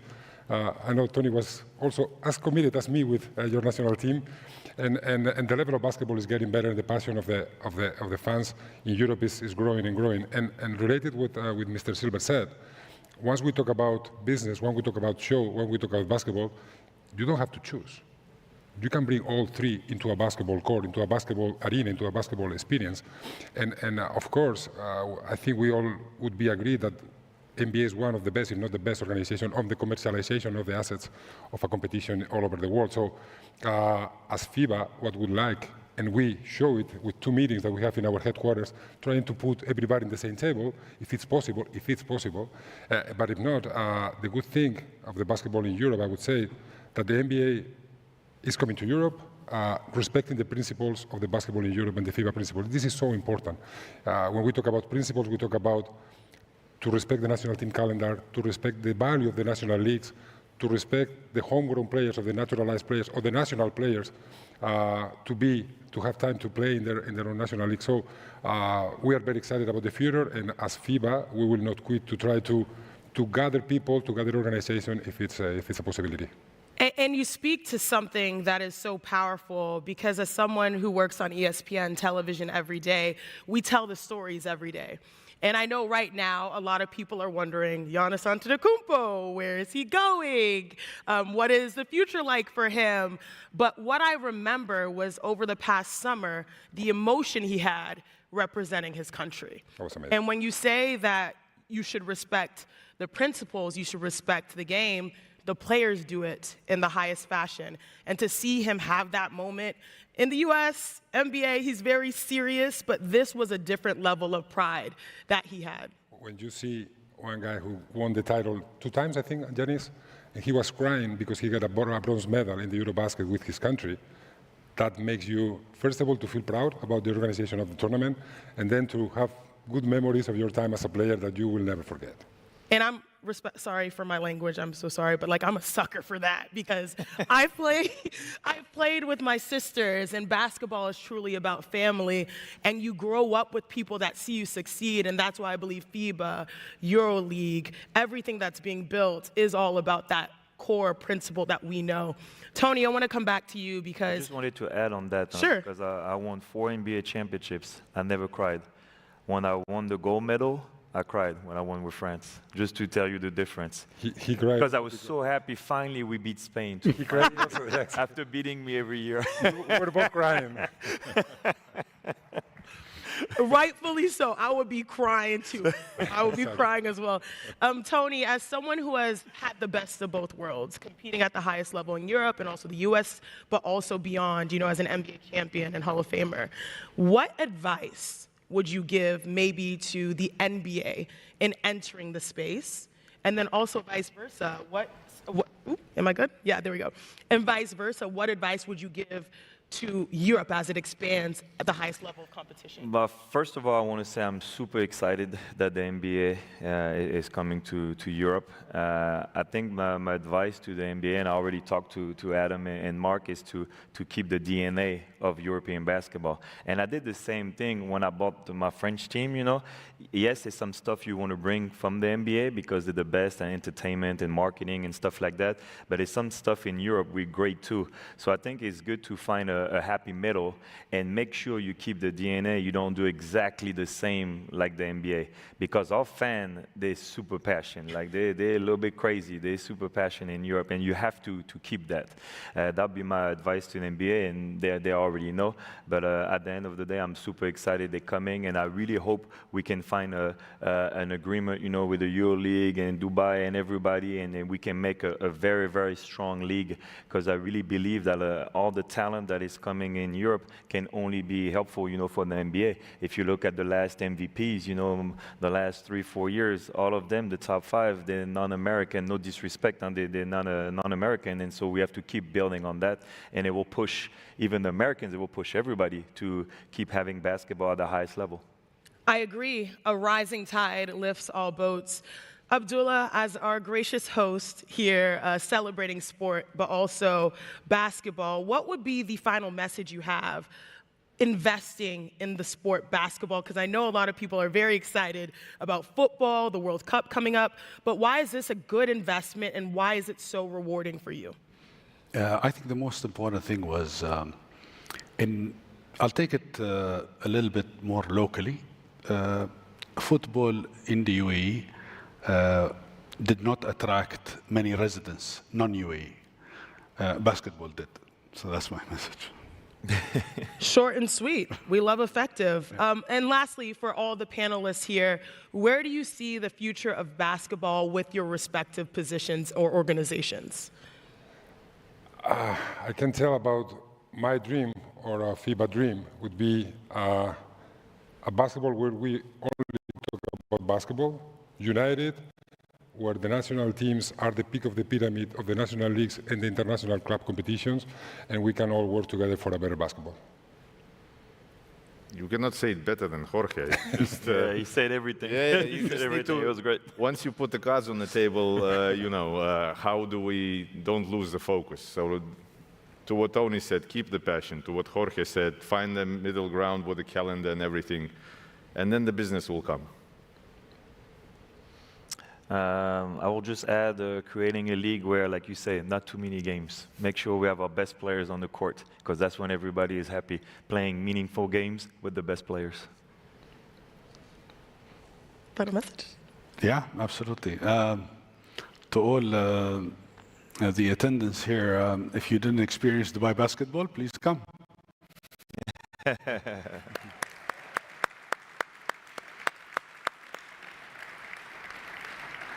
In closing, if you build it, they will come, and they have arrived. Thank you very much. Thank you.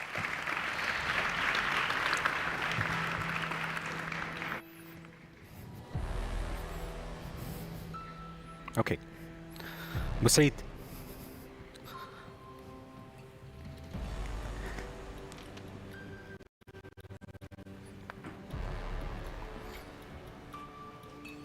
All right, jumping from basketball courts back to football, but not on the field.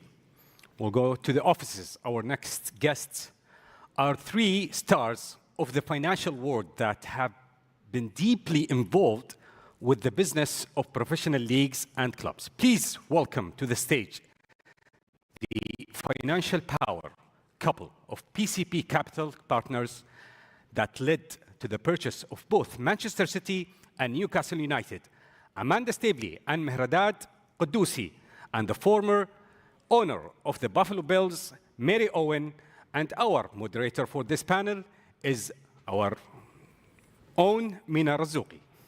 Hey, Amanda. Thank you. Mehrdad, how are you? Hi, Mary. Hi, Welcome. how are you? Thank you so much. Mina, the stage Thank is you. yours. Yes, we'll go. Thank you so much. Well, I think my fellow guests don't need much introduction. We have the power couple, Mehrdad Quddousi and, of course, Amanda Staveley, former owners of Newcastle United. And in between them is the lovely Mary Owens, former owner of Buffalo Bills. Now, we're here to try to teach, or, well, I'm not sure teach, but rely on their experience to talk about investing in sport. When is the right time, the risks involved, what are the differences, how do the fans perceive that? We can talk about venture capital versus private equity, the way that things are growing. But I think most of all, I'd like you to tell us a little bit more about, to start off with you, Mehrdad, and you, Amanda, about your decision to invest in Newcastle and why sport for you was a great asset.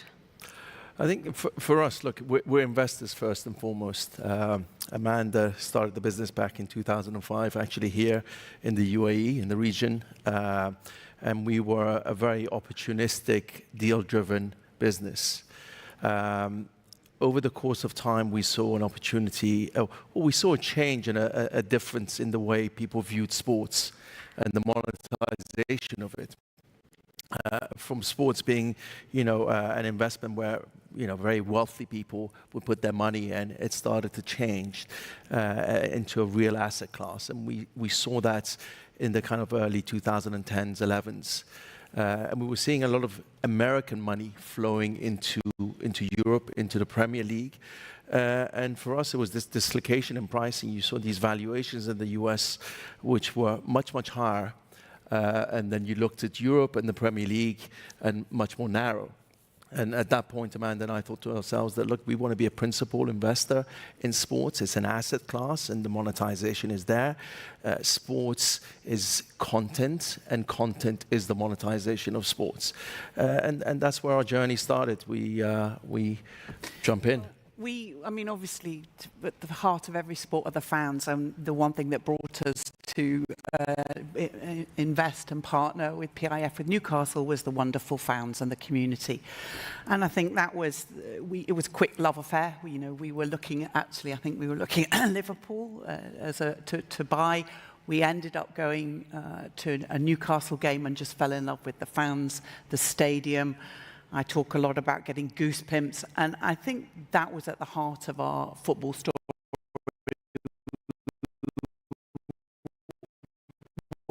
When we went there, we wanted to provide the best football for the most brilliant fans, and to provide the best football, we needed to build the business from scratch because there wasn't the infrastructure in place in the club. It was a great club, a great brand, but it wasn't. A lot of people said to me, "I don't think you'll build Newcastle into a global brand.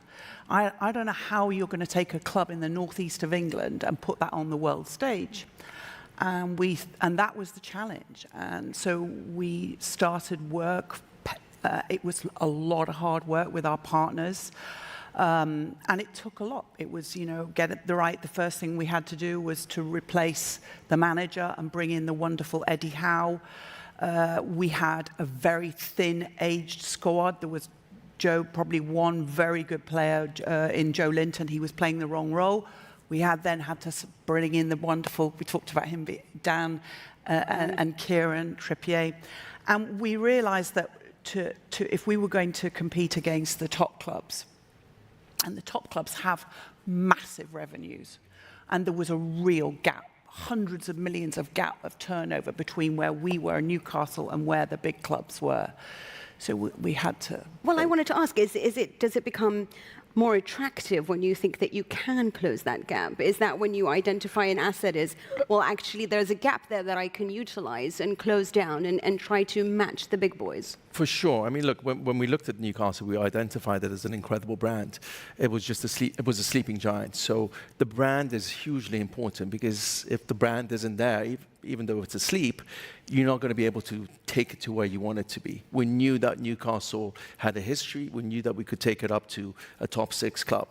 But that delta, that difference between other clubs was actually an opportunity for us. Mm. And we put on our business caps on, and we knew where the issues were, and we knew that there's a real correlation of performance to revenue. We had to increase our revenues, but to increase your revenues, you've got to make the football rights. At the end of the day, yes, we do look at it as a business, but they are football assets. They are clubs. People want these clubs to win. The fan base is hugely important, as Amanda said. So you should never lose sight of what they are, which is competitive football clubs. And also, you should never lose sight that you're a custodian of these clubs. Ownership sits with the fans. I learned that very quickly when we did the deal, and I remember we walked out and all the fans came and hugged us. Every single fan said, "Thank you for saving my club." During our time there, not a single individual ever changed that wording. It was always my club. So we knew how important that connection and integration with the fan base was from day one. And of course, the crowning achievement would be that you delivered the Carabao Cup. And of course, we do have special images that we would like to show you of that.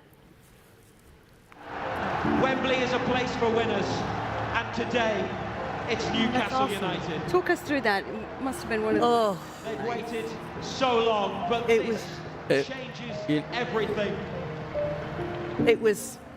I tear up when I see it, because we'd actually... White ribbons. Oh my God, I can see it on there. A long time since we've seen black and white ribbons on a piece of silverware. I remember... Yes. Thank you. It does thank you that. to the one...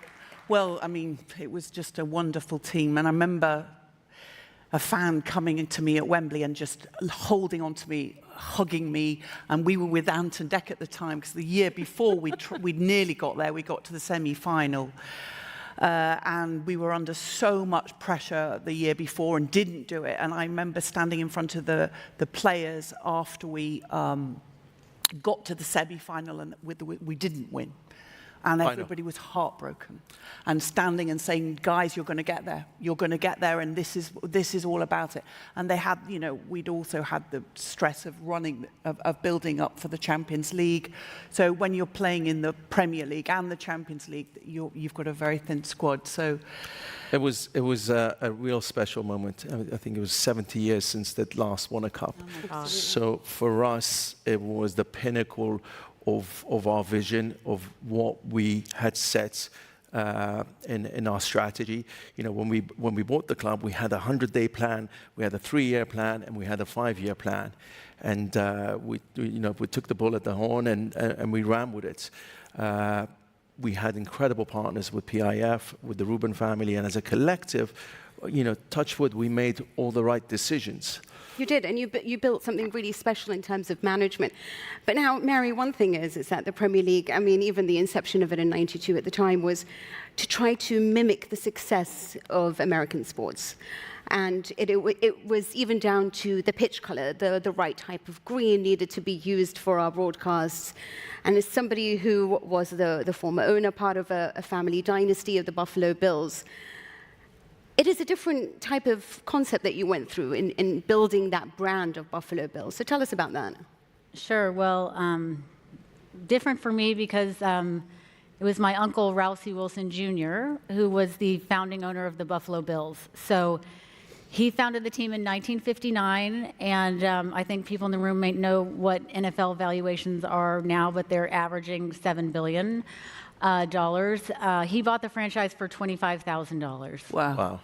In 1959. But he was a part of a group with Lamar Hunt, who's now Kansas City Chiefs, and some others, Al Davis, now the Raiders, who started what's called the AFL, which was started to basically rival the NFL.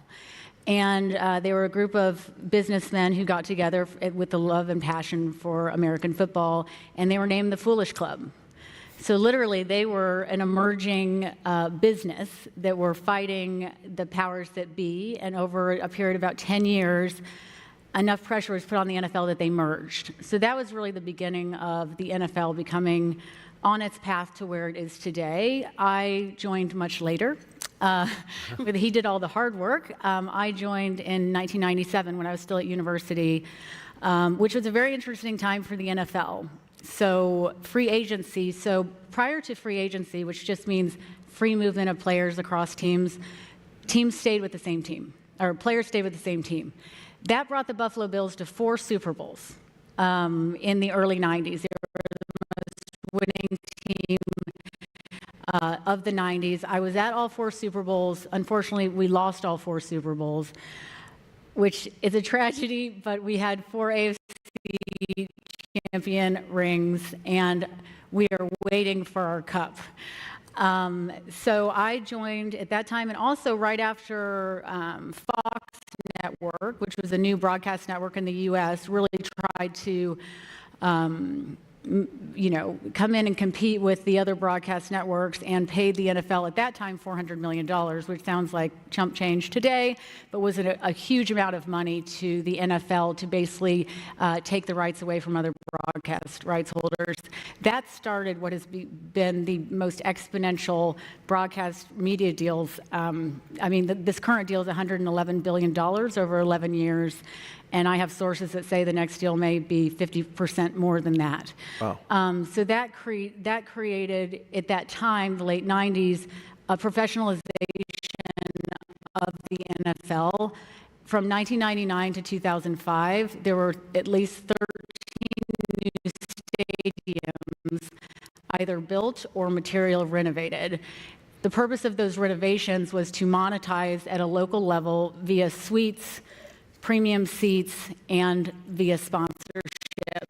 So I was along for that journey, which was really very interesting. When I started at the Bills, we did not have a marketing department. The San Francisco 49ers still had one price of a ticket for their entire stadium. So that period of time was very exciting to be in the NFL. When I was 25, I actually was going to leave. I was like a little bored in Buffalo. And my uncle came to me and he said, well, I would love if you take a larger role with the team from a strategy perspective. So at the age of 25, I started representing our family at the ownership level of the NFL, which was, like drinking through a fire hose for a long period of time to try to get up to speed with, first of all the politics. So the NFL is a board of 32 owners, and they are all families. To be a controlling owner at the NFL, you have to have 30%, which is not I don't think, changing anytime soon. So it is a family business, and these families meet 6 to 8 times a year. We vote on almost every matter, and it has to pass by three-fourths of the board of directors. I sat on the international committee, the Super Bowl committee, which everyone always finds that fun, and the NFL Foundation board. So I had a role at a very young age that was very interesting, also very stressful, but also a great opportunity and a great responsibility. When my uncle was 95 years old, he passed away, and this was 2014. I was a trustee of his estate with 3 others, and we were charged to sell the franchise, which I had known that was the game plan from the time I took the job when I was 25, and very much on board with that decision. We were able to sell to the Pegula family in 5 months, all cash, $1.4 billion, wire transfer. Unbelievably, highest price ever paid for an NFL franchise at that time. Wow. Just recently, the Bills took on some LPs, including Arctos, which is private equity, at a $5.08 billion valuation. So it's shocking to me, but what we were able to do with Ralph's estate, he had several other businesses, but the team was obviously the largest one. We funded a private grant-making foundation with $1.2 billion of the proceeds of the team sale, which I'm very heavily involved with, and we make grants to nonprofits. We invest philanthropically in Buffalo and in Detroit, where that's where our family office was, and that's where he grew up, and his other business were supported in Detroit. So a real virtuous circle for Buffalo, because we'll end up putting over $1 billion of investment into that region, and the team stayed there, and we're winning. Although we did not win the other night, 2-point conversion by Josh Allen, that was just, we just should have kicked the field goal, or the point after touchdown, okay, and go into overtime. Anyways, very stressful. I was watching it at 3 a.m. here. My husband and I got up to watch the game in the middle of the night. But anyway, so we are hoping that the Bills will soon have a Super Bowl championship.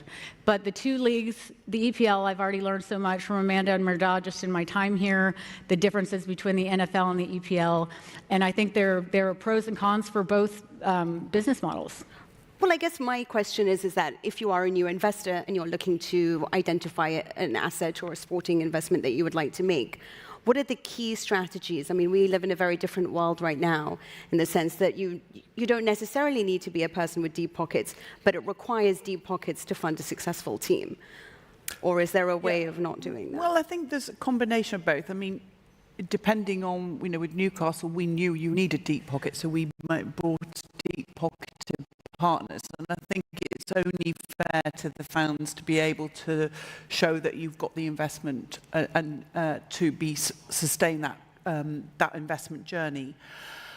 But I also feel the new rules, actually, the new financial controls. I sat at the Premier League on what we call the FCAG, which was the Financial Controls Advisory Group, and that was putting in the new profit and sustainability rules in the Premier League. And the fundamental difference between the Premier League and the NFL, I would imagine, is the relegation. Because the NFL is a closed shop, it's easier to attract capital, and you'll get probably higher valuations. But that means that the opportunity but relegation creates creates drama and jeopardy, and without jeopardy, I think that's one of the most important parts of the Premier League. So, without the jeopardy with relegation, a lot of private equity funds were nervous about investing into the Premier League because they said, well, a lot of my American friends say, I just can't get on with this idea of being relegated. But actually, I think that's part of the charm and interesting. And because the new regulations are there, you're getting a lot more institutional capital coming into the leagues across, and that's helpful. But how do you spend that wisely? So there's a lot of people, whether it's, I won't name names of certain football clubs, who've spent tons of money and not necessarily gotten the results that they're looking for. So where would you say is the most important departments to invest in? What do you look for to try to ensure that your asset can be the most profitable possible? I think from the perspective of football, look, your biggest risk is on the player acquisition side. Yep. You go out and buy a 60 million pound player on 10 million pounds a year, that's 40 million pounds, sorry, 100 million pounds over 4 years, that's a risk. And then for that player to leave after that 4 years on a free, you've just lost 100 million pounds over 4 years. Now imagine how hard it is to raise that in terms of commercial revenue. So for us, when we took over Newcastle, we knew that we couldn't make any mistakes on our player acquisition side. We set up a transfer committee that included PIF, Amanda, myself, the Rubens, and we worked very closely with Eddie Howe and our recruitment department. Having said that, our recruitment department at that point wasn't very data-driven. You know, we didn't even have WeScout or you know, all the data providers that big football clubs have. So for us, it was really reliance on the ground scouting, and then Eddie, his views, our views as a collective. We, you know, looking back on it, I don't think we made any mistakes in the players that we bought. Yeah. You know, we even bought a player called Chris Wood. At the time, we paid 25 million pounds for him, right? Everybody was like, you're crazy. What are you doing? It was a January window. We didn't have a proper striker. He was at Burnley. We knew that if you take him out, Burnley was obviously going to be in the risk of relegation. And at that point, we were sitting 18th in the league. We ended up buying Chris Wood. He scored, I think, 3 or 4 goals. That was the differentiator for us staying up, and Burnley got relegated at that point. And then a year later, staying up, we finished 11th. Yeah, but it was very important. And then a year later, we sold him for 15 million. So we gave up 10 million He's still to one stay of the best up. players now. Yes, well, this is what I was going to say. But we paid 10 million to make sure that we were going to stay up. So player acquisition was really important. I remember that first January, we were trying to make players, and we were on sitting 18th, 19th at one point. And I'm sitting there on a Zoom with Bruno Guimaraes, who barely spoke English. Amanda and I trying to sell him this story, this vision, and you know, Arsenal's after him, and whoever is after him, and we're like, Bruno, we got a good story here. You come, we're going to take you all the way. But it was. You have to it was a song and dance here. So that's actually really interesting. So Sean Merriman is here. I don't know if he's in the room, but he played for the Bills during a time when we were not winning. And he told me last night that Ralph called him from his plane and to persuade him to come to the Bills. And Sean only came to the team because Ralph called him. And it was that was pretty touching to hear that story. So that relationship that you can manage to foster is that what can make the difference. With us, we found with Newcastle it was integral to everything. The relationship, your fans are your greatest asset, and your player. I mean, our 20. I actually loved what NASA said yesterday about, you know, it's not about the 11, it's about the whole squad. It's correct. But your mum. I mean, when we were at Newcastle, I kind of became a bit of a mum because that was the role that suited me at the time. I don't know if that. It's creating a family environment. I always say it in interviews, you know, you got to row in the same direction. Like everything has to work together, and NASA really touched on that yesterday. You know, at PSG before they had these big names and big egos. Their success is now coming from this unity, this team that works together, that fights together. There's a brotherhood. That is hugely important. And I just want to bring up the parallel to Newcastle and the Bills that we've talked a lot about offline. So both teams are obviously in the top 2 professional leagues in the world, but also in markets that are not, you know, top big 6, top 5.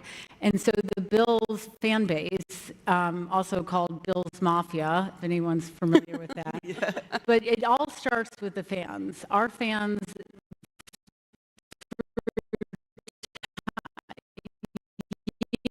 years where we did not win, stuck with us, came to games. As Ralph would say, they'd skip a paycheck to come to a Bills game.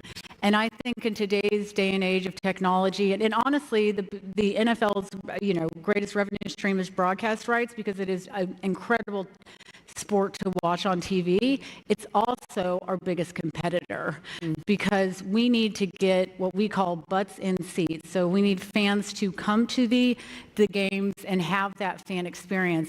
Without that, over the long term, the team will not be sustainable. So it's something that we're today. Actually, there's a female here, or my friend, Isa Watson, who's here. She has a company called Squad, and it's a technology platform, but it is fan engagement in the stadium and creating communication against fans in that environment. And that is actually a pain point that a lot of NFL teams are calling their primary pain point is how do they engage fans when they're in the building and create that social environment? Because otherwise, they're going to be at home with their 100-inch TVs. I mean, how many TVs do we each have in our homes and how big are our screens? Who has a home theater, right? So getting them to come out is really critical. I think that warms all our hearts because I think often we think that the fans come last, but I think you've just proved that human touch and that relationship that you can foster with the fan base is what's so important. Thank you so much to you, to Mary Owens, to you, Meridad Gudusi, and of course to you, Amanda Stavely. Can we get a round of applause for my guests? Thank you. Thank you. Thank Thank you, Mina. Thank you. It was too short. You can talk to us offline. Absolutely. Thank you. Thank you, Mina. All right. The next one is quite interesting. It's different. It's not going to be a panel discussion. It's going to be a keynote, but a different kind of keynote. Hopefully you're ready for this. Next, I want to introduce you to a really inspirational man. Nick Santonaso was born with hand-heart syndrome, a condition that left him without leg and one arm. Not only a medical miracle, he has grown to be a successful, inspirational keynote speaker, internationally known bodybuilder, fitness model, and an author. Please take a look.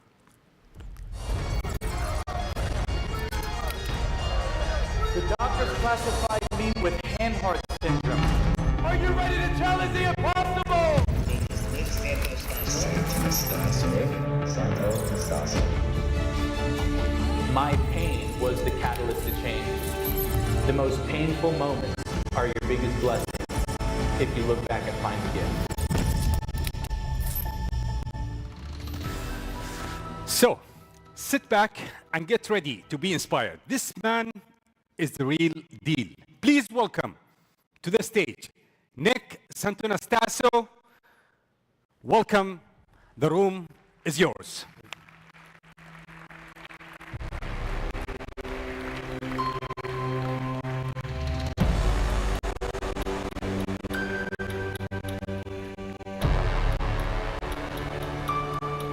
It's an honor to be here. Thank you. Some of you may be asking yourself why the guy with no legs, one arm made it to the Sports Summit. And over the last 2 days, I had a realization that I will never be a Khabib, and I will definitely never be a Ronaldo. I don't have the legs for that. But I compete where I compete, and that is in the field of psychology. And over the next few minutes, I'm going to show you why the top legends, the top athletes, come to me to manage their emotional state, their mental state, and their mental health, one of the most important things that's not really talked about in the sports field. But before I do, I'd like to give a big shout out to His Excellency Khalfan for always putting his trust in me. Can we give him a big round of applause? Yesterday, I got the opportunity to interview Alexander Usyk, and we said that champions are created within their environment. And so I'm going to share a little bit about the environment and how this psychology of the man with no legs and arm was created. In 1996, my parents went in for a late ultrasound. They sat them down, they pulled the baby up on the screen, and suddenly everybody started to freak out. And they were like, "What's wrong? What's going on with my baby?" And they said, "We have some very bad news. From the looks of it, it doesn't look like your baby's limbs are being developed." In specific, they said it looks like he's missing his legs, it looks like he's missing his arms, and his face is messed up. Now, clearly they lied about my face. And in that moment, they classify me with hand-heart syndrome. It either leaves the babies with undeveloped limbs or undeveloped organs. At the time of my birth in 1996, I was the 12th baby in medical history that they've ever seen this happen to. And out of the 12, 8 of those babies passed away due to undeveloped organs. The doctors looked at my parents and said, your baby boy has about a 30% chance to live. In that moment, my parents made a decision. And the decision that they made was that they were going to focus on the 30% chance of me living versus the 70% chance of me dying. Fast forward, I was born. My father took me into a room. He told me this as an adult, and he looked me in my eyes and said, Nick, I promise I will be your arms and legs until the day that I die.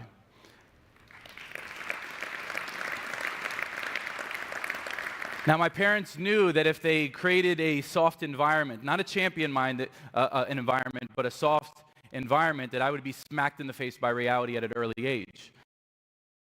Things like put my clothes in front of me and say, figure it out. Or they put my food in front of me and they would say, figure it out. And because of that environment, clearly I learned how to dress myself, and clearly I learned how to feed myself. But it allowed me to have an incredible relationship with failure. Champions understand that failure is feedback, and the faster that you fail, the faster you get feedback. And the faster you get feedback, the faster that you can succeed. But it also pushed me to be extremely solution-oriented. Like Dubai, we have no time to focus on the problems, we're focused on all the solutions. So as I grew up, life is not all sunshine and rainbows. I will be the first one at the Sports Summit to maybe stand here or sit here and say that life is really difficult. We have mental challenges and mental problems, and we have to work through that stuff. And I was looking for an outlet. And my older brother was a wrestler, and I always wanted to be a wrestler. And so I came home one day, and I sat both my parents down. I said, Mom and Dad, I want to become a wrestler. And they said, oh no, Nick, what about your arm?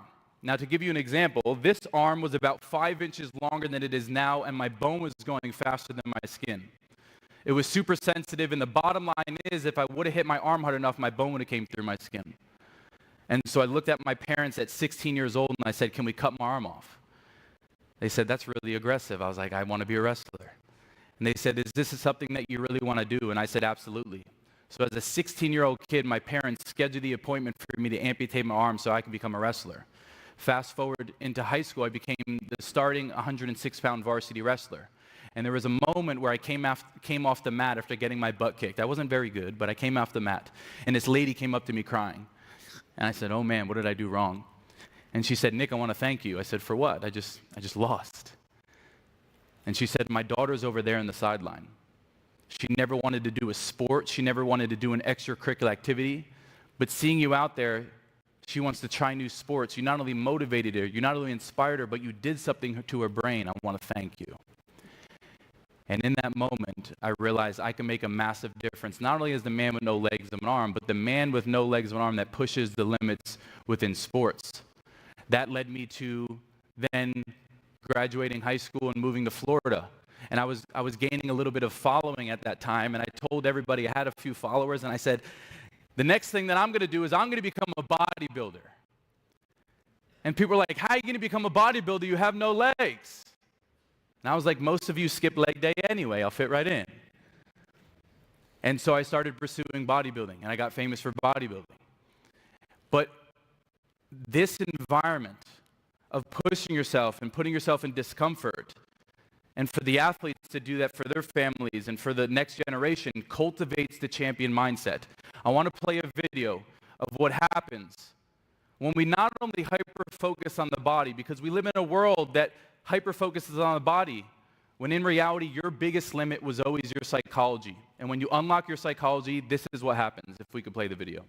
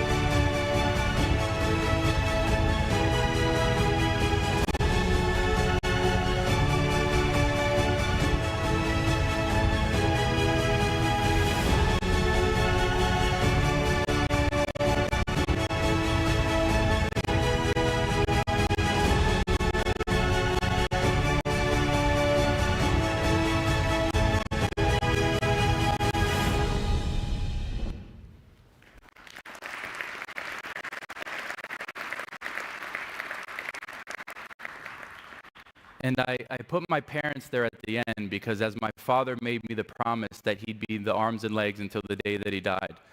Because of the work that I get to do with athletes and corporations just like you all over the world, last year I called my parents and said, "You're retired, I'll be your arms and your legs until the day that you die." And what's super cool is my parents are actually here in Dubai for the first time. Would you please stand up? Give them a round of applause.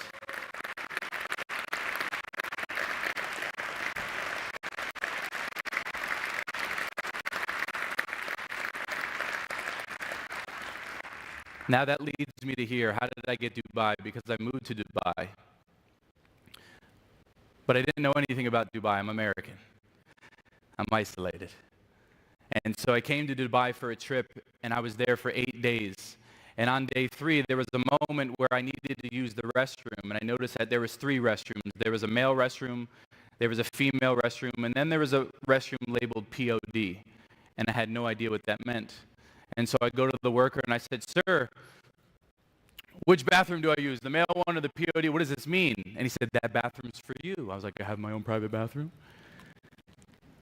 And he was like, "Do you know what POD is?" I said, "Sir, I don't know what that means." He said, "Here in the UAE, we don't use the word handicap or disabled.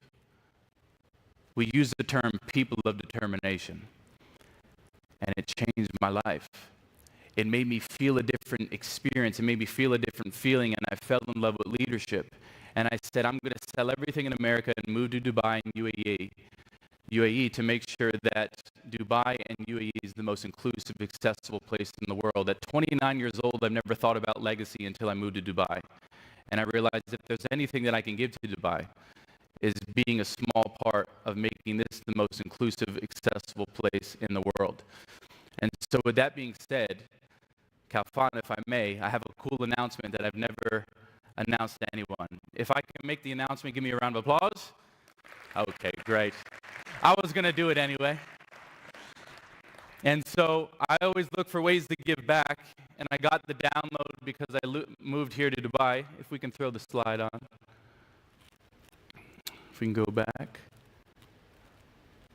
Now, this whole POD thing, this isn't about feeling sorry. It's about celebrating people of determination, their potential, their achievements, and the family and caregivers who support them, and showing the world what's truly possible.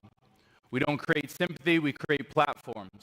Platforms that elevate capability, leadership, opportunity for PODs, their families, and their caregivers. And so what we decided to do in the best place in the world is create the largest festival for people of determination called the People of Determination Festival. I'm going to hold it right here in Dubai, as I believe UAE and Dubai is the greatest infrastructure to do so. And inside of that festival, of course, we're going to have entertainment, arts, innovation, family, and employment. But one of the most important is the sports zone. I can stand here and say with 100% certainty that I wouldn't be alive if it wasn't for sports. I wouldn't be alive if I wasn't able to go to the gym and take out my anger and transmute all of the suffering that I've been through into something really beautiful. And I think the athletes and all the legends that you see, it may look all sunshine and rainbows on Instagram, but they transmute their suffering into something beautiful through sports. And I think sports can change people's lives, not only able-bodied people, but people of determination as well. And so with that being said, we are launching this in alignment with Dubai Social Agenda 33. And if you feel aligned, if you want to change lives together, if you want to make sure that Dubai and UAE is the most inclusive, accessible place in the world, I would invite you to take a picture. If any way that we could be of service and collaborate, I would really, really love that. Now, my final remarks is this. The one who coined the term POD was His Highness Sheikh Mohammed bin Rashid Al Maktoum. And I fell in love with his mindset. I fell in love with his leadership from the top down. And so I want to continuously give that gift to the world. And one of my lofty goals, because if anything Dubai and UAE has taught me is there's no lid on how big that you can dream, is with People of Determination Festival, I want to go for getting multiple countries to change their law so we no longer use the word handicap or disabled, but people all over the world coin the term from Sheikh Mohammed, People of Determination. It's been an honor to serve you today. Khalfan, thank you for the opportunity. And remember, together in rooms like this, you can change the world. Don't just sit here and get some inspiration. Go out into the world and execute, because there are people out there that need you, they need your mind, they need your ideas, and they need your heart. Thank you so much.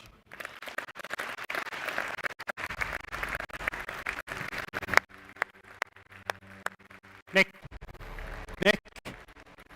someone wants to say hi to you.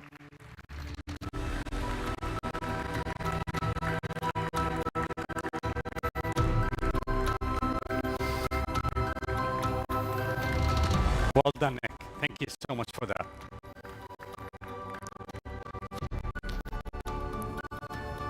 So, by the raise of hand, how many of you were inspired today after this session? Wow. Amazing. All right, we're going to go to a very, very, very short break, a coffee break for 10 minutes. And then we're going to come back for our final 2 sessions. But I encourage you not to miss the final session, especially because it's going to be about the next World Cup. So 10 minutes, let's be back here, 3:10. Thank you so much.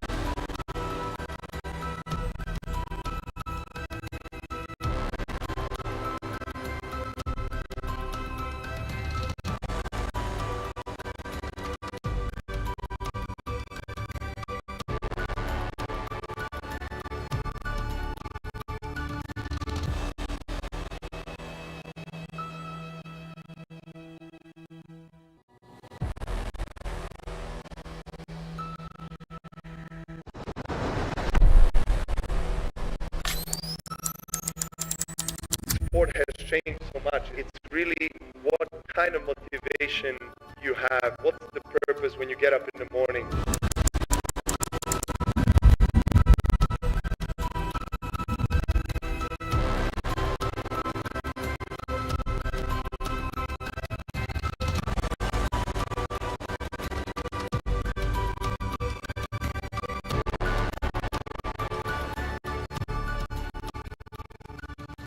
You'd have to, after losing Grand Slam, wake up the next day and go to the gym. Sports is the only venue where you have a structured path for your child to fail, but more importantly, know exactly how to come back. If a child misses a tournament, he or she would know where is the next tournament, how many hours they have to train, how many seconds away are they from qualifying.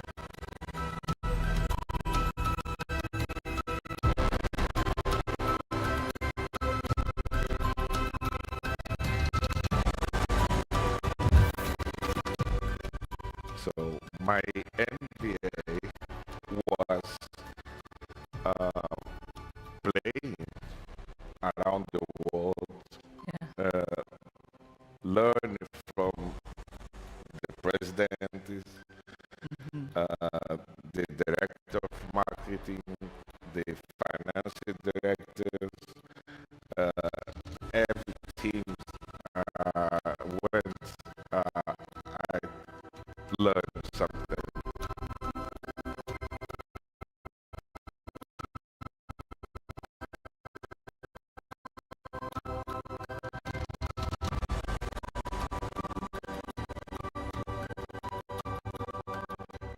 To improve your skills in boxing, it will take time, not just in a corner and then you can train and you can improve your style. It's different, big different, because you have to improve your style, your focus in the fight.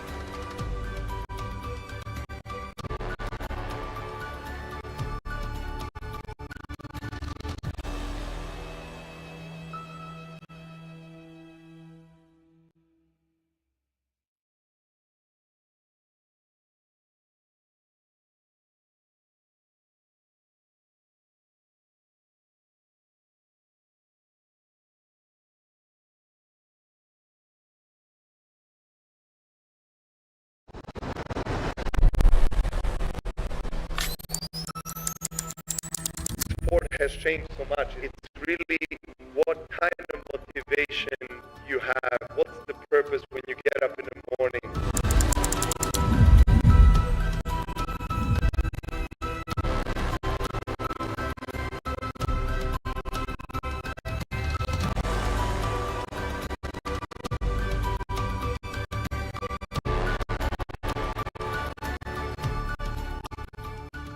You'd have to, after losing a Grand Slam, wake up the next day and go to the gym.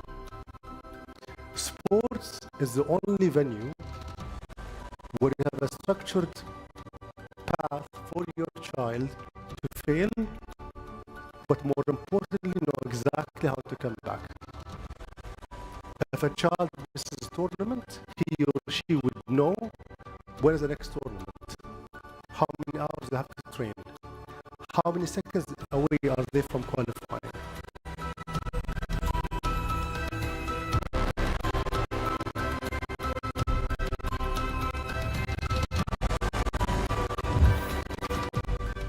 So my MBA was playing around the world, learn from the president, the director of marketing, the financial directors, every team went. I learned something.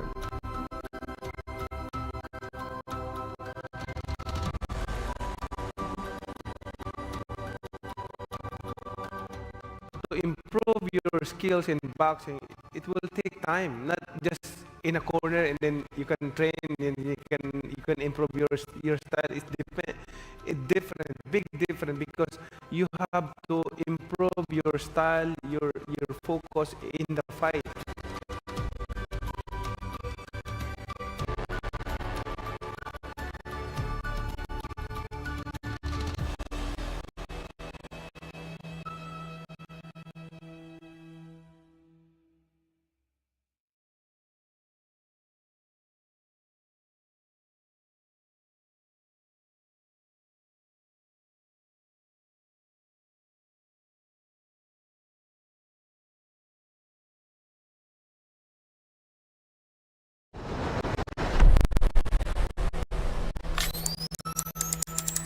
Sport has changed so much. It's really what kind of motivation you have. What's the purpose when you get up in the morning?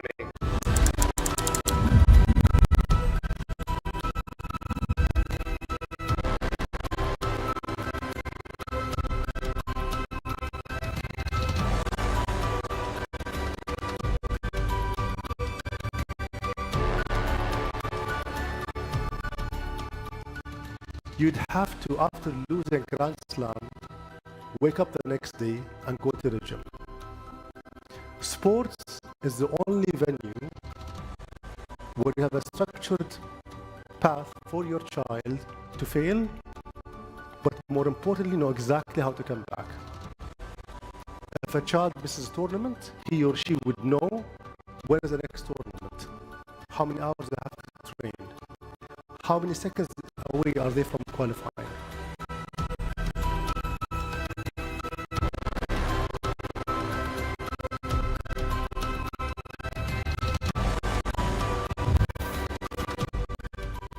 So my MBA was playing around the world, learn from the president, the director of marketing, the financial directors, every team went, I learned something.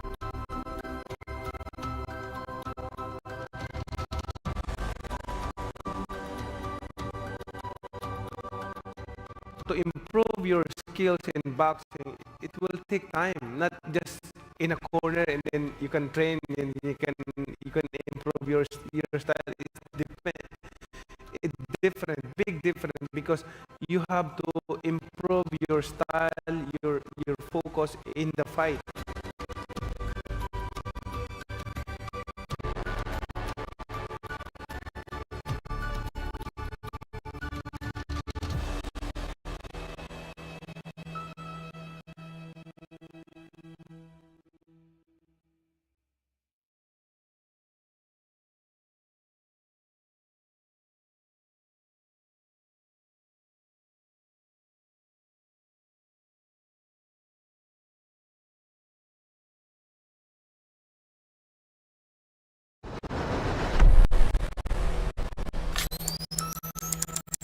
Sport has changed so much. It's really what kind of motivation you have. What's the purpose when you get up in the morning?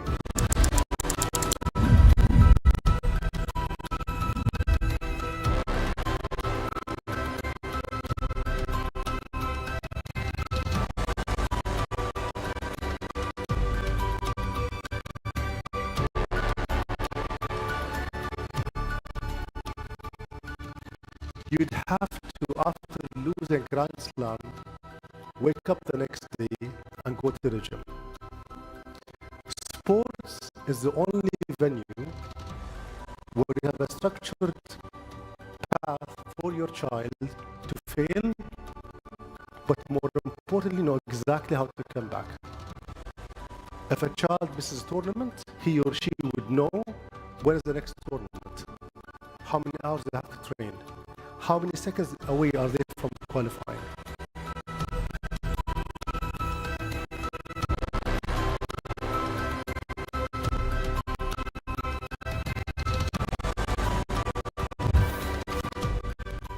So my MBA was playing around the world, learn from the president, the director of marketing, the financial directors, every team went, I learned something.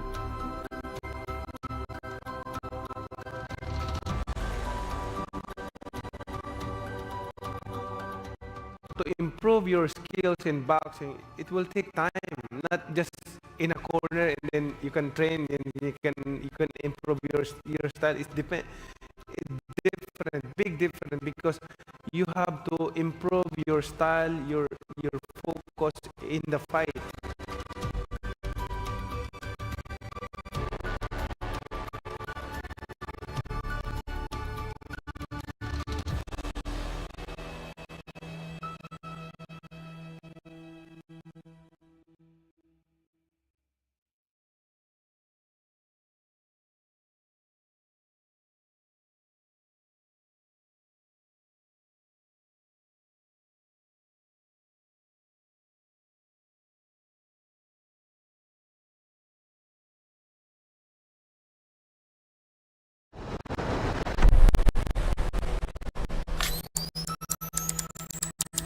sport has changed so much. It's really what kind of motivation you have. What's the purpose when you get up in the morning?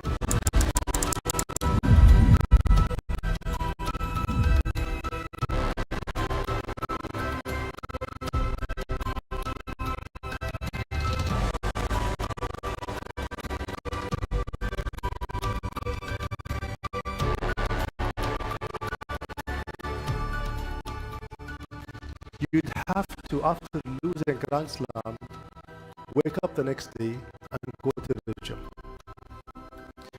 Sports is the only venue where you have a structured path for your child to fail, but more importantly, know exactly how to come back.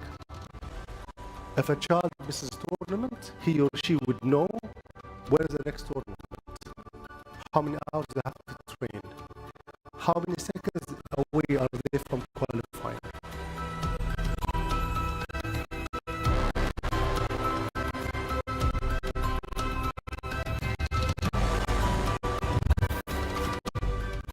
So my MBA was playing around the world, learning from the director of marketing, the financial directors, every team went, I learned something.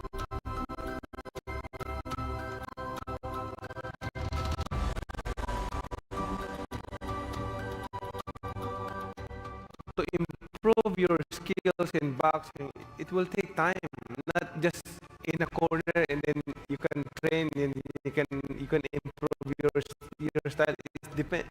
It's different, big different, because you have to improve your style, your focus in the fight.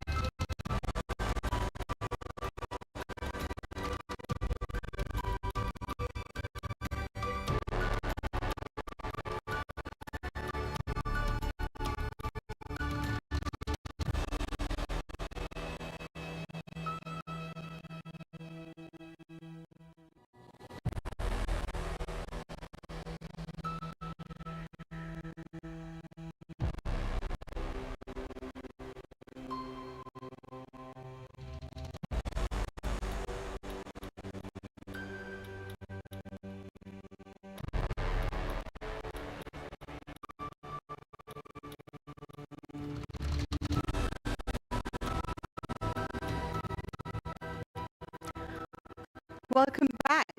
Please take your seats. Now, most sports have iconic teams.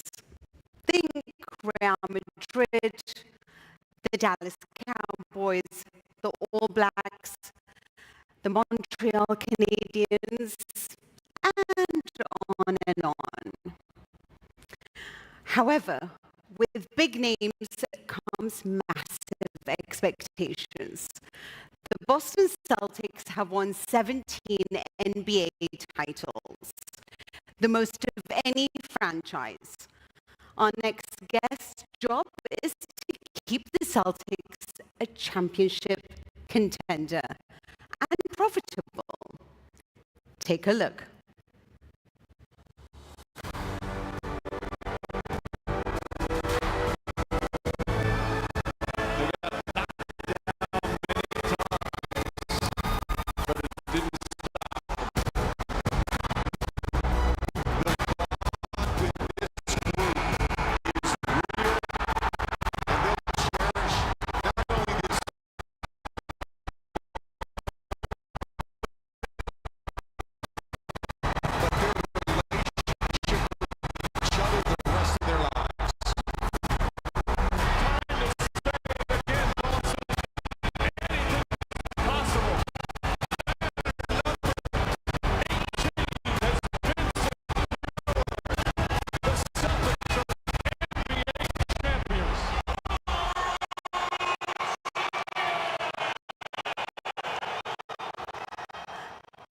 Please welcome to the Dubai World Sports Summit stage the co-lead owner and CEO of the Boston Celtics, Rick Grusbeck.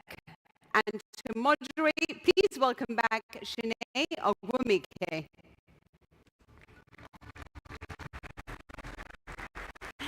Thank you and welcome. Thank you, Mina. Sinead. Hello, Wick. How are you? It's so good to be back here speaking about basketball with the co-lead and CEO of the Boston Celtics, Wick. And this discussion will center upon, honestly, the standard of championships and, of course, rebuilding an iconic brands like the Boston Celtics. And when I say 1%, a lot of times people think of 1% of athletes go pro. But honestly, the reason why these athletes are successful is their commitment to getting 1% better each and every day to create sustainable success that Wick has experienced. Now, as a broadcaster, I'm not supposed to have favorite teams. I was born and raised in Houston, Texas. That's not where I'm wearing Rockets red. But I've always admired the Boston Celtics. Can you please take us back to 2002 when your journey began with a leap of faith? Well, thanks for asking and thanks for being here, asking me to be here. Back in '02, I remembered a championship I won in college with my teammates, and I wanted to do it again. At age 41, my athletic years were far in the past, my competitive athletic years, but my dream of championships continued, and I realized that I had taken 20 years off. I needed to get back into it. I went down and found the Boston Celtics owner in New York. The Celtics were half full at the time, not selling out their tickets, not doing that well on the court or off the court. And I found the deal. The guy made the deal face to face, shook hands. I had 3% of the money. I agreed to buy the team irrevocably, non-refund, wired him a down payment he could keep. I had 3 months to raise the money. I lost 17 pounds. I gained 25 partners. And I became the lead owner of the Celtics at age 41 in 2002. And my sole dream, and the whole reason for doing it was to win a championship with the Celtics. I named my company Banner 17. And my dream was to win, not to make money, but to win. And we won in 2008 and 24. We won 17 and 18, and it's been the thrill of a lifetime. It has been a thrill watching the Celtics over the last few decades. And I feel like you're being way too humble here, because the way that young people, you know, prior generations, younger, maybe we'd say Gen Z, they say it's like shooting your shot. You were shooting your shot at an opportunity of a lifetime, and it paid off. But if we go back to 2002, the Boston Celtics were struggling. So what was the key to the turnaround with you at the helm? I think there were a lot of factors and some great people as teammates. I think the real key to the whole thing was doing it for winning, for passion, for love, not for money.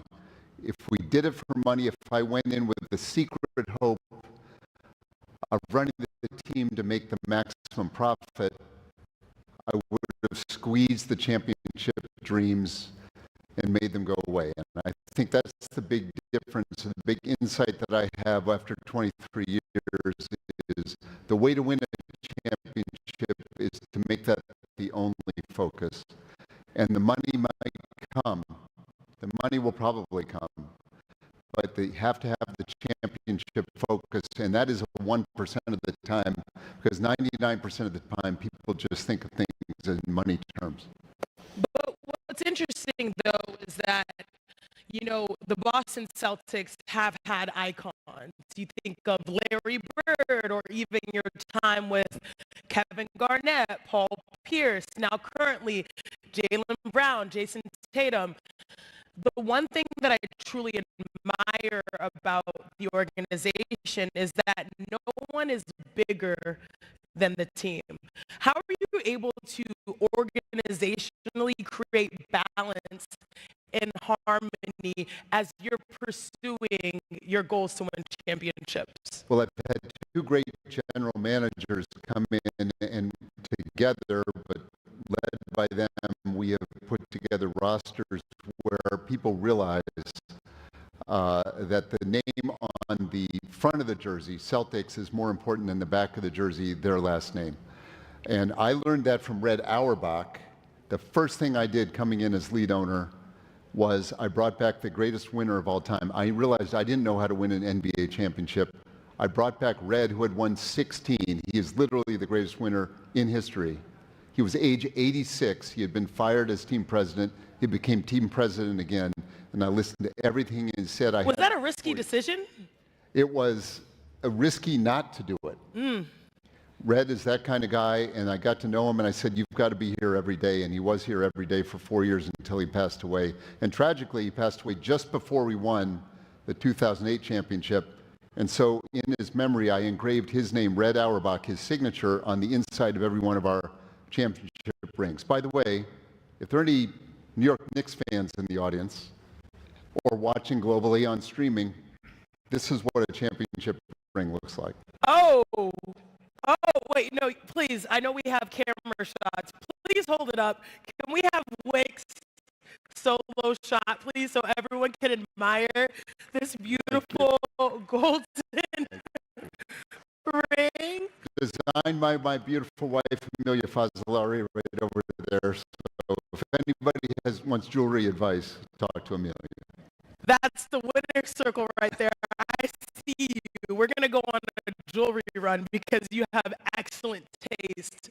Yes, both on and off the court. I love that.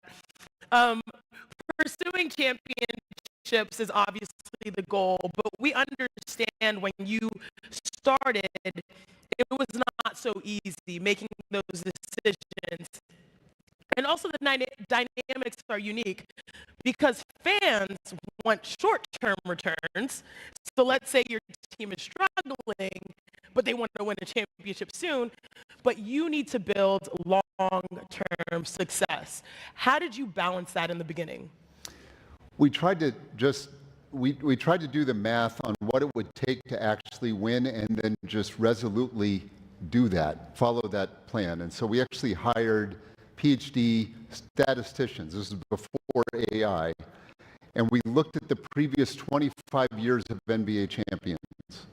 And we did the math and the correlations, the regression analysis on those teams. And we found that 24 out of those 25 teams had won with a certain pattern. And so we decided to use that pattern. So we decided to really not kid ourselves, not pretend we could do it with a Band-Aid here or there, but we tore the whole thing down and rebuilt it in the model, which was a Big Three model. And the Big Three is a catchphrase in the NBA, but they seem to happen every now and then. There was a Big Three and 24 champions in a row. And it was as follows: 2 all-stars supporting. Maybe they were hidden in the data, maybe they were the year before or the year after the championship, but they were there on the roster. And then 1 all-time great top 50 NBA player in the last 24 years had won, and that was Shaq, and it was Michael Jordan, and it was every champion, Olajuwon, all the way through 24 out of 25 years. So we needed 2 all-stars and a top 50, and Danny Ainge brilliantly got them. We had Paul Pierce, we added Ray Allen, and he lay in the weeds for 3 years waiting to trade for Kevin Garnett. And he made the deal. We made the deal together because we built up assets, and we traded 7 guys for 1 guy, and that was Kevin, and he had targeted him 3 years before, and that's how we won the championship in 08. And I love that, because you're speaking of culture, not even profits. You're not speaking about accolades when it comes to individual players. You're thinking about how these players have an intrinsic mindset to be great, but also let that be contagious. But you also mentioned something about numbers, almost analytics. Around what year did you make that shift to really dive into the numbers to find patterns? Because I believe you truly are the trendsetters. Analytics is pervasive throughout sports now. I don't know. I wouldn't say I was a history major, so I'm not a math major, but I did know this. I knew that I didn't know basketball well enough to drive the team. For short-term Band-Aids and a few more wins that year, I'd never have a ring. That's interesting, because as you mentioned, the importance of selective hiring, I feel like one of the most unique choices that I've really come to enjoy, and the one word that I would use to describe him is enigma or intersection. So I just want to pick your brain, if that's okay, really quick. What do you admire about the #1 sport in the world, football or soccer, and what is that growth inspired you to take for your brand? What I love about football, and I watch it, watch the Premier League, and Amelia and I know probably 6 or 7 of the lead Premier League owners. Many of them are from the United States, or we've met them one way or another. I love the way the sport is a beautiful sport, but it doesn't even use the hands. It uses part of the body, maybe not even the most skilled part in some ways, because the hands are probably more skilled. They take the sport and they make it into a happening, a community event. Another way of saying it is, I'll watch any sport if it's world class. I'll watch the best darts player in the world and I'd be thrilled. I don't want to watch the 100. What I like about both of them is they're the 2 global sports. And I'm glad to be part of at least one of them. Yeah, and it's going to be a big year for American sports brands as we host the World Cup in 2026. Yep. And so what is one thing that you, leading the Boston Celtics, think the football world can maybe take from your experience with basketball? I don't know. I would not. And we're about to have multiple World Cup winners on the stage, and I don't want to get rushed to the stage and be giving them advice. I'd rather listen. But what I know is that we've succeeded, I believe, in partnership with our players, and the players will say this as well. At the NBA, we have a partnership splitting the revenues 50-50, and realizing that people are not paying to come see me at the games, they're paying to come see the players, but we do it together.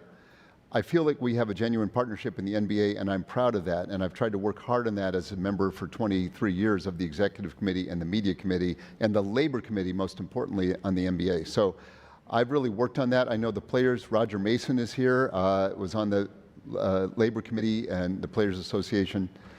We've worked together on that.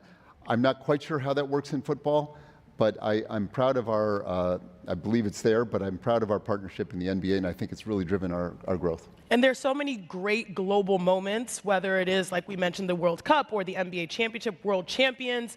But the cool thing is seeing, no matter what country you go to, and I'm sure this is probably really fun for you, you could walk around Dubai. I am from Nigeria. I'll see Celtics green jerseys everywhere. How were you able to build a global footprint in not only Europe, but also even now in the Middle East?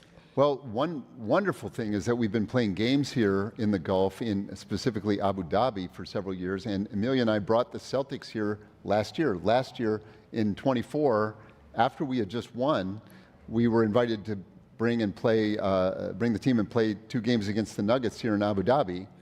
And it was a great experience. And the reaction of the fans and the host families was amazing. And so next year, I think we're going to Macau and playing in Asia. So we are out there on the road bringing the NBA to the people, not just hoping they tune in by streaming or broadcast. And I love that. That's amazing to be closer to the global fans. And one thing I've noticed in conversation with you, albeit short and brief, is that you are centered on the people. And to me, that's truly beautiful. What motivates you to continue to push boundaries? Because you invest, you also are fluent in tech. What has helped you throughout the different environments you're in to be successful? Well, thank you for saying that, and thanks for asking. I guess I've always wanted to be a teammate, and I've been leading the team at the Celtics as lead owner for 23 years. Now I'm co-owner, but I have never thought I could do it on my own. I've realized I've had greatness around me, and I've been able to team up with and maybe help bring out a bit of the greatness from some great people around me. I can name Danny Ainge and Brad Stevens as 2 great general managers, and Doc Rivers and Joe Mazzulla as 2 great coaches, and Kevin Garnett and Paul Pierce and Jason Tatum and Jaylen Brown as 4 great players. So there's been greatness around me, but I've been able to be a teammate, not just a friend, but a teammate and a really co-competitor with them. So maybe that's it's a special enjoyment I get of being a teammate. I'd rather be a teammate than on my own. I think it's also an added bonus when you can be a teammate and a champion. But oftentimes people think, and this is one thing that I learned being a WNBA player, I came into the game, my goal to be an all-star, an MVP, a champion. I didn't get it. My big sister got a lot of those accolades. You're a 2-time all-star. That's better than none or one. I didn't get that, but halfway through my career, I realized that impact is the most important. Doing things for those you represent or even just your family. How are you creating impact through your platform, which is one of the greatest through the Boston Celtics? Well, I'm able to go out and speak to people. I'm able to go out and speak to business schools and to other gatherings. And this is one of those nice speaking events, and I'm really appreciative of being here. But I've always focused on one kind of thing, and interestingly, our host, His Excellency Khalfan, made this point in the opening remarks yesterday. He said to the effect of, what change, positive change in the world are you going to sign your name to? And I've been saying it in a different way, but I think the same sentiment, I'd like to think, which is, what banner do you want to raise? So I want to raise one more banner before I'm done. And you all think, of course, you want banner 19.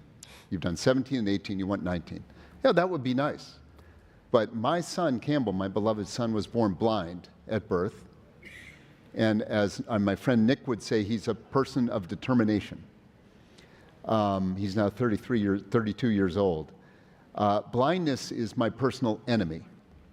And I joined the board of Mass Eye and Ear as the chairman. Mass Eye and Ear, the biggest eye research facility in the world and one of the best. And together we raised $250 million to fight blindness and deafness. And so I want to raise another banner in my life that says, we beat blindness. And how about we beat deafness? Thank you. And I would just humbly, thank you. I would humbly like to ask each of you, the people in this room have the superpower, each of you, to raise a banner. I think this is what Khalfan was encouraging us to think about. I'm taking a sports metaphor or sports approach and taking it into real life. So a banner that you could raise might be, I was a great father or mother or family member, but it could be, I fought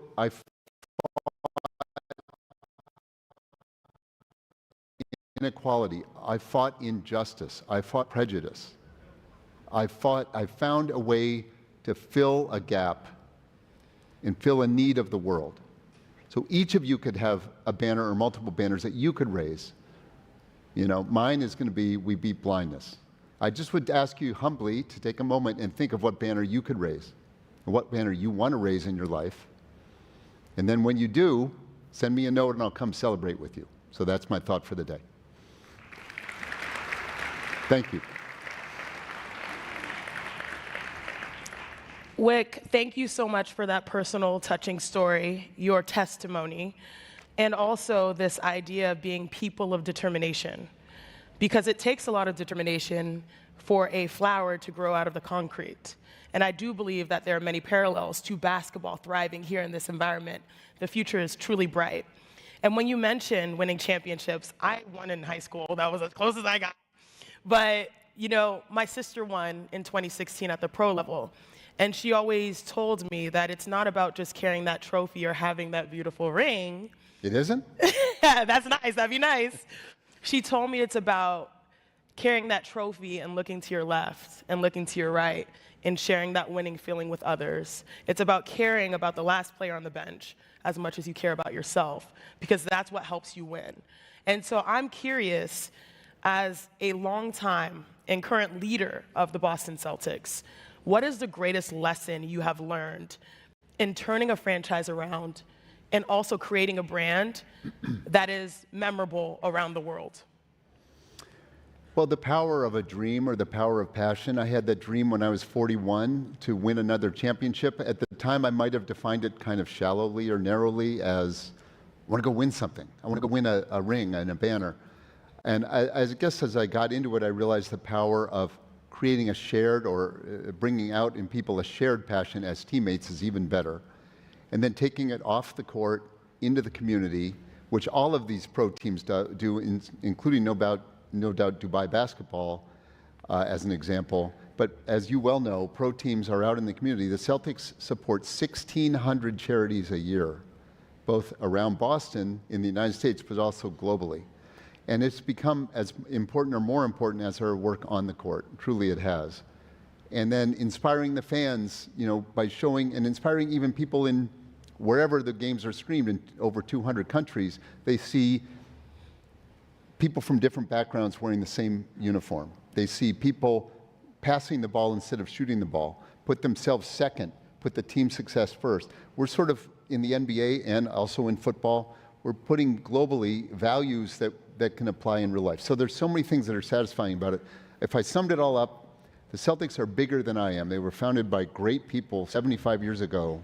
They'd won 16 times before I even got there. It's much bigger than me. So the feeling of just being able to take care of something bigger than myself and hopefully leave it a little bit better, or still alive and maybe a little bit better, is just the greatest feeling I can imagine. I love that. And the broadcaster in me went straight to the numbers, like, he's right. The Celtics lead the NBA in passes. Like, I love all of that because and most importantly, we're ahead of the Lakers still in championships, 18-17. That part. How am I going to go back to LA? No, it's all right. Lastly, as someone who has seen success in multiple decades, you've seen the sport evolve, particularly the NBA. What do you foresee in the next 10 years when it comes to global sports brands? I think frankly, I thought the Celtics, we sold too cheaply and too soon. We should have gone 10 years from now, because I think sport is still on the rise. I think the power of these very special teams and their history and their fans and what we can bring to the fans. We can bring the favorite moment to the city of Boston of the entire year, as you may have seen in little montage before. Just the power of these brands, it endures, and it's in person. The one thing AI cannot do is create live competition among human beings that people will watch.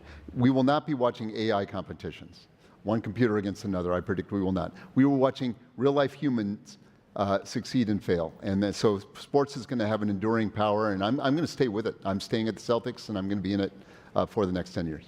And we love to see it, honestly. And I have had the privilege and pleasure of speaking with many owners, leaders, executives. First of all, this conference has been super special, so thank you all for having us here.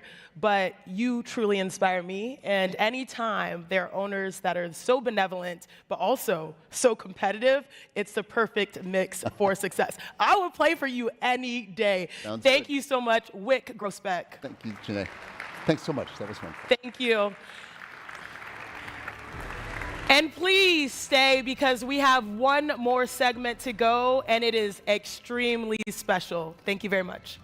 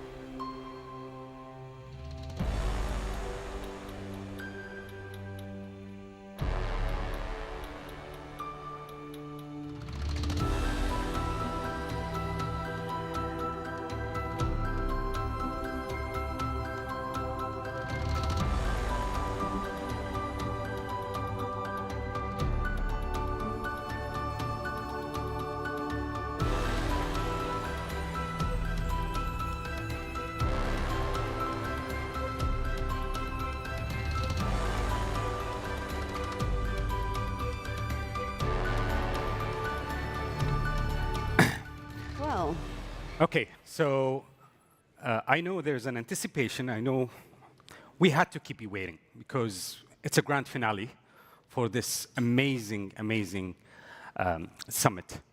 And we had to bring some surprises. Yes. We had to end this on such a high note that you would think about this, well, until next year when we do this all over And again. to be honest, the surprises kept coming until we came onto the stage. So everyone just throwing a surprise. So Khalfan, thank you so much for this. It was. We'll go on with our session because we want to end on a very high note because this summit deserves to end on a very high note. So why not introduce our next panel? Well, it's not often I get starstruck these days, but these last 2 days in Dubai, I absolutely have.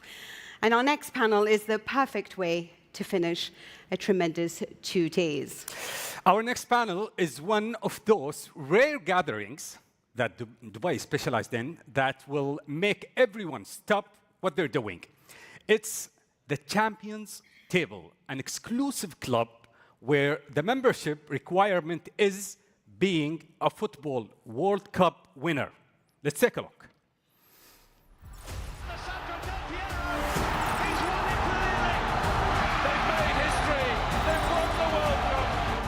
France, world champions, 1998. Brazil are the champions of the world. Spain have won the World Cup.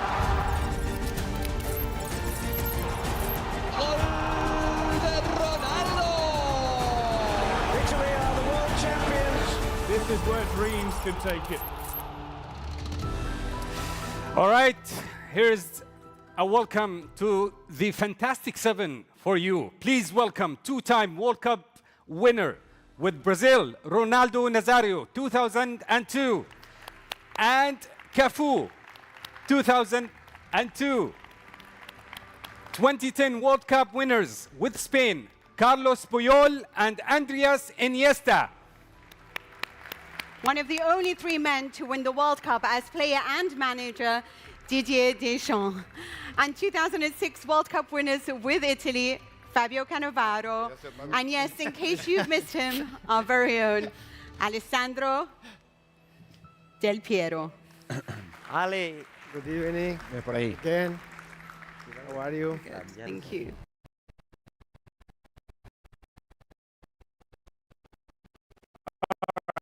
Just before I hand over to Alessandro, he's like to be called Ali, Alex, Alessandro Del Piero. Our floor manager at once called him Alejandro, so he liked that as well. I want to give you some stats. Sitting in front of you right now, everyone is 801 international caps, 10 World Cups, 10 Champions League titles, 35 league titles, and 5 golden boots. Wow! I mean, I don't think it gets any better than that. I hope you agree. All right. So this is how it's going to go. It's Alessandro, you're going to try to moderate this. I don't know how you're going to do that because I can't handle it. Yeah, I'm going to try. Do you want me All to right. take over? This, they look. No, he's going to do it. So basically, he's going to try to moderate this, and it's going to be so difficult for Alessandro. But he needs to speak in English. He needs to speak Italian. He needs to speak Spanish. And he needs to translate as well at the same time. I don't know how you're going to do that. Good luck, and I'll leave it to you. But for that, you promised me one thing. You promised me one thing. You promised me the mega selfie with all the 7. Let's see if they behave well. Okay. Or you want to do it now? Yeah. Come on. Now. Let's do a selfie now. Because we couldn't do it back in the room. Yeah, No, it has to be a of selfie. Oh, it has to You be a and these selfies. Come on.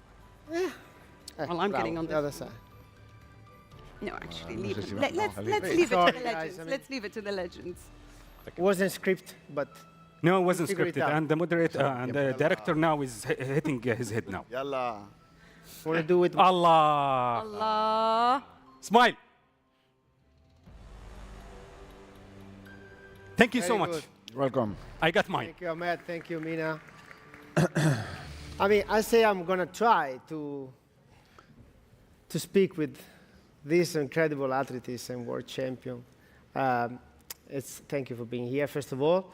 Second of all, I mean, we were chatting on the green room now. We were laughing and, you know, hang out, because at the end of the day, even though we are so competitive between each other in our career, we become friends with some of them. With some of them I play, with some of them, even someone coached me. Oh my God. I made you a good coach, by the way, you know? Yeah, thank you. Pretty good success after, right? But we are here because we have in common the fact that we all win, you all win the World Cup. And in different eras, of course, you're facing each other most of the time, and you show personality, character, qualities, a lot of things that, you know, all the new generation are looking forward to see in the new one. But I want to start with you, Didier, because you are the oldest one, and you also won a World Cup title with. Yes, I remember pretty well. You also won the World Cup as a player and as a coach. What is the difference that you felt? You know, you are the only one that can speak about that. You know, when you are a coach and when you are a player, a lot of them say there's two different things completely. But as a coach winning and as a player winning? First of all, I'm a lucky man because I won the World Cup 2 times, and it's difficult to compare as a player, as a coach. Sincerely, the best life, you know that, is as a player. As a coach, it's different. You have to think about all the player or your team, but it's the same emotion. Of course, the first one, he was in France in '98. When it's the first time, all the people remember this time. It was an amazing moment, incredible moment. But the second wins in Russia was so important for the French football. You know, one victory, one victory make 2 victories. It's not one against the other one. And I repeat, I'm so great to be present for the 2 winning World Cup. And what about the next one? Because you have a pretty strong team in the 2020. You cannot win without a good team, a strong team. It's impossible. It's a top level, you know. Of course, in France there is a lot of talents. In Spain also, in Brazil, in Italy. But you have to be stronger than your opponents, you know. It's difficult. For us, it's amazing recording because it was Brazil in front of us, Brazil with a lot of experience. In '98, it was like a dream. France-Brazil, final of the World Cup '98. For us, not for them, of course, but it was the best moment. Can you compare your team that you were captain at that time in 1998, you know, with and we have a graphic that can show the first 11 on that team and the first 11 in 2018 when you won as a coach. Do you think there's one team better than the other ones? Or I don't know. Let's put it another way, because you for sure say no, they're strong, both of them. Can you pick a couple of players from each team that you really, because of qualities of character, personality, or that you think, okay, that should be in both teams? I don't want to change anything. Each player were on the right place in '88 and in 2018. The most important thing is to be at the right place at the right moment. It was our case in '88. It was the same in 2018. With character, with quality, talents, you need all to win a World Cup. Chemistry as well, between players and coaching staff. And as a coach, it's different because you know, as a player, the day is easy. Every day is easy. You are thinking about your game. You are laughing. You are diverting. As a coach, you are thinking each minute, each details. It's important, and your mind is so occupied as a player.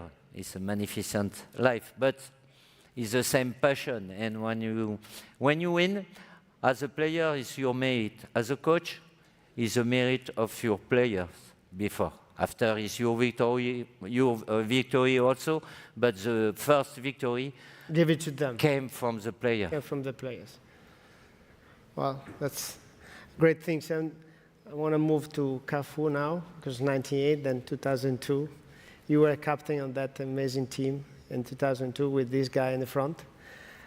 I mean, as a captain, leading all these great athletes, and recognize you as a captain, not only because of the number of games that you play, but because of your outstanding player.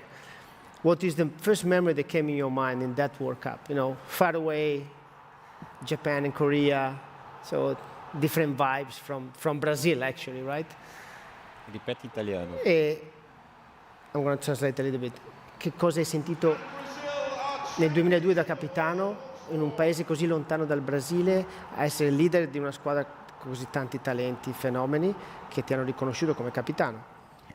Dunque, da capitano è molto importante. Poi essere leader di una nazionale come quella di Brasile con questi ragazzini era troppo facile. Doveva solo avere l'aggancio giusto e fare giocare. Noi sappiamo l'importanza che è il calcio per il Brasile e sapevamo che in quel momento, dopo tanti anni, tornare un'altra volta campione del mondo per il Brasile in Giappone e Corea sarebbe molto importante per noi. Essere capitano non è facile di una nazionale, sappiamo come funziona, perché non vuol dire che il capitano è il più talentoso, però il capitano è quello che ha una responsabilità di più, di fare girare la squadra quando non ci sono allenatori, perciò è stato un momento di emozione pazzesca per noi. Yeah, I feel great emotion, of course, about being captain in that team that is very difficult in some part and take a lot of responsibility to be captain, especially with a team like full of champions like they have, and team like as Brazil, that a big country with football means a lot for everybody. So he really felt the responsibility and the joy after that, and I mean, you got quite a good help from a guy here that you made that World Cup unbelievable for you, right? Scoring goals and become even more and more as a football player and winning the World Cup there with your goals in the finals. I mean, that's such a beauty. I think you feel complete inside. Yeah, it was beautiful, special because 4 years early we lost against France in the final. Had a problem before the match, and the whole story I told you 100 times. People don't believe in me on my story, but it's true. That's true. That's true. And my knee, after the World Cup in 1998 in France, it started to have a problem. 2 years before the World Cup in 2002, I broke my knee. And the hope to play the World Cup 2002 was very little for everyone, except to me, because I was 100% sure that I was convinced to do my best to get ready for the World Cup. So win the World Cup in 2002 was, for me, special in so many ways. Like, of course, playing good in that time was special to me, but not only that. Scored the 8 goals was very special. And put all together for me was like a dream come true. I won in the World Cup in 1994, but without playing none minutes. And 2002 was the rendition for me. Or so- Euro World Cup. I mean, Yeah. plus full of revenge because Yes. doubts about after 1998 and the knee especially because the knee was a tough one. Eh? Yeah. The battle I had with my knee before the World Cup. I tried so hard to come back and play again because no one believed I could come back play On time. again. Not even come back play. I was in the hospital in the US seeing a doctor in 2000, and he said, "Now, forget about play again.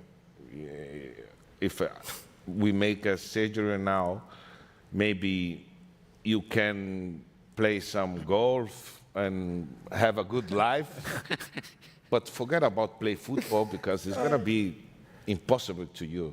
Well, that's a big. I escape, say, "Okay, thank you for your opinion." I move on. Another one. I went back to Paris to see my doctor. My doctor was French, Dr. Sayan. And French. Yeah. Always French with me. Always French.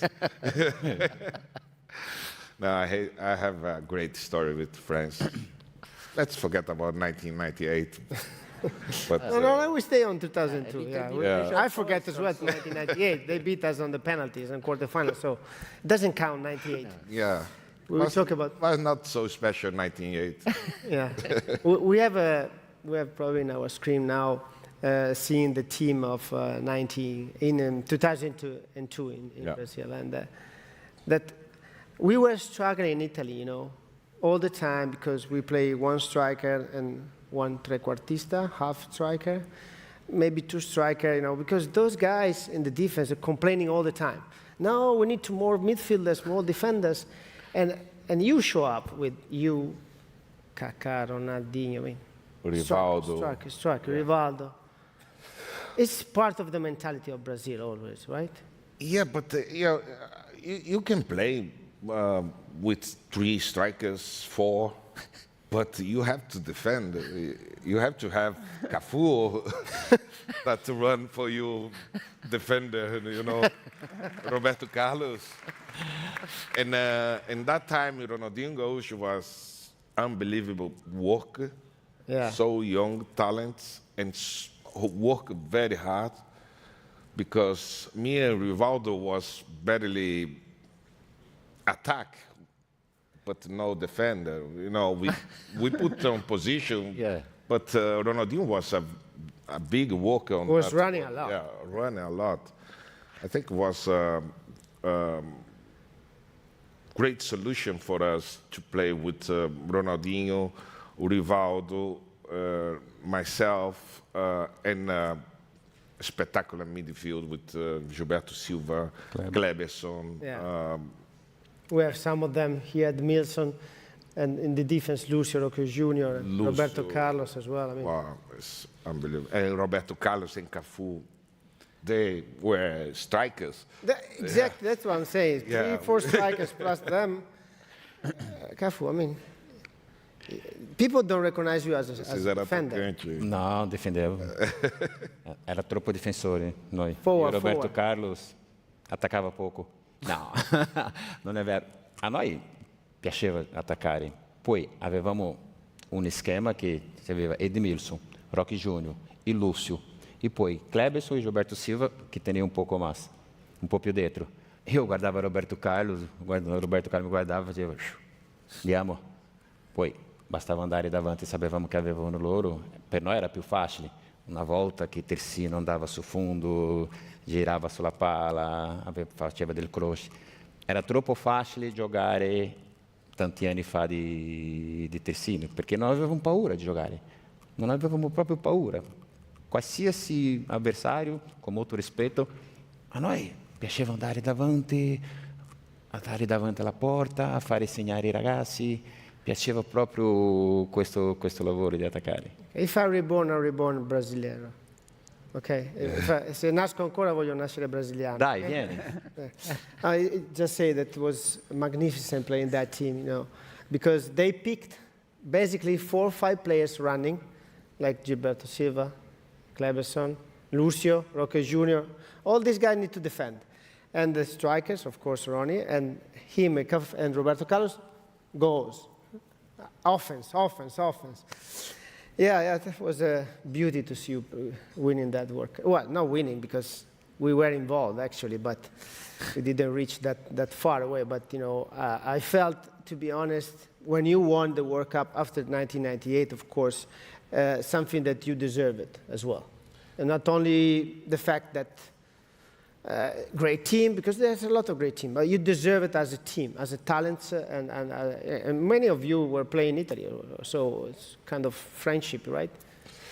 You know, I have to say that in 2002, I felt like we could beat anyone with no fear. With no fear and with respect, of course, but we could play like 20 matches and we win all 20 matches.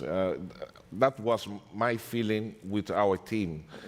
I never feel this. We played so good in 1998, but we could lose in some match. We could lose against Holland in semi-final because a great match.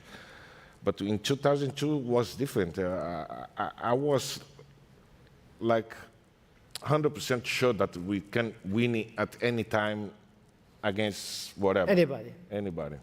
That's no fear, and confidence is for sure the most important thing that moving on from 98 and 2002, captain, come to you now. That no fear and that confidence we had too in that World Cup, but with a lot of nightmares come in that World Cup as well, because in Italy we're on and off a lot of news about what happened during our league, but that World Cup was special for you and for us, and end up winning is, I don't know, we are laughing all the time. We cannot have a normal conversation with Cannavaro because all the time is, you see him very seriously, but it's not like this, trust me. No, first, besides that, hello everyone. And I want to tell you congratulations for new job.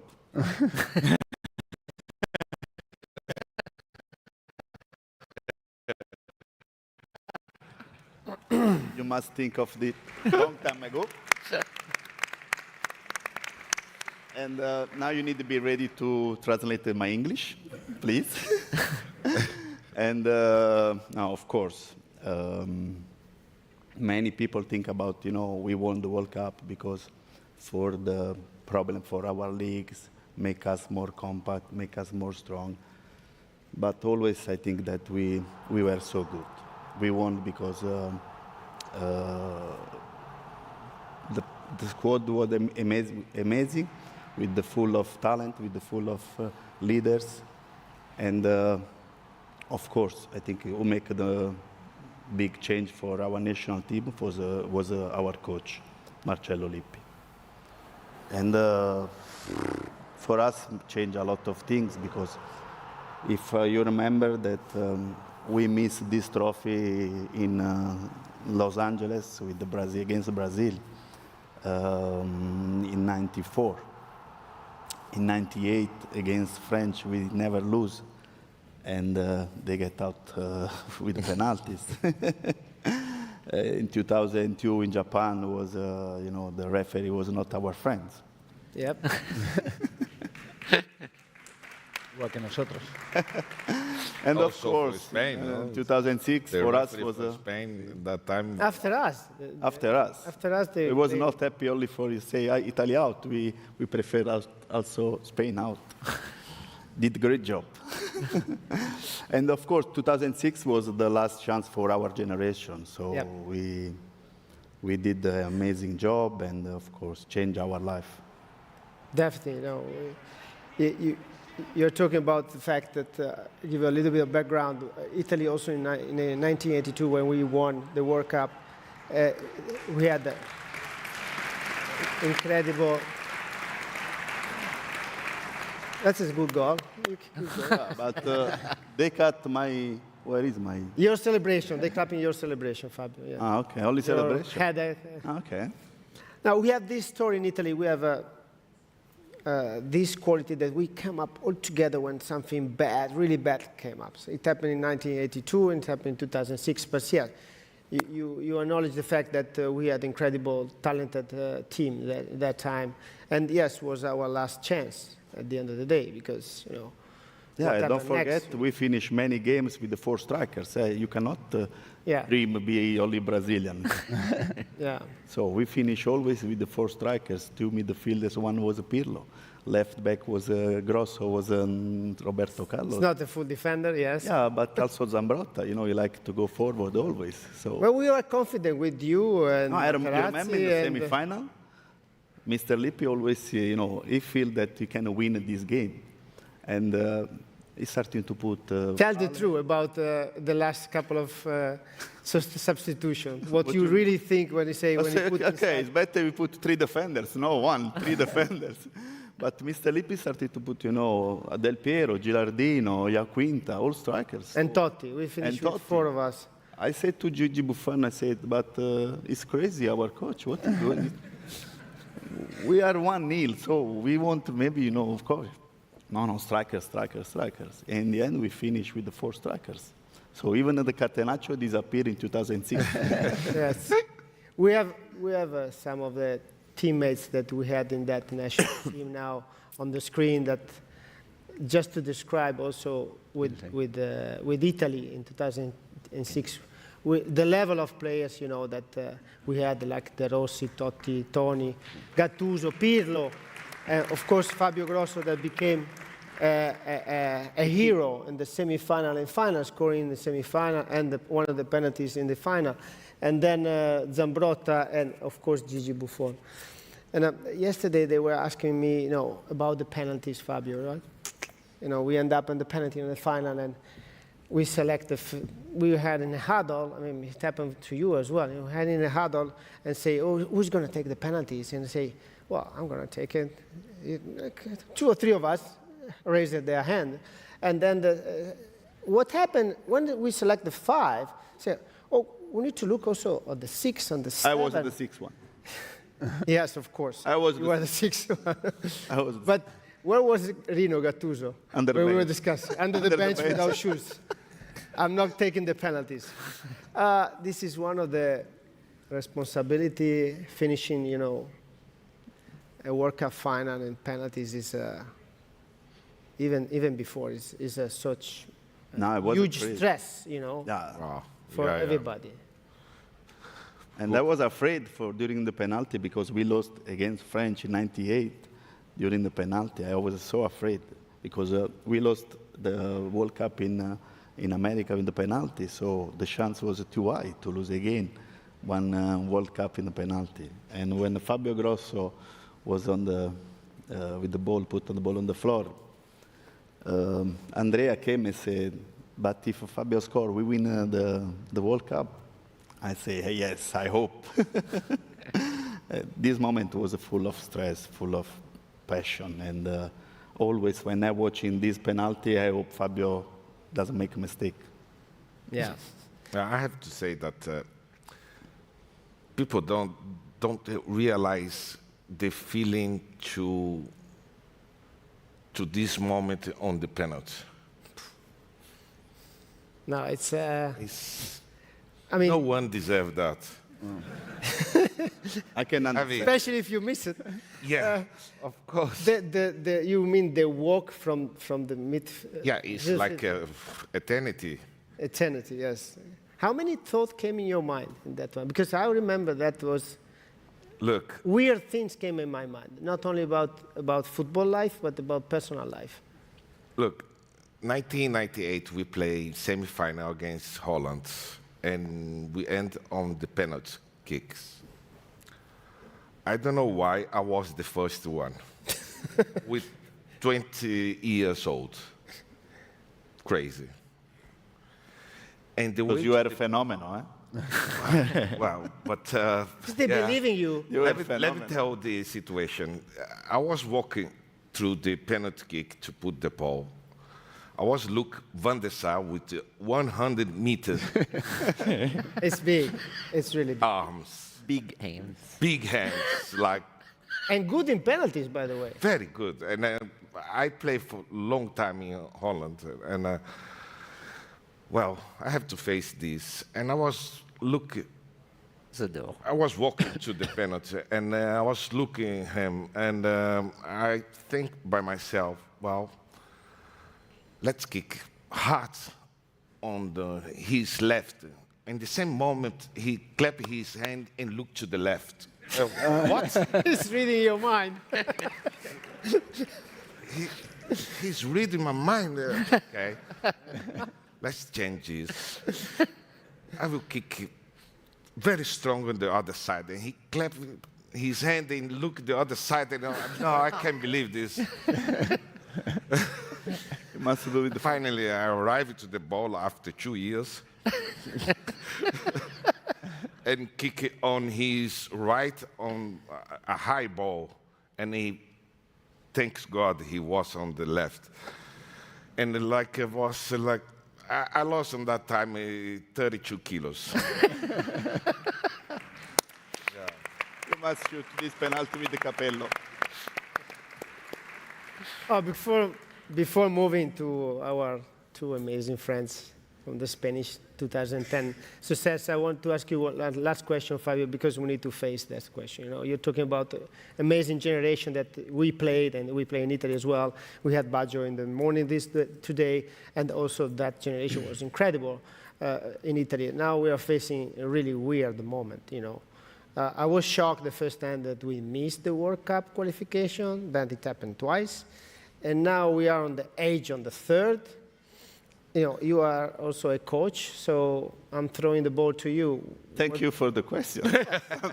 What is your expectation? What do you think? I mean, we know Rino is a really strong guy, but we definitely facing a very particular moment in Italy. Yeah, it's difficult to understand why.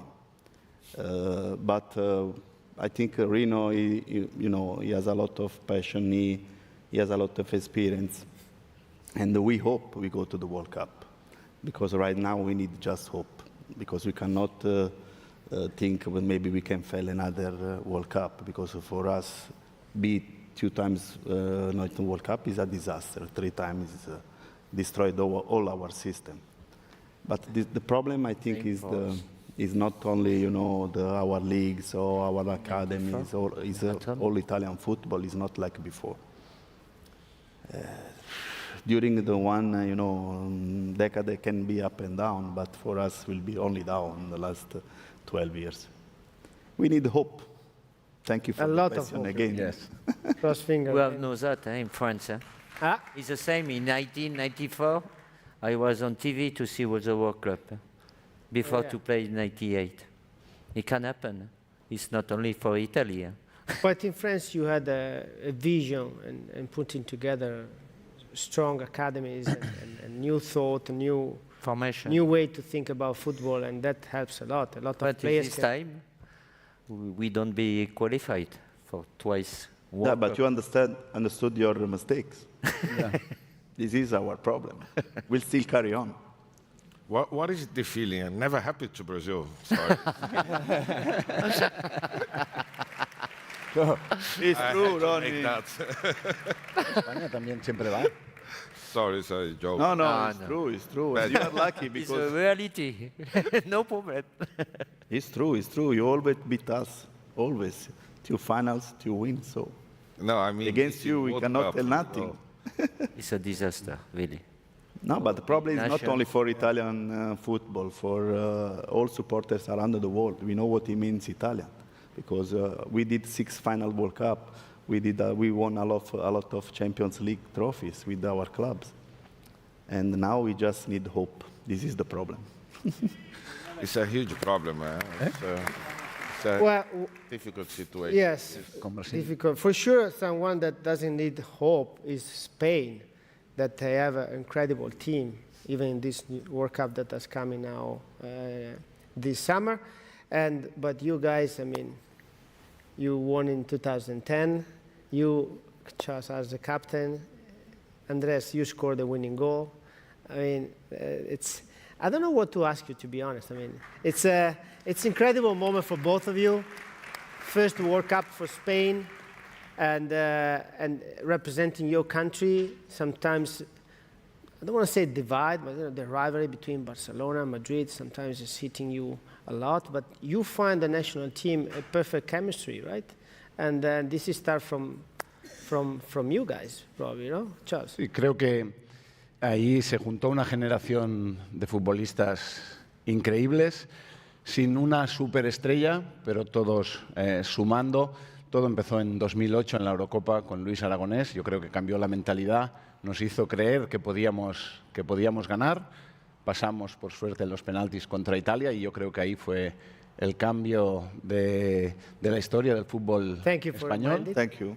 Vuestra aportación, muchas gracias. Y luego en 2010 yo creo que fue la confirmación de esa generación. Creo que teníamos muy buen equipo. Cambio de entrenador, pero con las mismas ideas y la verdad es que era un grupo muy fuerte. Luego ya tuvimos más divisiones porque había muchos jugadores del Barcelona y del Madrid, pero conseguimos ser campeones también en 2012, pero en 2010 yo creo que fue el mejor momento del fútbol español.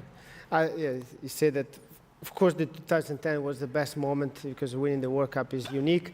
Everything started in 2008 when they won against us on the penalties. I don't know why he reminded me this, but this is what he said. And then on the other side, besides jokes, I mean, Luis Aragonés brought a new mentality on the team, a team that doesn't have stars, big stars, but a lot of amazing number of great players. And this has helped us to create that chemistry, that energy between each other, and believe in order to win. And then you guys made a success. 2008 with the European Cup, 2010 World Cup, 2012 again. So it's unbelievable. Para mí teníamos grandes estrellas como Andrés, Xavi, Villa, Torres, pero... Casillas, not only Barça players. No, Fernando Torres, no es Barça players. Pero en ese equipo había 7 del Barcelona. Lo sé, el portero es lo más importante. Pero... Okay, don't fight. We have some of the players here, so let's keep on these guys. I mean, we select some of them. Of course, there's many more on the team, 23, but this is the level of the team with the Busquets, Xabi Alonso, David Villa, Pedro Rodriguez, Xavi, of course, Fernando Torres, Piqué, Sergio Ramos, and Casillas. I mean, no estoy yo, these guys. No. Where is Piqué? Where is Puyol? No, of course we take out you two guys because you are here. I don't want you there. I want you here talking about that, right? No, for us it was an amazing time from 2008 until 2012. As Ronaldo said before, I think our feeling were we can win all the teams. And for us to win the World Cup was amazing. Personally, I have many problems before. 1 year ago, a good friend passed away, and that moment when I did the goal was more than a physical moment. No, was other step. The feelings were amazing. And the people coming crazy. As a player, as a country, is the biggest moment. It was a really tough final, and you scored in the last minutes of the game with a special celebration, right? Yeah, the final, I think all the final are strong. It's impossible to think easy final, no? But it was a tough moment.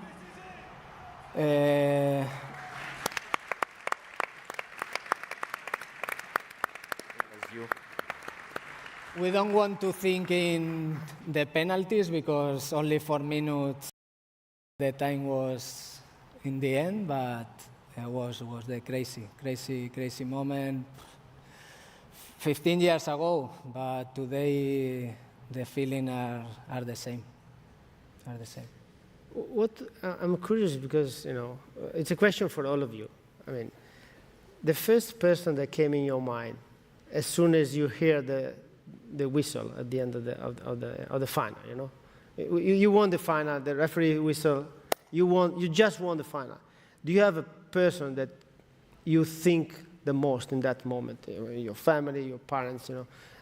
Ho chiesto se c'è una persona che hai pensato nel momento in cui c'è stato il fischio finale, che sei diventato campione del mondo, no? C'è una persona in cui ti sei ispirato in quel momento. It's just for all of you guys, if you have that in mind. Or...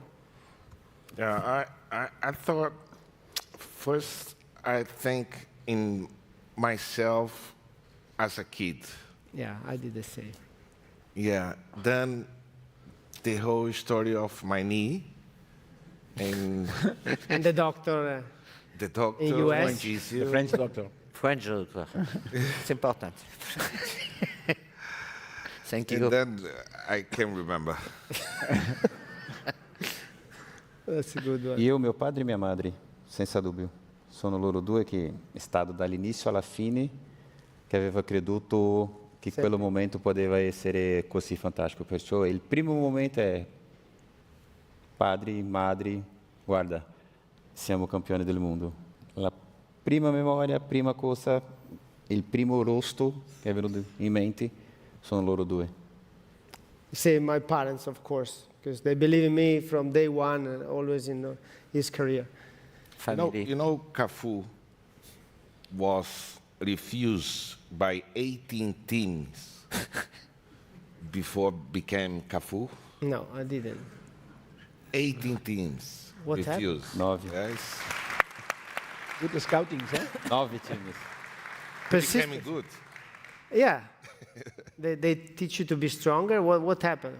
Come mai ti hanno rifiutato secondo te? In Brasile è normale, dicevano che non poteva mai essere un calciatore che era piccolo, magro, non sapeva giocare a calcio, roba del genere. Quando noi andiamo a fare delle provine delle squadre in Brasile, nella nostra epoca era così. Perciò quello che mi hanno detto che io mai poteva essere un calciatore, mi hanno visto in TV a fare 3 finali di seguito, forse ha detto, non aveva ragione. He said in Brazil it's quite common. You know, when you are a small kid, tiny, they don't consider you too much, so they think that you're not going to play well. But he got some kind of revenge playing 3 finals, consecutive finals, and winning the World Cup. So he's okay with that now? No, of course you're okay with it. Congratulations. Didier? Family, of course. Family. Parents, wife.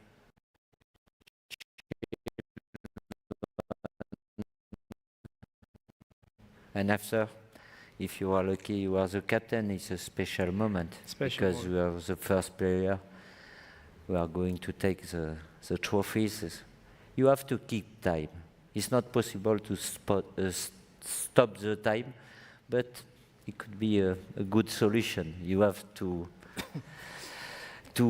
keep your time, and you think it's the best moment of your professional life.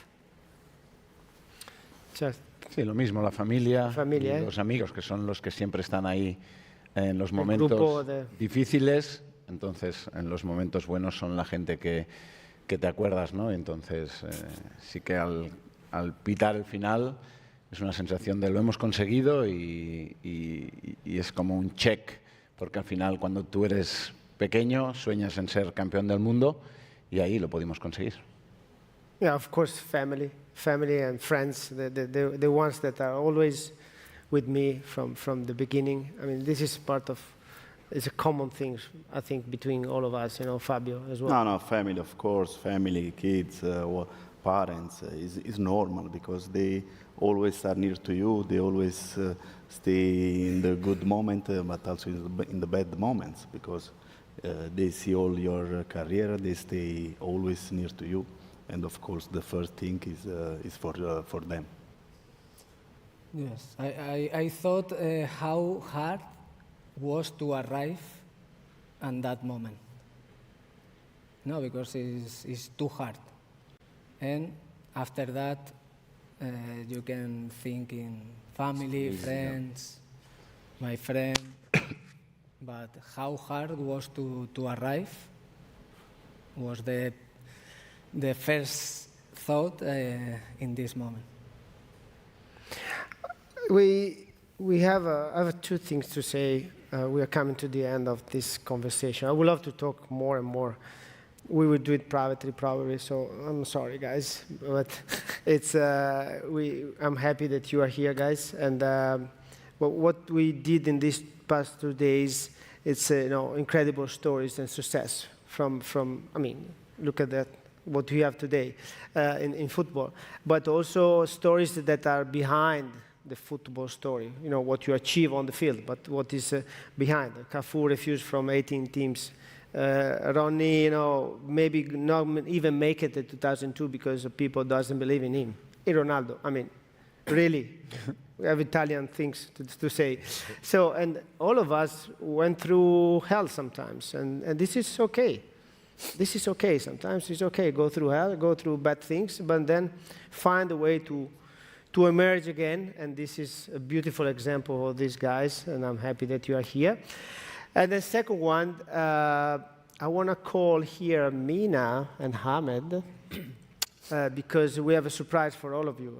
Please don't leave your seats. We have a big surprise for you. We just signed before coming to the stage one jersey each. One jersey each. So, Mina, are you here? Here Yes. we go. Perfect timing. Here. I want you to all stay here. I want you to all stay here because we have a little bit of a surprise. Thank you all so much for being here with us today.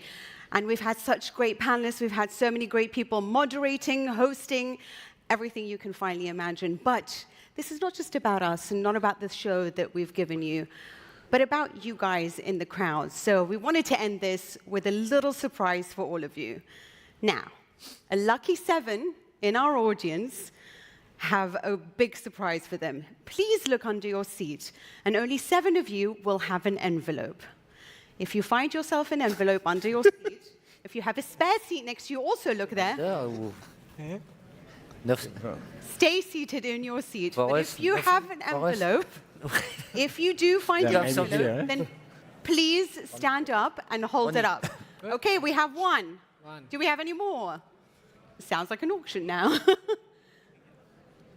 Okay, can you come up, please? The man with the envelope. Tem cadeira vazia, ó. Essa cadeira vazia, ninguém foi. Eu vou Yes. vazia do lado. Inside that envelope will be a picture. Can you please come up if you do indeed have an envelope? The picture will be of one of the legends. You guys could stand at the top of And you will get a surprise with that picture. Oops. Please come on board. Falta. Yo no he hecho nada, ¿eh? Abre essa camisa. Open the pen. Let me see who you have. Abre a camisa para tirar uma foto. That's amazing. So please go and stand next So we to have Cafu here. Who do you have? Cafu. Cafu. Here we go. Bravo. Any more pictures? You have mine? Ronaldo. Very good. Nice. Please come and stand you, man? alongside your legend. Thank you very much. And Live streaming. No, this is Iniesta. please stay there. You have your Stay phone? next to your legend. Stay next to Go. It's a pleasure. Yeah. We can bring it. Any more? Yes. How many do we have now? One. You could well, eh? Do you have yours yet? Nobody showed. Nobody has Alessandro Del Piero yet? Who's missing? Okay. Keep looking. Look into the seats next door to you. Okay.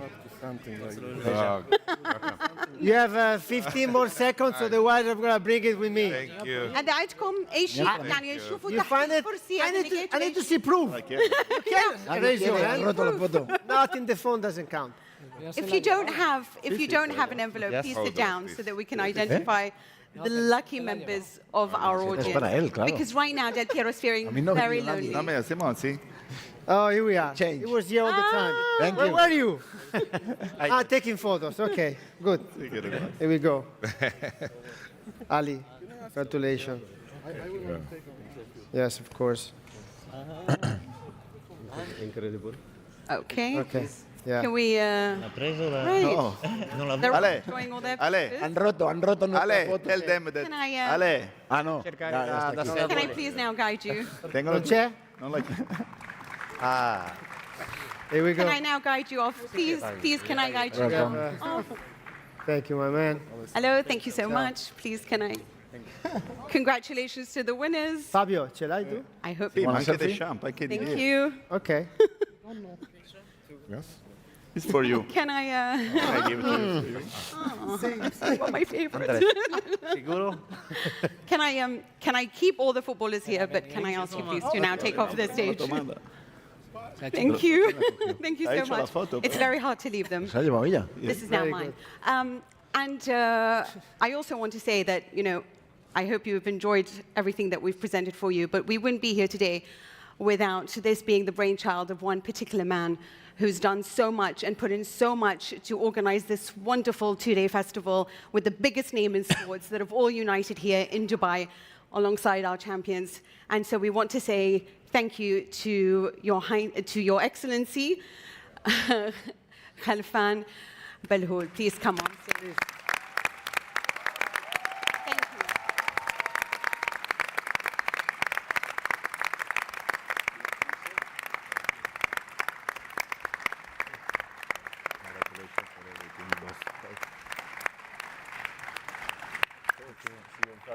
Yeah.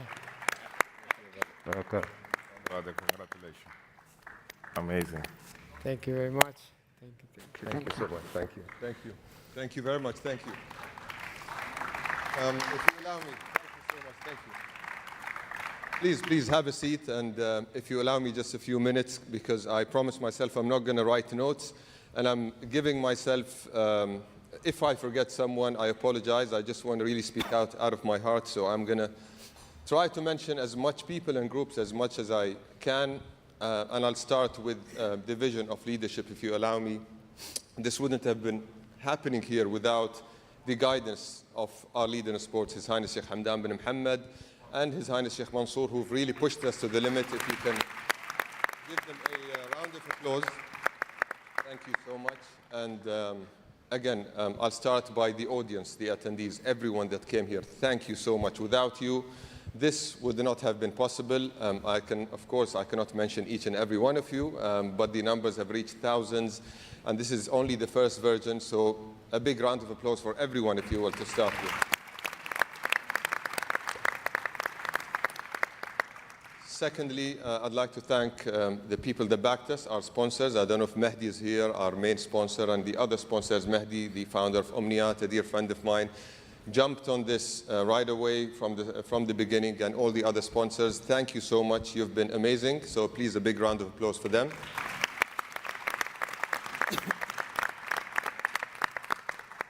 A big thank you to all the speakers and all the participants and all the athletes.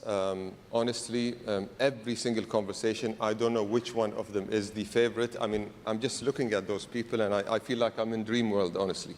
Looking at those people, I'm so humbled and honestly so happy that I've met them. And you know them as superstars. I've been honored and blessed to know them as human beings. And as amazing as they are as superstars, they're even more amazing as human beings. So not only the ones I see here, I'm talking about all the ones that have been participating across all the panels, the conversations. And I also thank them for being as open as they are and talking about things that are extremely sensitive sometimes, and sometimes things that are related to family. I mean, you've heard it from Roberto Baggio today, the story that he's gone through.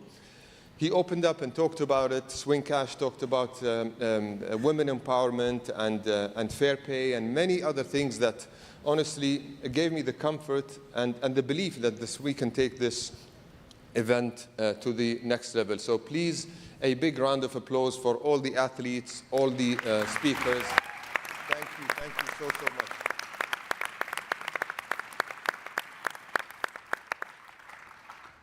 And a massive, massive thank you to our moderators. I mean, I cannot thank you enough. I mean, the way that you all have jumped into this, I mean, whether it's me and Hamid, when I messaged him 48 hours before the event, and what he's done, honestly, is something that is unbelievable. And you created this synergy and this energy.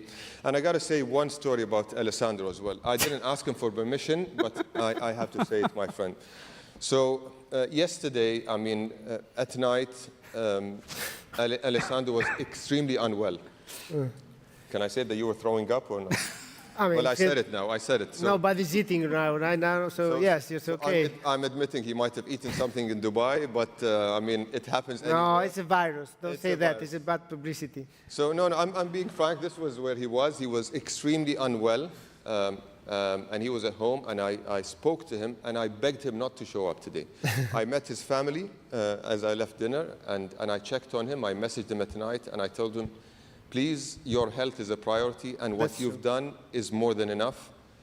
But yet again, being the superstar that he is, he shows up, and he shows up and delivers like he always does. So please, a round of applause. Bravo, bravo, bravo. Thank you so much. Every single moderator, every single person that has actually managed those conversations, thank you, thank you, thank you, thank you so much.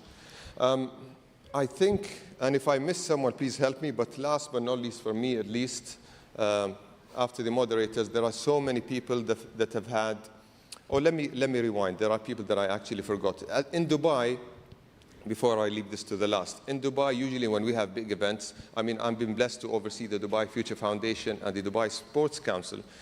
But when we have a big event in Dubai, we usually unite as government officials. So whether you run Sports Council or whether you run the tourism, and I see my dear friend Isam here who runs tourism in Dubai and is doing a fantastic job. I don't want to just point out Isam, but so many of you here, whether it's the Prime Minister's office, whether it's the media office, or whether it's the Road and Transportation Authority, the Dubai Police, the airports, the people that received you at the airport.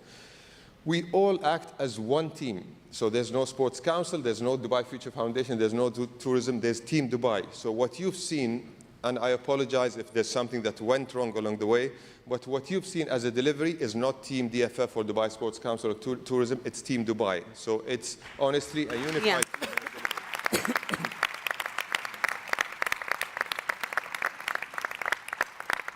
Thank you very much. Thank you for, you made us all proud. Thank you so, so much. I think last but not least, I want to call out the people behind the scenes. I'm going to start by this man standing right there. Pete, can you come here, please? Pete. Pete. So I'm not sure if you know this guy, and you don't know the story of Pete Radovic. So I met Pete through Alessandro, and Pete is a 41, is it 41, Pete? 45. 45 Emmy Award winner. He is...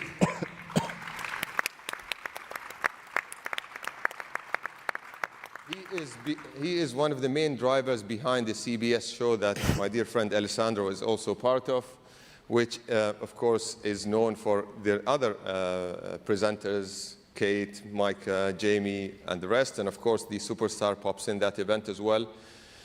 So this person has contributed to that event significantly, and other 45 Emmy Awards. I met him through Alessandro.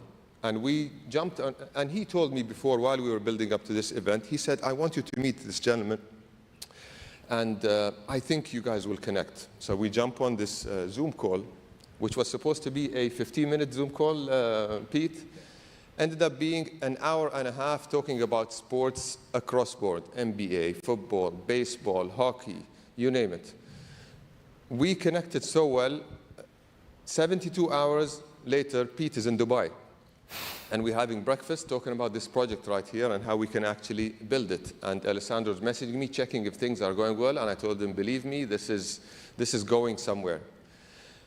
And if you ask me what is the true blessing that I have from this event, is I love the output and the events and the outcomes. And I don't want Gianni to be upset. I really like the announcement of FIFA and the tangible projects. But if you ask me what's something that I'll never forget, it's such genuine connections that I built with each and every one of you, including the one I had with Pete.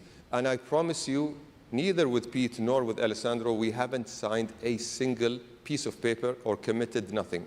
It was just the passion that led us to be here on stage. This does not mean that we're not going to sign things going forward, but what I believe in is genuine relationships take you the furthest. And this is what happened with Pete. So if you don't mind giving him a big round of applause. And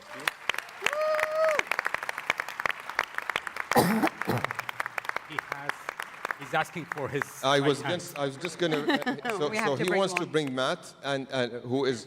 Do you want to say something for Matt? I can't take all the credit because this man is always riding with me at my side. So he come out, Matt. Be out here as well. Let's call Matt in, please. Come on, Matt.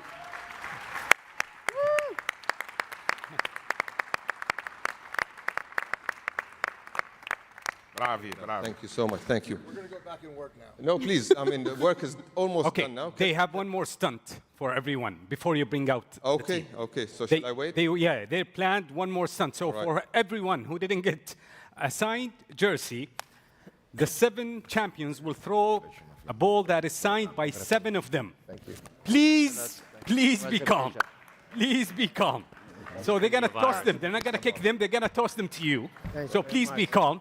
Too much for me. Willing to kick it. I don't want him to kick it. Just go in and toss it to someone, one by one. So we need to shoot on the screen. Don't shoot. Don't and shoot the screen collapse, and then he will collapse if he shot the screen. Come on. No, that's fine. Vai lá no fundo. Una, due. Some pressure. Wow. Che potenza. Fondo tiene che sì. Voglio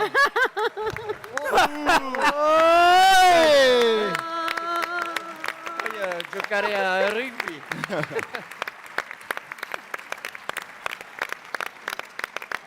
Again?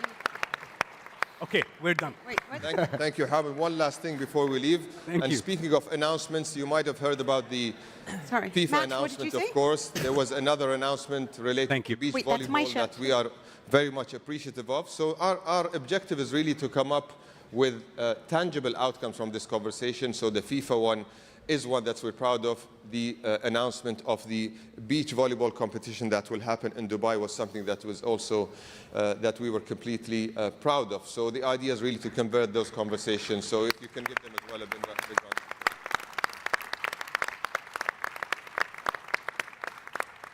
And last but not least, if you allow me to invite every single person, I'm of course not going to single everyone out here, so I want to present to you the hidden soldiers that probably haven't slept for maybe 72 hours or more. Their whoop meters are all red, so they need to recover as well.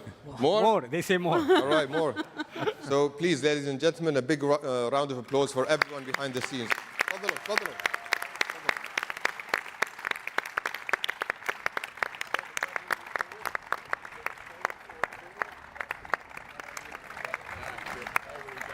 Bravi. Congratulations. Well done, guys. Well done.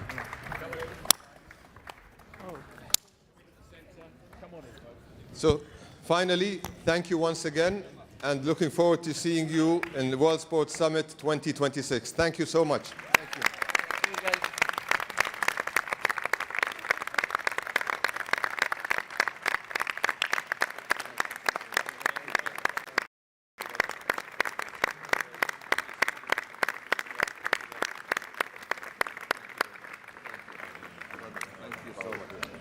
Thank you so much. Thank you very much. Thank you very much. Thank you, brother. Thank you very much. Thank you very much. You took the picture, or should we stand one more time? Can I just jump in here? الله يعافيك. Yes. يسر. الحمد لله بيض الله ويوكم. بيض الله ويوكم. لا والله لا والله لا والله طريقة والله العظيم الايفنت هو الايفنت يعني.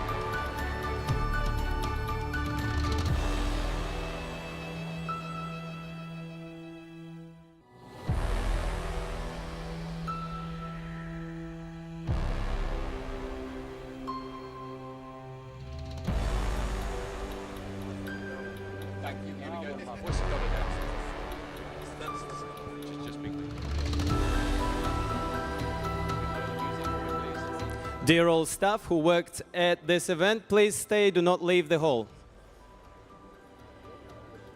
I repeat, everybody who has just been in the picture, please stay, do not leave the hall for a debrief.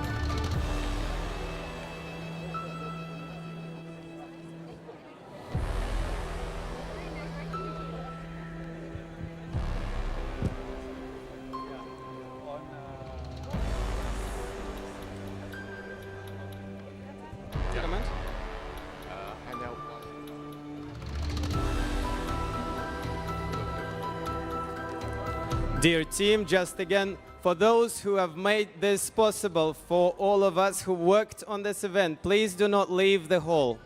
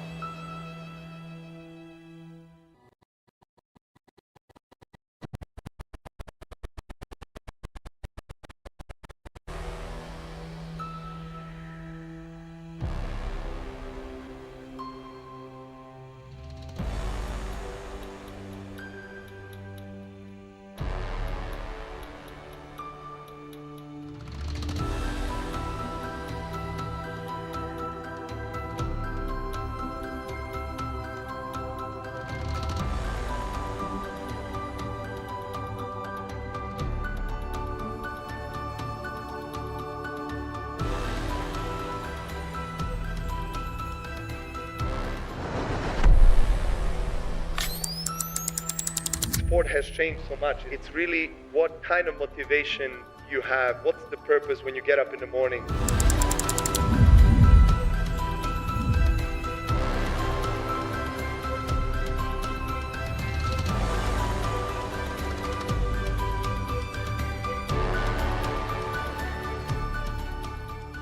You'd have to, after losing Grand Slam, wake up the next day and go to the gym.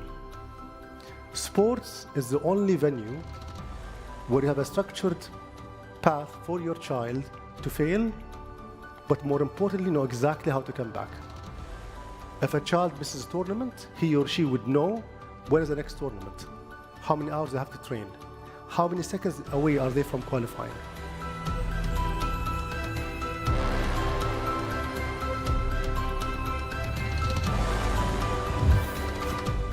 So my MBA was playing around the world, learn from the president, the director of marketing, the financial directors, every team went, I learned something.